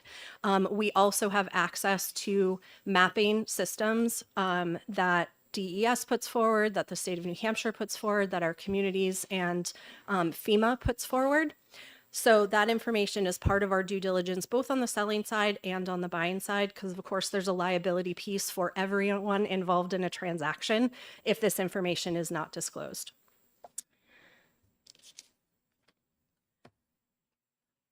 The other piece is that the language of this, buyers are provided with so much information in the sales process that their eyes cross.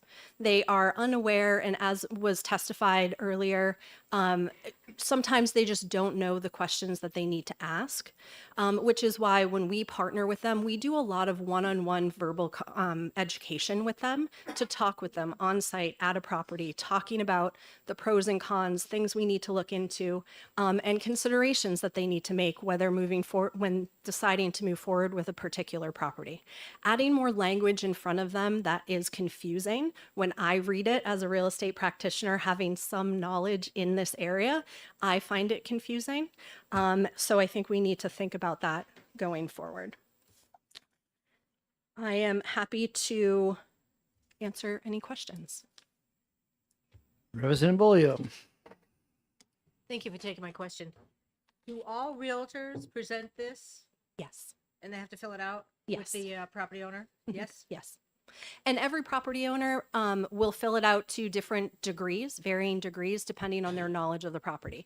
Everything from if it's a foreclosure and it's being held by an asset manager, no knowledge of what's happening on the property. Some property owners are very, very thorough and will complete, they have great history, they're great record keepers, but most folks fall somewhere in the middle. Any other questions? Seeing none, thank you. Thank you. Okay, Elizabeth Dupree. Dupree.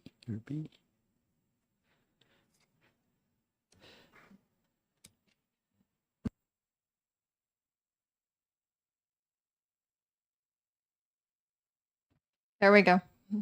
Good afternoon. My name is Elizabeth Durfee. I am a Durham resident and a professional planning consultant. I'm testifying today in favor of HB 1320 on behalf of the Hampton Coastal Hazards Adaptation Team, or CHAT, which Mr. Diener spoke to earlier.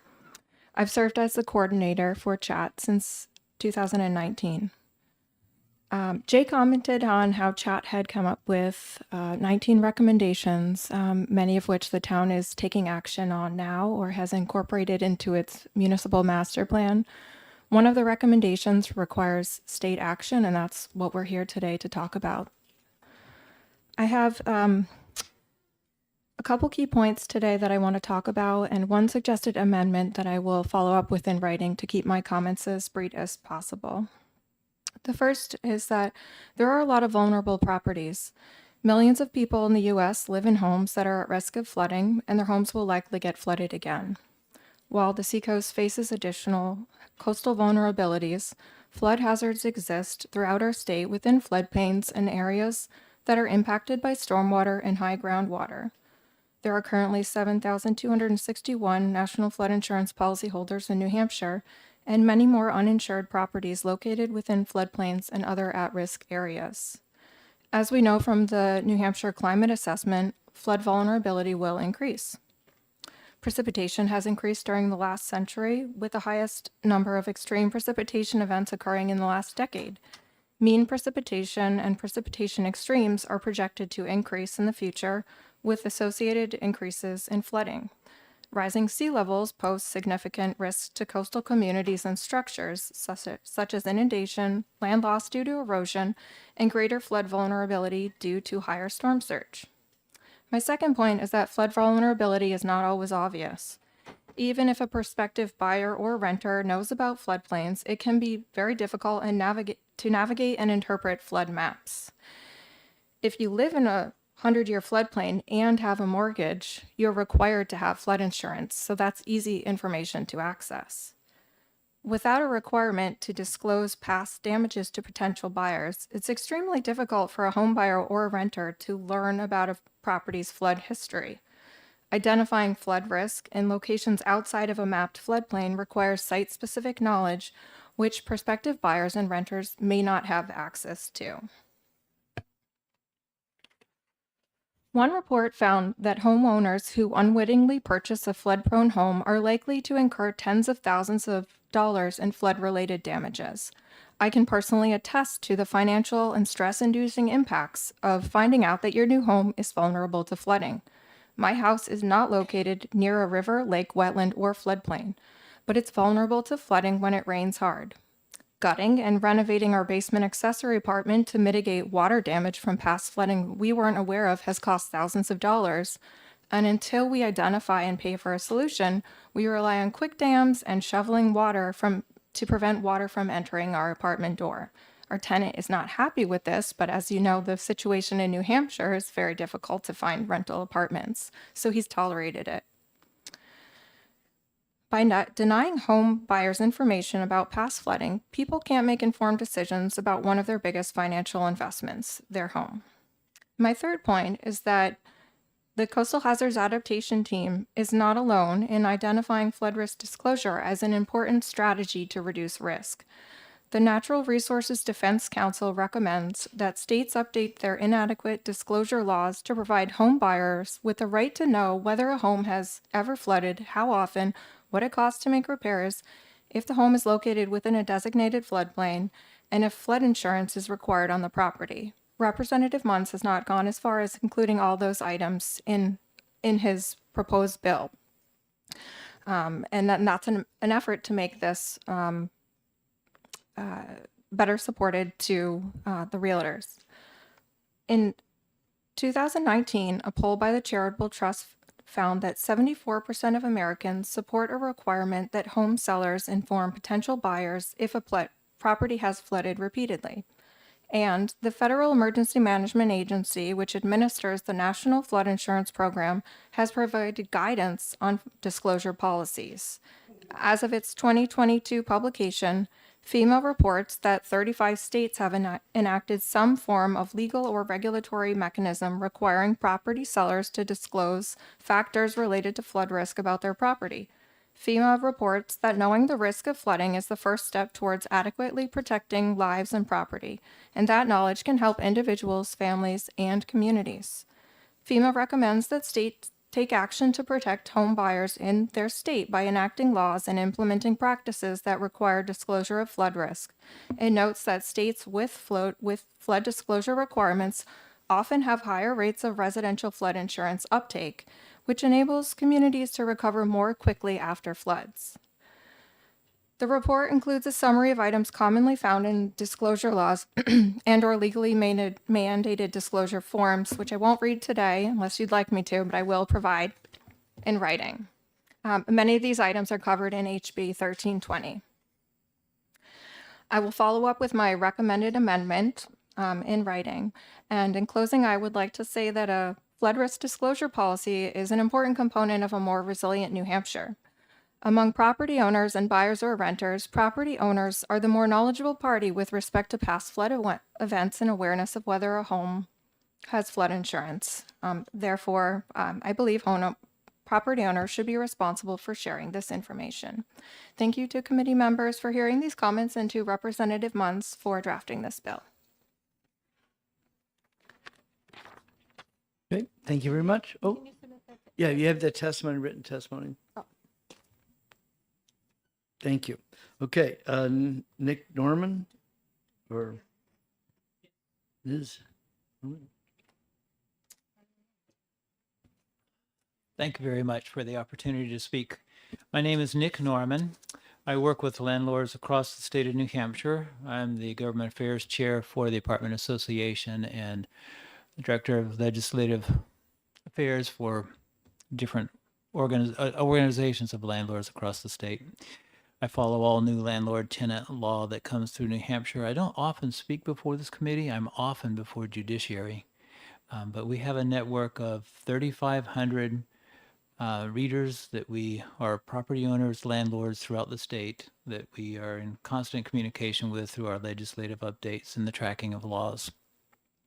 I myself have been a property owner since about 1991 as a landlord. I have 48 units, so I'm pretty experienced as a landlord in New Hampshire. Representative Munns contacted us to get our thoughts on the bill, and I thank him very much for that. That was very good and very helpful. We had a good meeting together with the Association of Realtors. I do have some written testimony. I don't have 21 or whatever copies I would need, but I do have an extra one that I can pass out to the committee, and I will email it to the committee, so you'll have it. So you can relax a little bit on intense note-taking because I'll email it to you. There's many concerns with the bill, particularly in like devil in the details kind of situations. So we oppose the bill, certainly as written. So I'm just going to go through several. I can't take up your whole afternoon, but I'll try to highlight some of the ones that seem to be real important. First off, all of this language is in RSA 477. Real estate as it applies to landlords and tenants is in RSA 540. So I think it's a huge mistake to put this in a different statute than what landlord-tenant law is normally in. So anyone trying to figure out what's the responsibilities of landlords and tenants, they're going to be looking in 540, and they're going to miss this. The other thing is that if you look at the header of the bill on the first line, it says, new section, notification of flood risk prior to sale of real property. It doesn't mention landlord-tenant.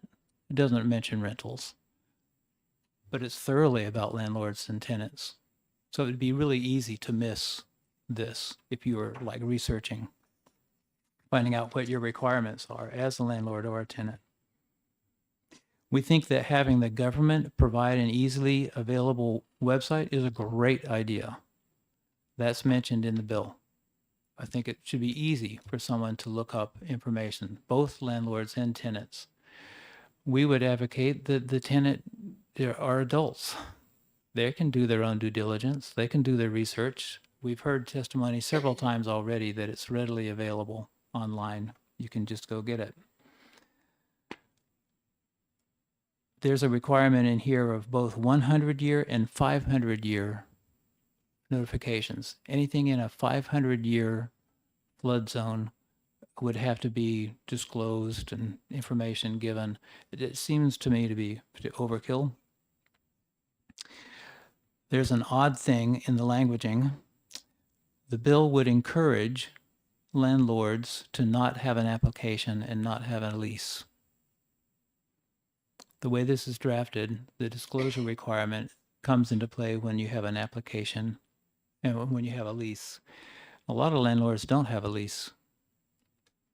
Some people really don't do applications. You know, they go by their gut feel when they're approving someone. There's a concern that this could affect liability for the property owners if they're held liable for disclosing something they may not know. And what does that do to insurance rates, insurance risks? I can't guarantee you that I will remember that there was a flood in a property 35 years ago or 50 years ago. Some property owners own property for a long time. So to make something now as a requirement to remember something that happened 50 years ago, I think is unreasonable. So there's some really troublesome language, the way it's written. In section Roman, I can't tell you the page and line number, but I can tell you it's Roman 2, section G. There's a language that says results in damage to a tenant's personal property. And there's also language that says tenants shall only be liable to pay for rent through the effective date of the lease's termination. So if there's the tiniest speck of flood damage, then the tenant would, by this language, be released from all liability. If the tenant doesn't move by the lease termination, then they're living in the property with statutory language that says they don't have to pay rent, they don't have to pay any lawful damages, they don't have to pay the utilities. Can I just ask you a question, just not to interrupt you? You're speaking about the original bill and not. I'm speaking about the original bill. Okay, Thank you for and that so- clarity. So, and we have the amendment in front of us, but maybe you have not seen the amendment. Is that I correct? haven't, I have been given a copy, but I haven't had time to review it. Okay, thank you. I will review it. Based on what Representative Munns mentioned, I doubt that any of the changes I'm talking about have been changed on the amendment. So, and, you know, that's totally unworkable. Here you have a situation where by law, the tenant could stay and now not be required to pay rent, not be required to pay any utilities or any other lawful damages. So there's no means of evicting them.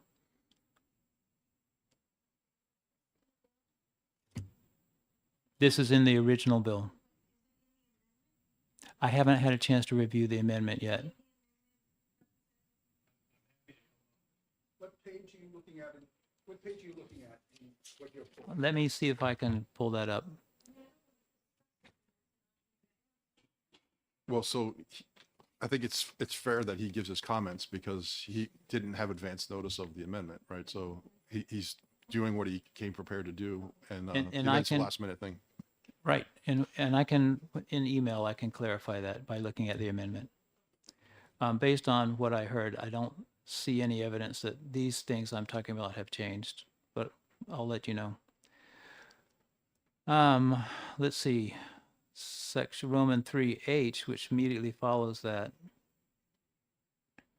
says that the tenant would be refunded any amounts paid in advance.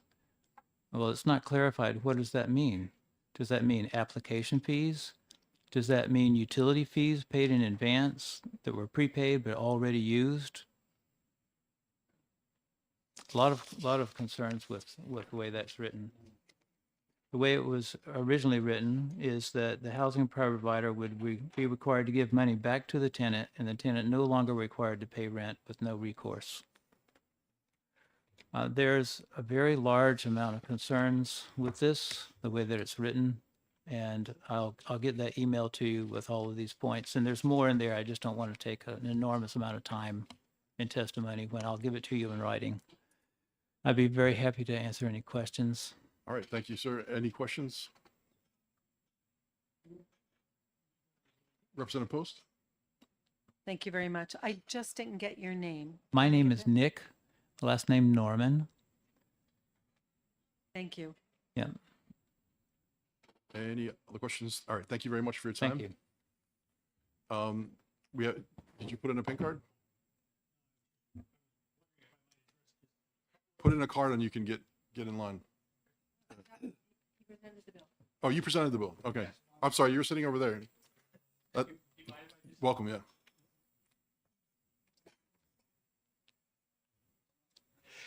I'm not going to take away from any of the many of the concerns that Mr. Norman expressed. I did want to clarify one thing, though, that I had referred to mentioned to the fact that there were drafting errors with the original bill, and one of the drafting errors was that it did include, as Mr. Norman said, it did include addressing rental property in the same RSA as sale of property. And that's one of the changes that I made in the amendment. And you'll see that in the amendment, everything related to the purchase and sale of property is in RSA 477, and the language pertaining to rental property is in RSA 540. And I think that most of the other language that related to rental property in the original bill was transferred into that new RSA, but that would still lead to some of the concerns that Mr. Norman had. So I just wanted to clarify that one point. So we'll give the disclaimer that all bills in commerce go to subcommittee, and we can have continued discussion then. Thank you. Yeah. All right. So we'll call, let's see here. So we have 2 cards remaining. Mark Kondramateki. I apologize for that. And you're representing yourself. You asked for 2 minutes and you support the bill. Thank you so much, Mark Kondo Demitraki. I do support the bill. Just briefly, don't need a lot of time. A lot's been said. Just want to give you a quick background on who I am. I'm a licensed professional engineer. I'm also a licensed professional surveyor. I'm also a licensed insurance producer. I've been designated by the National Society of Professional Surveyors as a certified floodplain surveyor. And I've also been designated as a subject matter expert by FEMA to address the Technical Mapping Advisory Committee on directing floodplain mapping and updating the FEMA mapping coordination system. So I just want to briefly touch base on a couple of comments that were made. We have to keep in mind that flooding is the most common natural disaster to occur on a regular basis in the United States. And over 140 people are killed annually from flooding.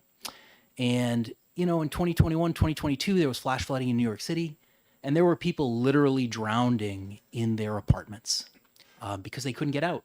The hydrostatic pressure of the water would not allow them to open the doors to their apartments, and they literally expired as a result of that. And we have to keep in mind that a flood is an event. It is a catastrophic event in most cases to most people. You're going to have annual flooding, in seacoast areas, in the Keene area, low-lying areas, riverine areas.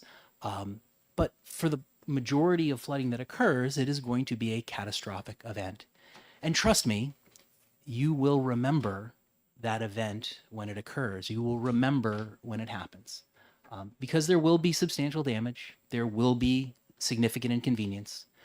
And all that goes along with it.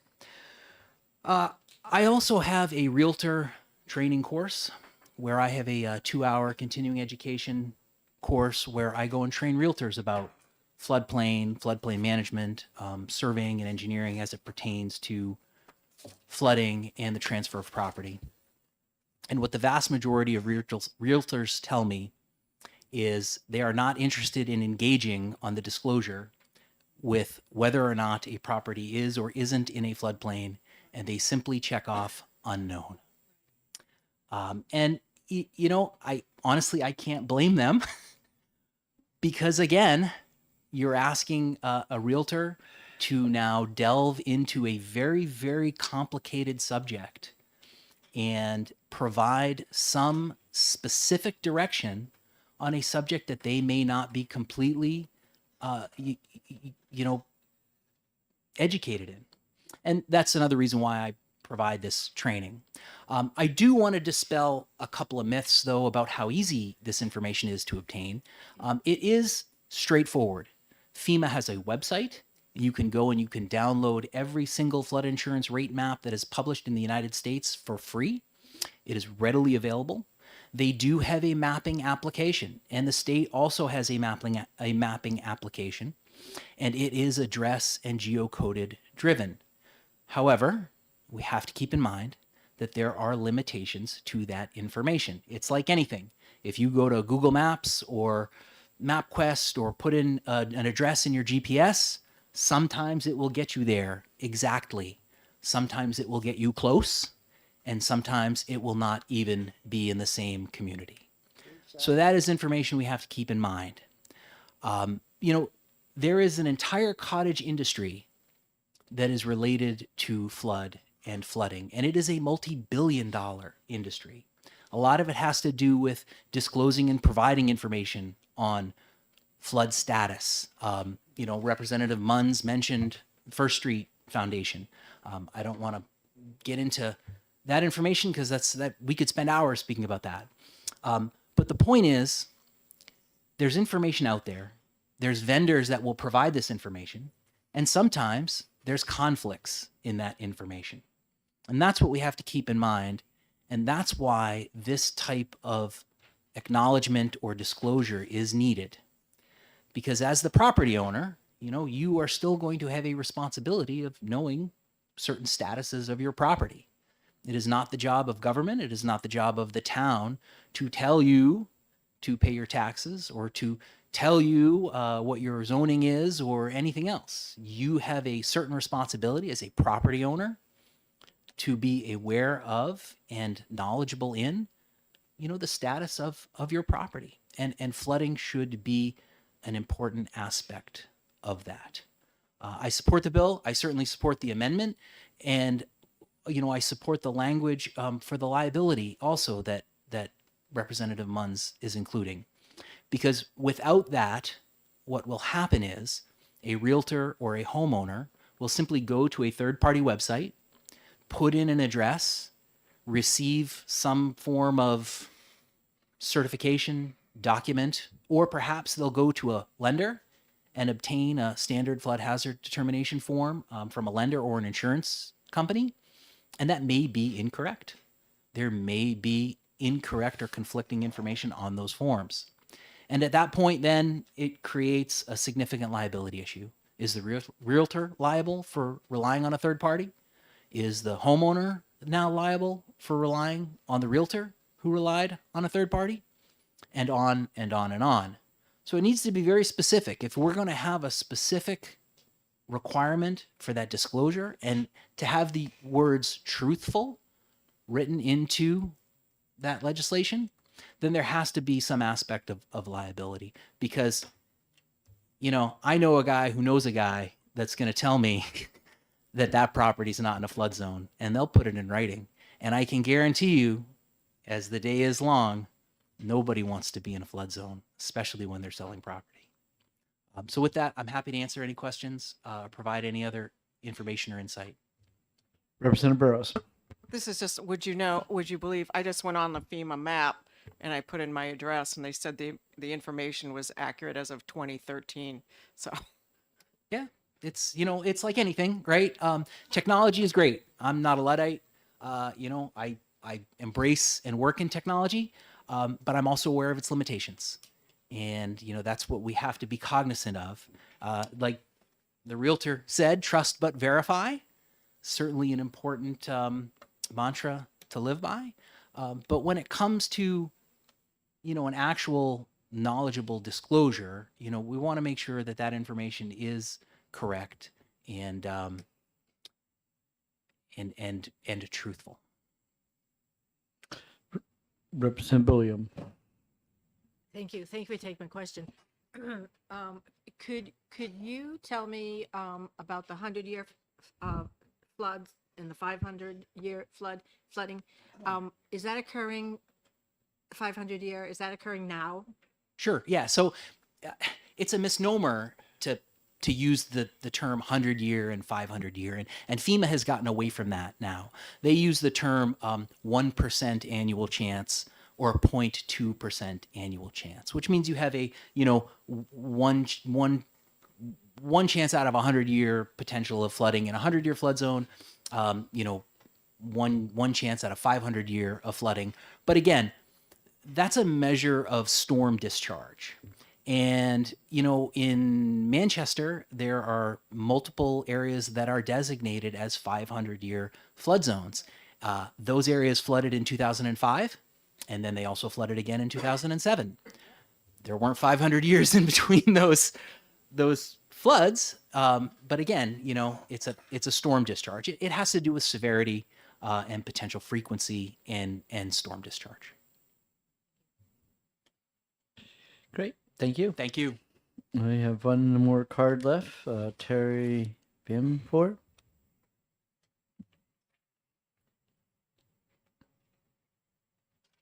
Hello, everybody. My name is Tori Bamford, and I'm coming to you as a resident of Dover today.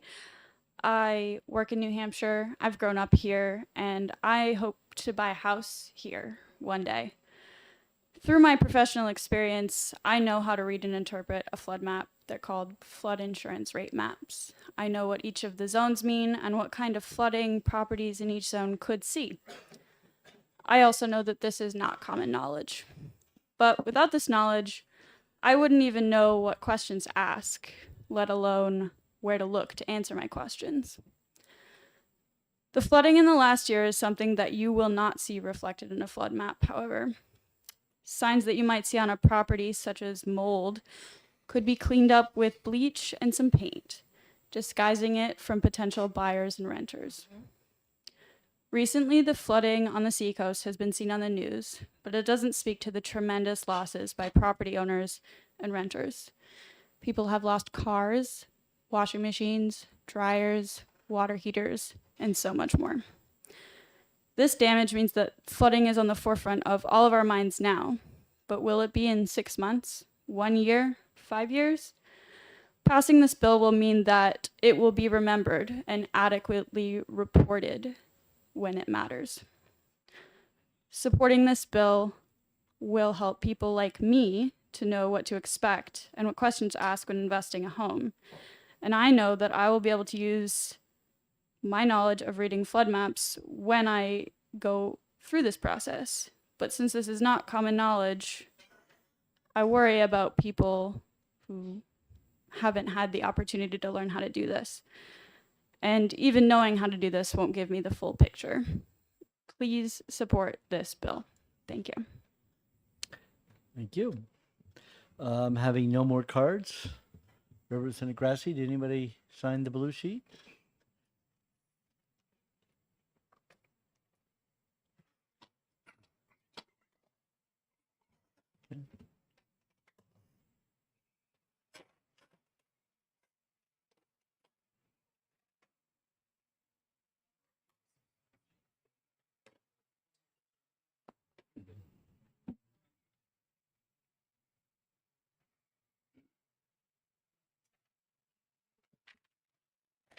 Okay, so we have 1, 2, 3, 4, 5 people signed in support. With that, we'll close the public hearing.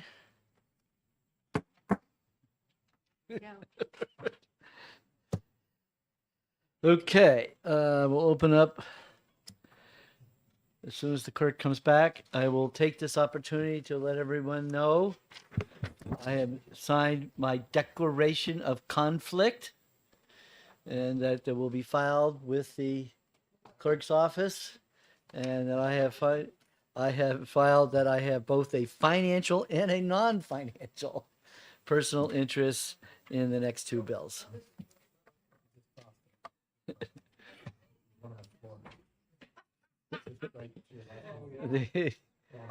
The conflict is not the shape of the house. It's what we do with it. So, hi.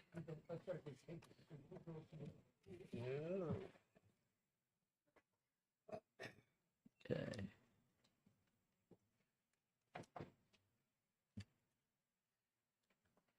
Okay, well, that's simple enough. We got 3 and 3.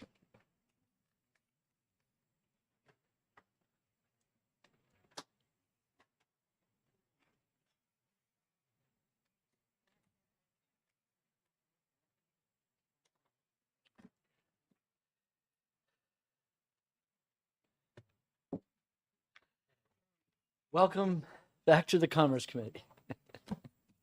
Thank you so much, Chair Hunt. It's a pleasure to be back in front of you again. Representative Rebecca McWilliams from South Concord. I've got some handouts that are making their way around, so I just want to make sure everybody's got that before I dive in.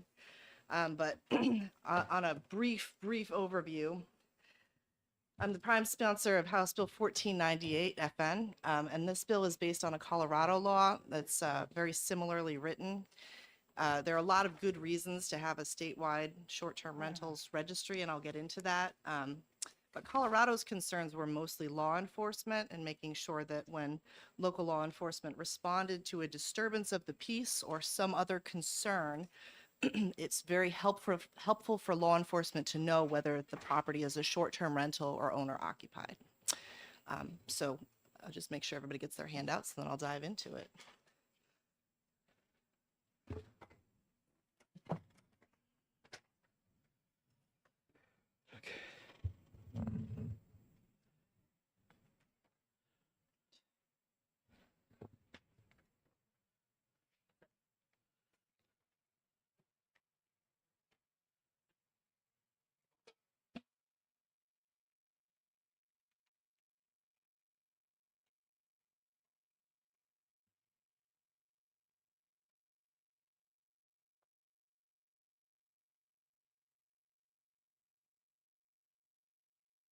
All right, it looks like everybody has the handout.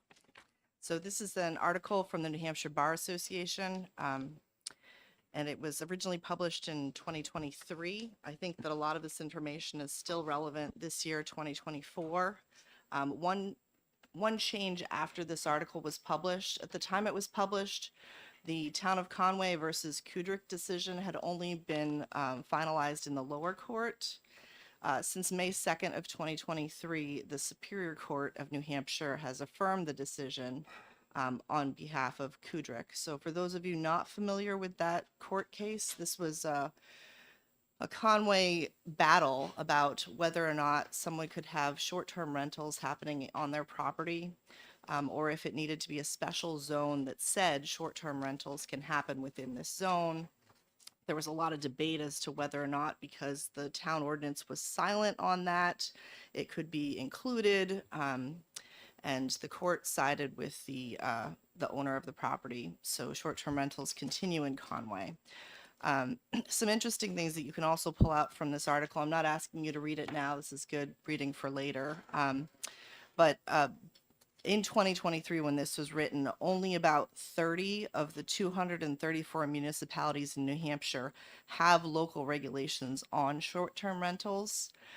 We are one of the few, I would say, tourism economy states, at least in the Northeast, possibly in the whole country, that is not regulating licensure of short-term rentals at the state level. We've been leaving it up to individual cities and towns.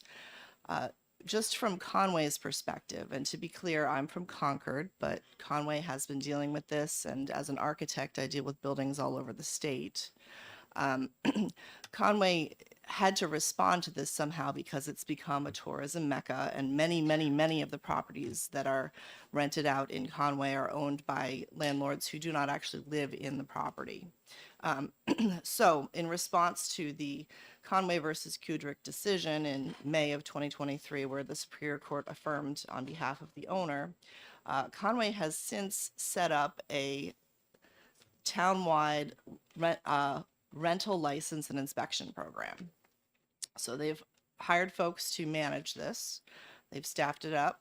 And starting in September of last year, if you owned a short-term rental, you could either fill out a form for $375 and have a 3-year inspection, or you could fill out a form for a $125 license and a self-affidavit with no inspection. But then you would have to come back starting tomorrow, the 26th of January 2024, to then apply for an official permit. So that was sort of a stopgap.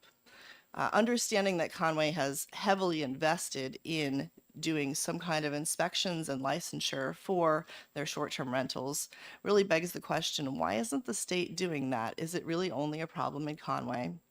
And I would say to you that as someone who deals with an awful lot of building renovations in New Hampshire, no, it's not just a problem in Conway. It's a problem in many, many different communities. This is the sort of thing where we would expect to see some kind of guidelines and not a hodgepodge of how are short-term rentals regulated. And how do we track them is really the big question. So why this bill? Number one, by establishing a registry, the state can regulate and enforce compliance with local laws and regulations related to short-term rentals. So this can include zoning, safety, taxes, and licensing. To be clear, right now we do require that all short-term rentals still pay taxes to the Department of Revenue.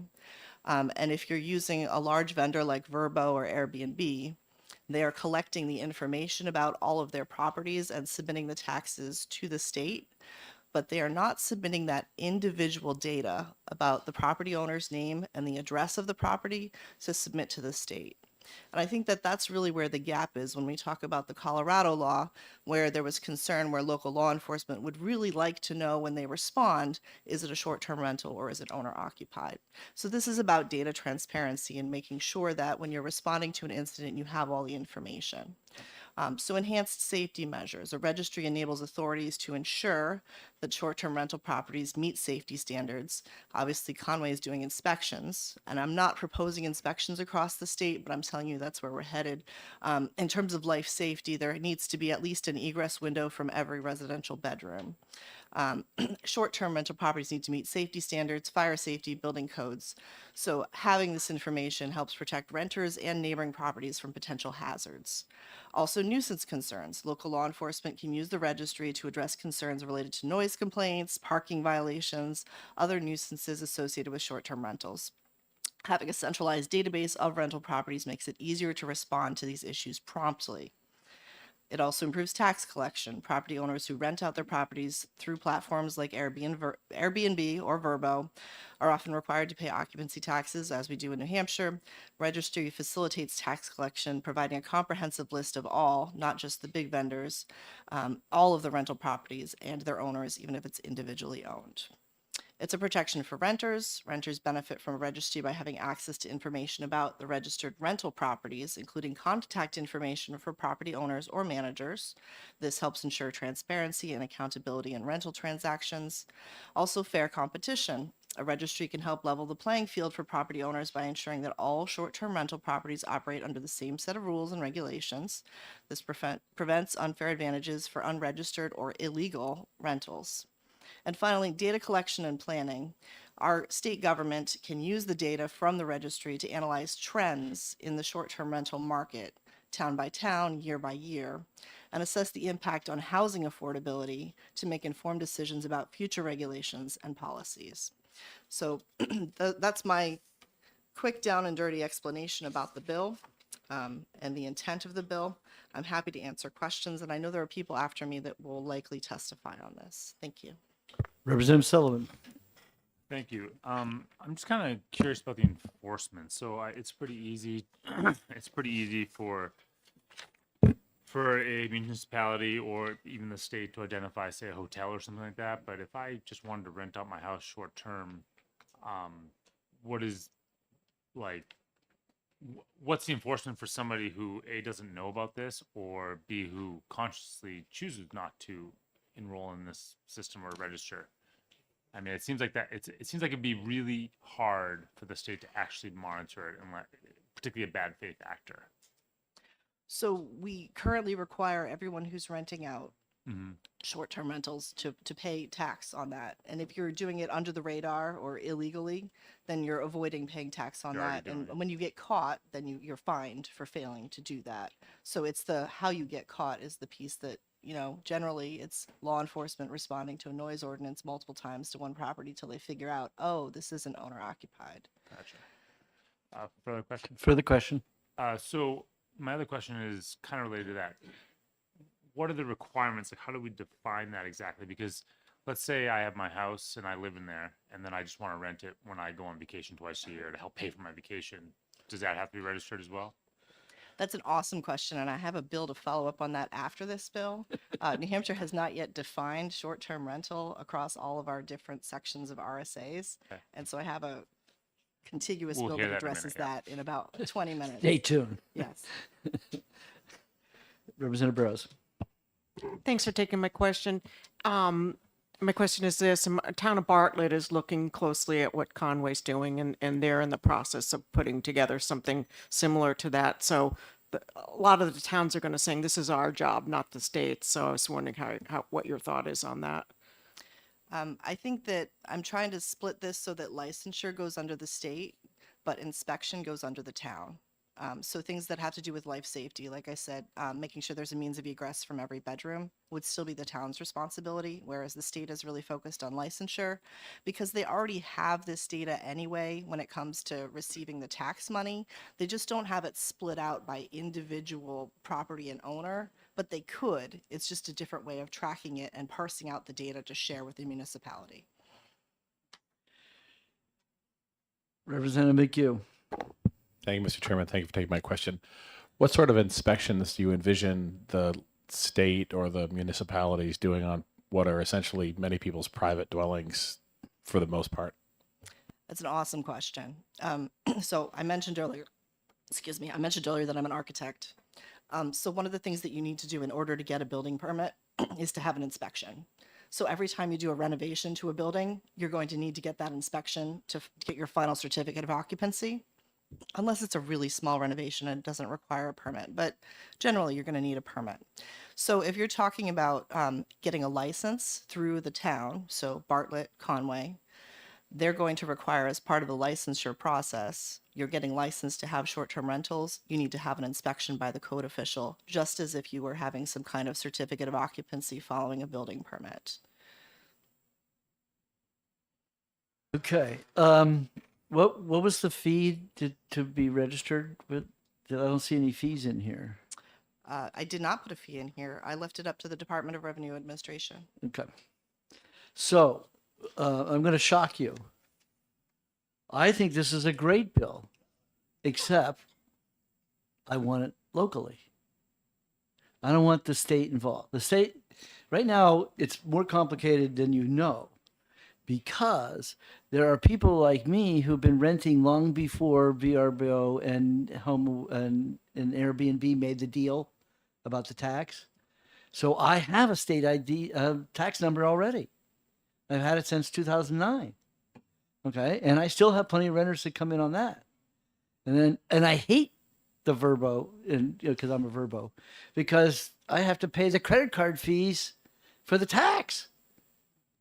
Ridiculous. I can't recoup that. It's outrageous. Yeah. So I actually co-sponsored a bill. Was it last 2 years now, right? That doing what you want to do, which is they'll allow each town or city to set up have a licensure, and it falls into John Hunt's rule of licensure, that if you screw up, they take your license away, shut you down.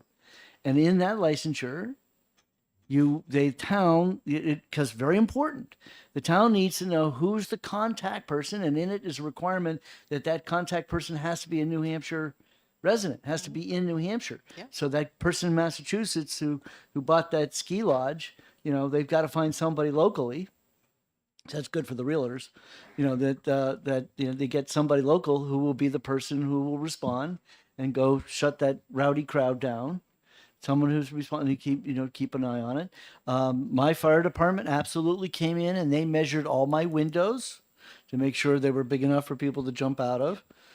Not that you want to jump out of a 3rd-story castle, but they measured that window.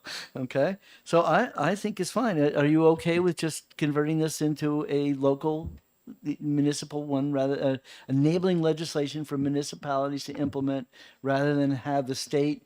And I'm sure DRA, the last thing they want to do is be tracking something that like this kind of licensure. I'm sure they would rather not do this. So a couple of points to what you just said. If it was Senate Bill 249 that you co-sponsored, is that the one that stalled out for local yes, control? that was the bill. Okay. I would have loved to have seen that bill passed. That was an Okay. awesome bill. Let's That bring would it have back. solved a large portion of this concern. Perfect. One of the I reasons told you I was going to surprise you. Yeah, I might surprise you too. So one of the reasons that Colorado went at the state level was because it was more efficient in terms of staff to manage the data at one central point rather than over 200 different individual communities and staffers. So we're talking about a handful of people who manage the database rather than one, maybe two people at every single municipality across New Hampshire. So we have a lot more staff engaged if we do it at the local level. But to the point that I brought up earlier with Representative Burrows, I do think that this needs to be handled at both the local level and the state level, which is why I've split out licensure at the state level where they're already getting the data on taxes. But I think inspections really needs to be local, and it should be each town by town setting that up. So if there's a way So to you amend this. you haven't really cut out the town Hmm? part. I mean, you still, the town has the same bureaucracy if they still have to do all those inspections and do all those visits and do all that stuff.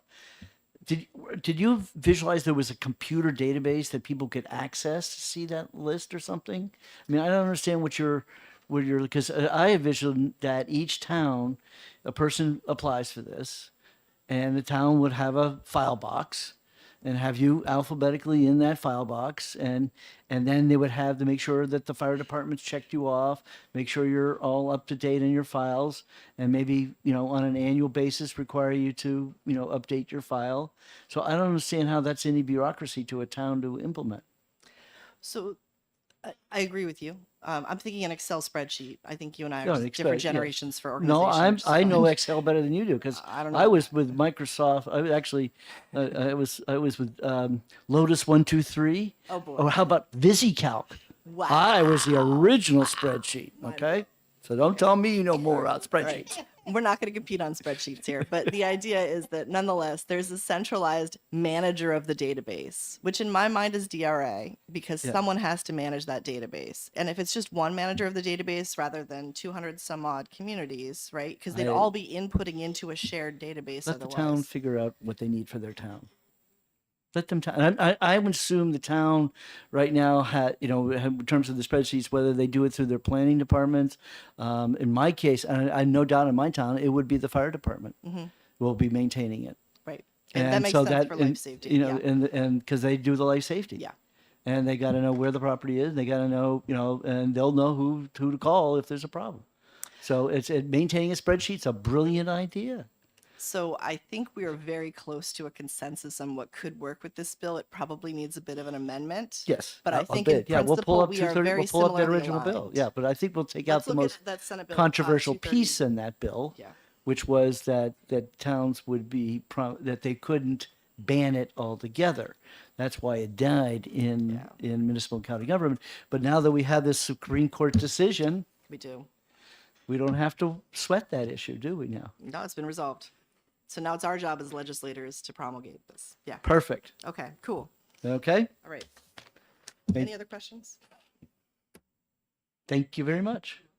Okay, Mr. Wong. Hey, it's always welcome back. I don't think we've seen you this much so many years.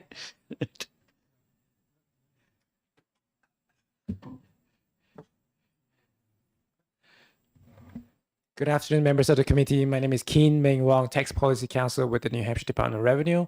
The department does not have a position on the bill, and listening to the previous conversation, I'm not really sure there's really much for us to bring up. But since I'm here, I just want to give you some background in terms of the meals and rooms licensing for operators of room rentals.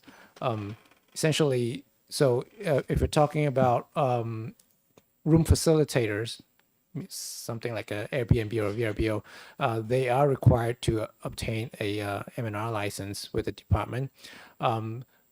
Their requirement is just to get one license that covers all their properties. They're not listing each and every property that is under their care.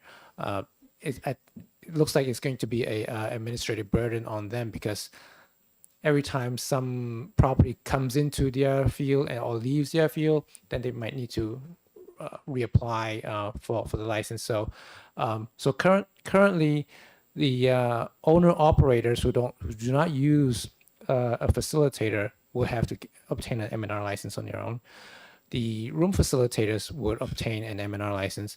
An owner operator who uses a room facilitator would not be required to obtain an M&R license. So this bill seems to, the way we read the bill seems to require that owner operators who use facilitators to obtain an M&R license, as well as the room facilitators having to obtain an M&R license for each location. And then the other thing that we noted on this bill is, hang on, sorry. Oh yes, the providing the information to the municipalities. If this is going to happen, probably we would suggest that some additional language should be added in there to specify the frequency of that sharing of that information, and how that information is going to be shared, and to whom at the local municipalities that this information is going to be sent to. That's, I'm here to answer any questions. So we could take all that stuff away from you. You think it was great? Because I was just thinking that because I'm predate the deal, call it the deal, but so, and often I have months where I have no rentals, but I'm still required to file with you. Right. So theoretically, all these people who now don't do any filing because they pay their tax through the Airbnb or Verbo, now they would have to file monthly and tell you that they didn't have any rentals when really they did. You're just, the tax is being paid a different way. So that would actually create an even more bureaucratic nightmare for you guys. That's what we expect to, because all operators are required to file an M&R return, even though they have zero activity. Right.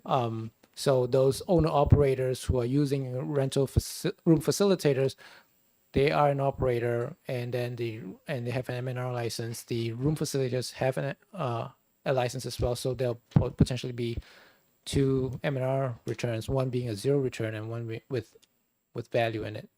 Yes, it will increase administrative activity. Excellent. Okay. Any questions from the committee members? Seeing none? Thank you. Thank you. Got one more card left. Sarah Holland from the New Hampshire Realtors, who's opposed to the bill. And then we have another card that might say something different.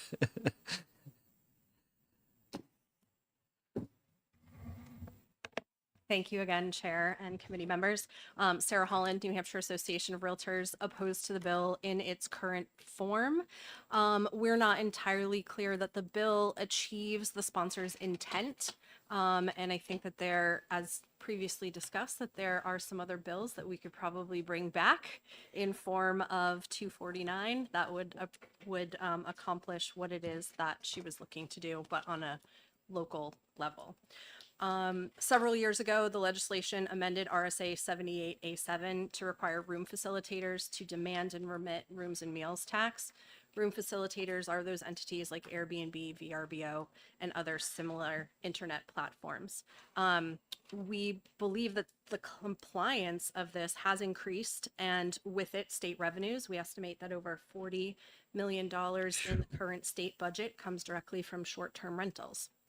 So, current law requires short-term rental operators to obtain a meals and rooms license, and also require short-term rental properties who don't use those facilitators. So if I were to hire a management company, so to speak, to manage my short-term rental company, if I did not do that, I would need to register on my own. And as previously stated by the gentleman from DRA, having two licenses, one person, so VRBO remitting the tax, and then me as an independent property owner who has their property on VRBO submitting a report saying zero revenue is a bit of an administrative and reconciliation nightmare. If the purpose of the bill is transparency of which properties Airbnb and VRBO facilitate, I think that the bill certainly does not achieve that either. And if we would like to speak about 249, we would be happy to engage in conversation about that and support that as well. And I'm Bob Quinn. I'm the CEO of the New Hampshire Association of Realtors. Hadn't intended to speak, but since 249 was brought up, I thought I'd come up just in case there were any questions about that. So. Okay, I guess everybody's all set. Awesome. Thank you. We will close the public hearing. No, it died in the house. Yeah, just so everybody knows, 249 died, municipal county government, and it died because it had a little sticky wicket attached to it. And that was to say that no town could ban vacation rentals. Okay. Representative Grassi, you want to hand me just the remaining blue sheets up there? That would be great.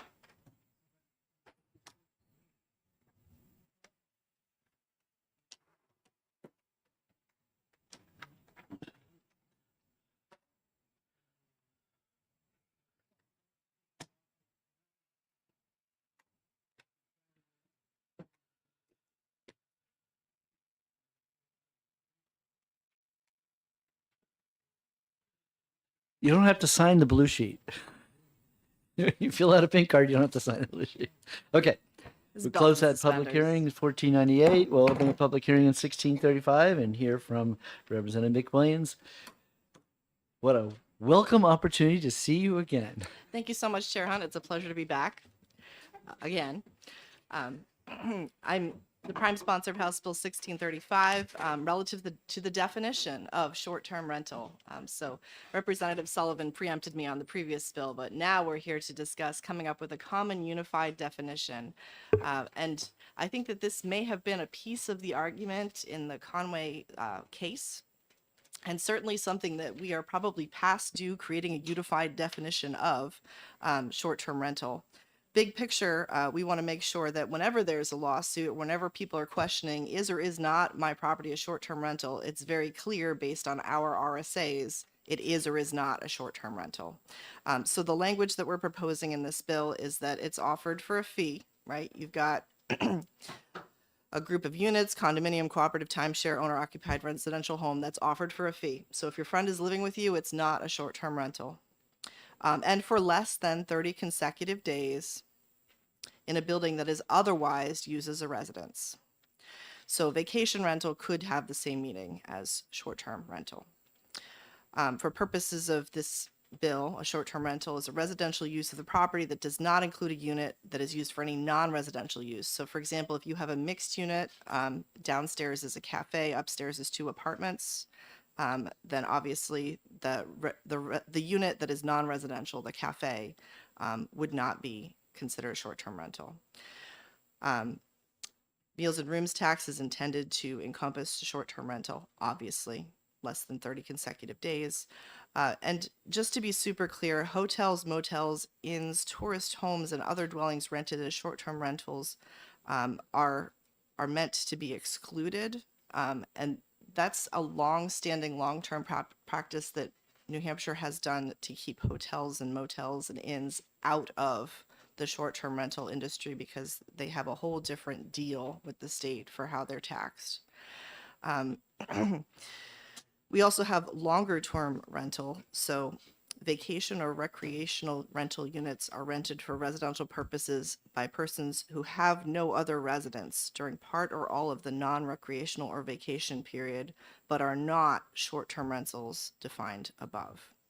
So being very clear, we're talking about it's offered in a residential home for a fee less than 30 consecutive days that a building that is otherwise used as a residence. That's the definition of short-term rental. It's very common in other states. We just haven't actually defined it uniformly in New Hampshire. And so that's the intent of this bill, to do just that. Thank you. I'm happy to take questions. Okay, I hate to break the bad news to you, but it's worse than you think. Because when I first got into the short-term rental, the first thing I did is I said, what are my responsibilities? And then I looked up the law, the statute, because I knew how to do that as a legislator. And it turns out the magic number is not 30 days. The magic number is 6 months. So 6 months and a day, if you have somebody staying in a house for up to, let's say, a certain, to the 6 months, on the 6 month and a day, where you have been charging them hotel rents, and you think about those motels where people would live in them, on the 6 month and a day, you were then supposed to refund all the rooms tax you had collected on that person on that 6+1 days. And notice to say that short-term rentals has always been considered just like a hotel. That is in our statute. That's the way. Excuse me. That is what DRA treats us as, and that so when our license is not a short-term rental license, our license is rooms and meals. And when I fill out that tax, they ask me 3 questions. Did I serve any meals? No. Did I rent a car? It actually asked me, did I rent a car? No. Did I rent the rooms or rent the house? Yes. And now I pay the exact same filing as everybody in the hotel restaurant business. We fill out the same form, exact same thing. So there really is no particular need for DRA to have a definition of short-term rental, because in their minds, we are no different than a hotel room. Believe it or not. That's very helpful. So one of the areas that we currently have a conflict in RSAs is in the building code, would you believe? In the building code, it's not defined at all as to how long one needs to stay in order for it to be considered a short-term rental or just a regular rental. And so that becomes a problem for occupancy and inspections as to whether or not you're doing a short-term rental or if this truly is a house that's intended to be rented for long-term. So having some kind of a definition would be helpful. If you're saying that the DRA's definition is 6 months and a day, then that probably should be the full definition so that it's comprehensive across all RSAs. Because where we run into problems is where it's not clear and then someone has to have a lawsuit to have a judge determine what's clear. Yeah, I'm not sure on that because the issue was the life safety issue. And yes, so that's when my fire department came and measured the windows. Right. And so that every room had that escape route, that they were doing that as though we were an apartment house. In other words, they were applying that same regulation as any apartment facility or anybody, using as a quote unquote, can be considered a bedroom. So my but anyways, concern is we'll have a ambiguous. more of a conversation I on think this. it's ambiguous, but But at this point, this is not the vehicle we want to use. At this point, we want to use your other bill, I think. So, yes, Representative Burrows. I just looked at this quick, but I'm looking at 48A1 definition. They say a vacation rental or short-term rental is one offered for a fee in less than 30 consecutive days. And that's RSA? I don't know what the heck it is. It's a universal citation. What does universal mean? I don't know, but it just contradicts what you said. Never mind. Never mind? Never mind. Well, 48A, that's not the RSA. Okay, I'm just wondering what this is. You tell us. What's the top of the webpage? This is what happens when you Google things. All right, we'll figure it out. Okay. Any questions for Representative McWilliams? Seeing none, thank you very much. thank you. Okay. Yeah. Keen, is one more time. Do we have any more bills in our committee that we're going to be able to get to see you? Okay.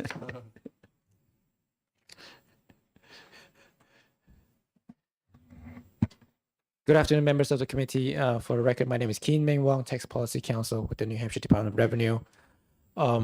This has heard from the conversation. Oh, so I just want to clarify in terms of for M&R taxes.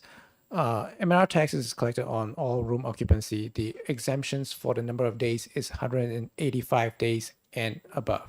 Right. So that's defined as permanent residence.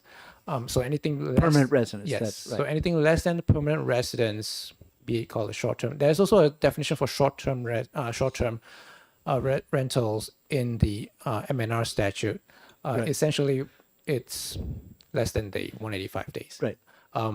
So when if the definition is changed to 30 days, That would be a problem, wouldn't it? it's the exemption for the MNR is for permanent residents, so it doesn't take into account short-term rentals or anything like that. Anyways, So okay.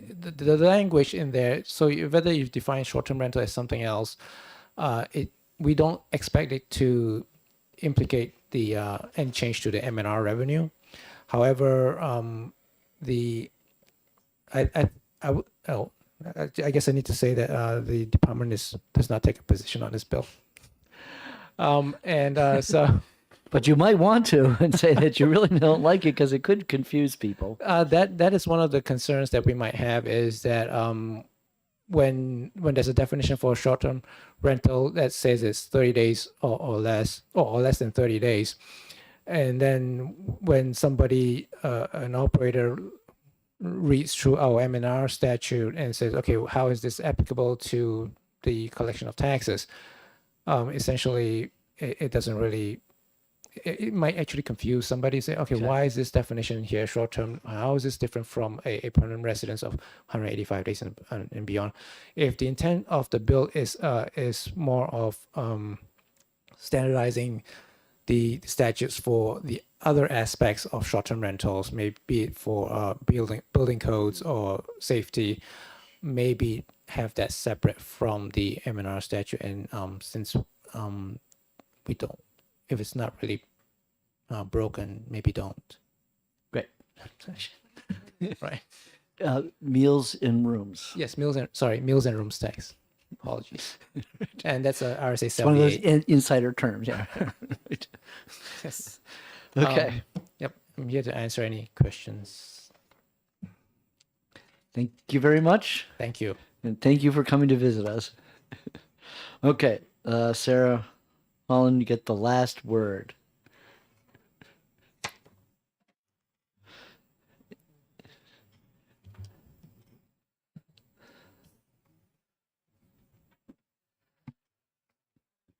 Thank you again, Chair and Committee. Sarah Holland, New Hampshire Association of Realtors.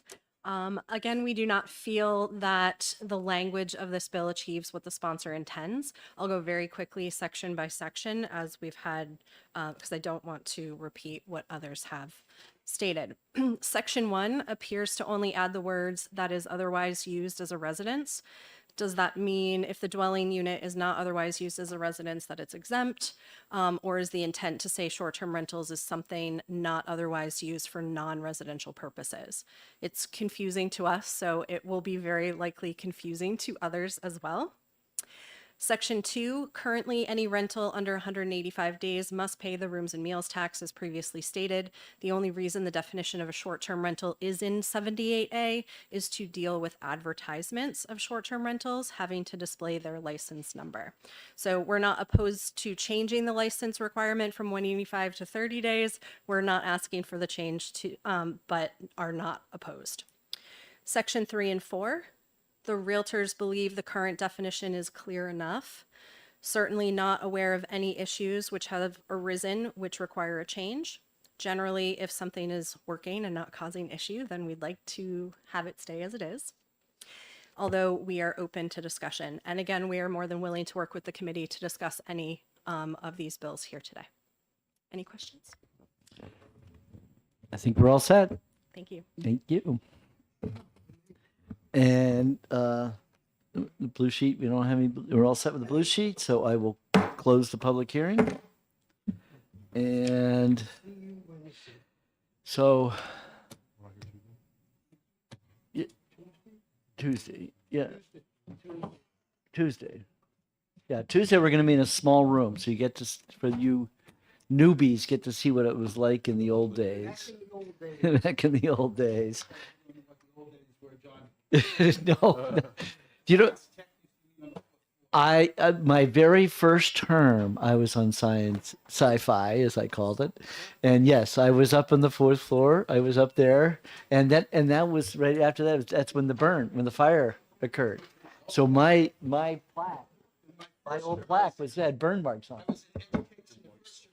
state.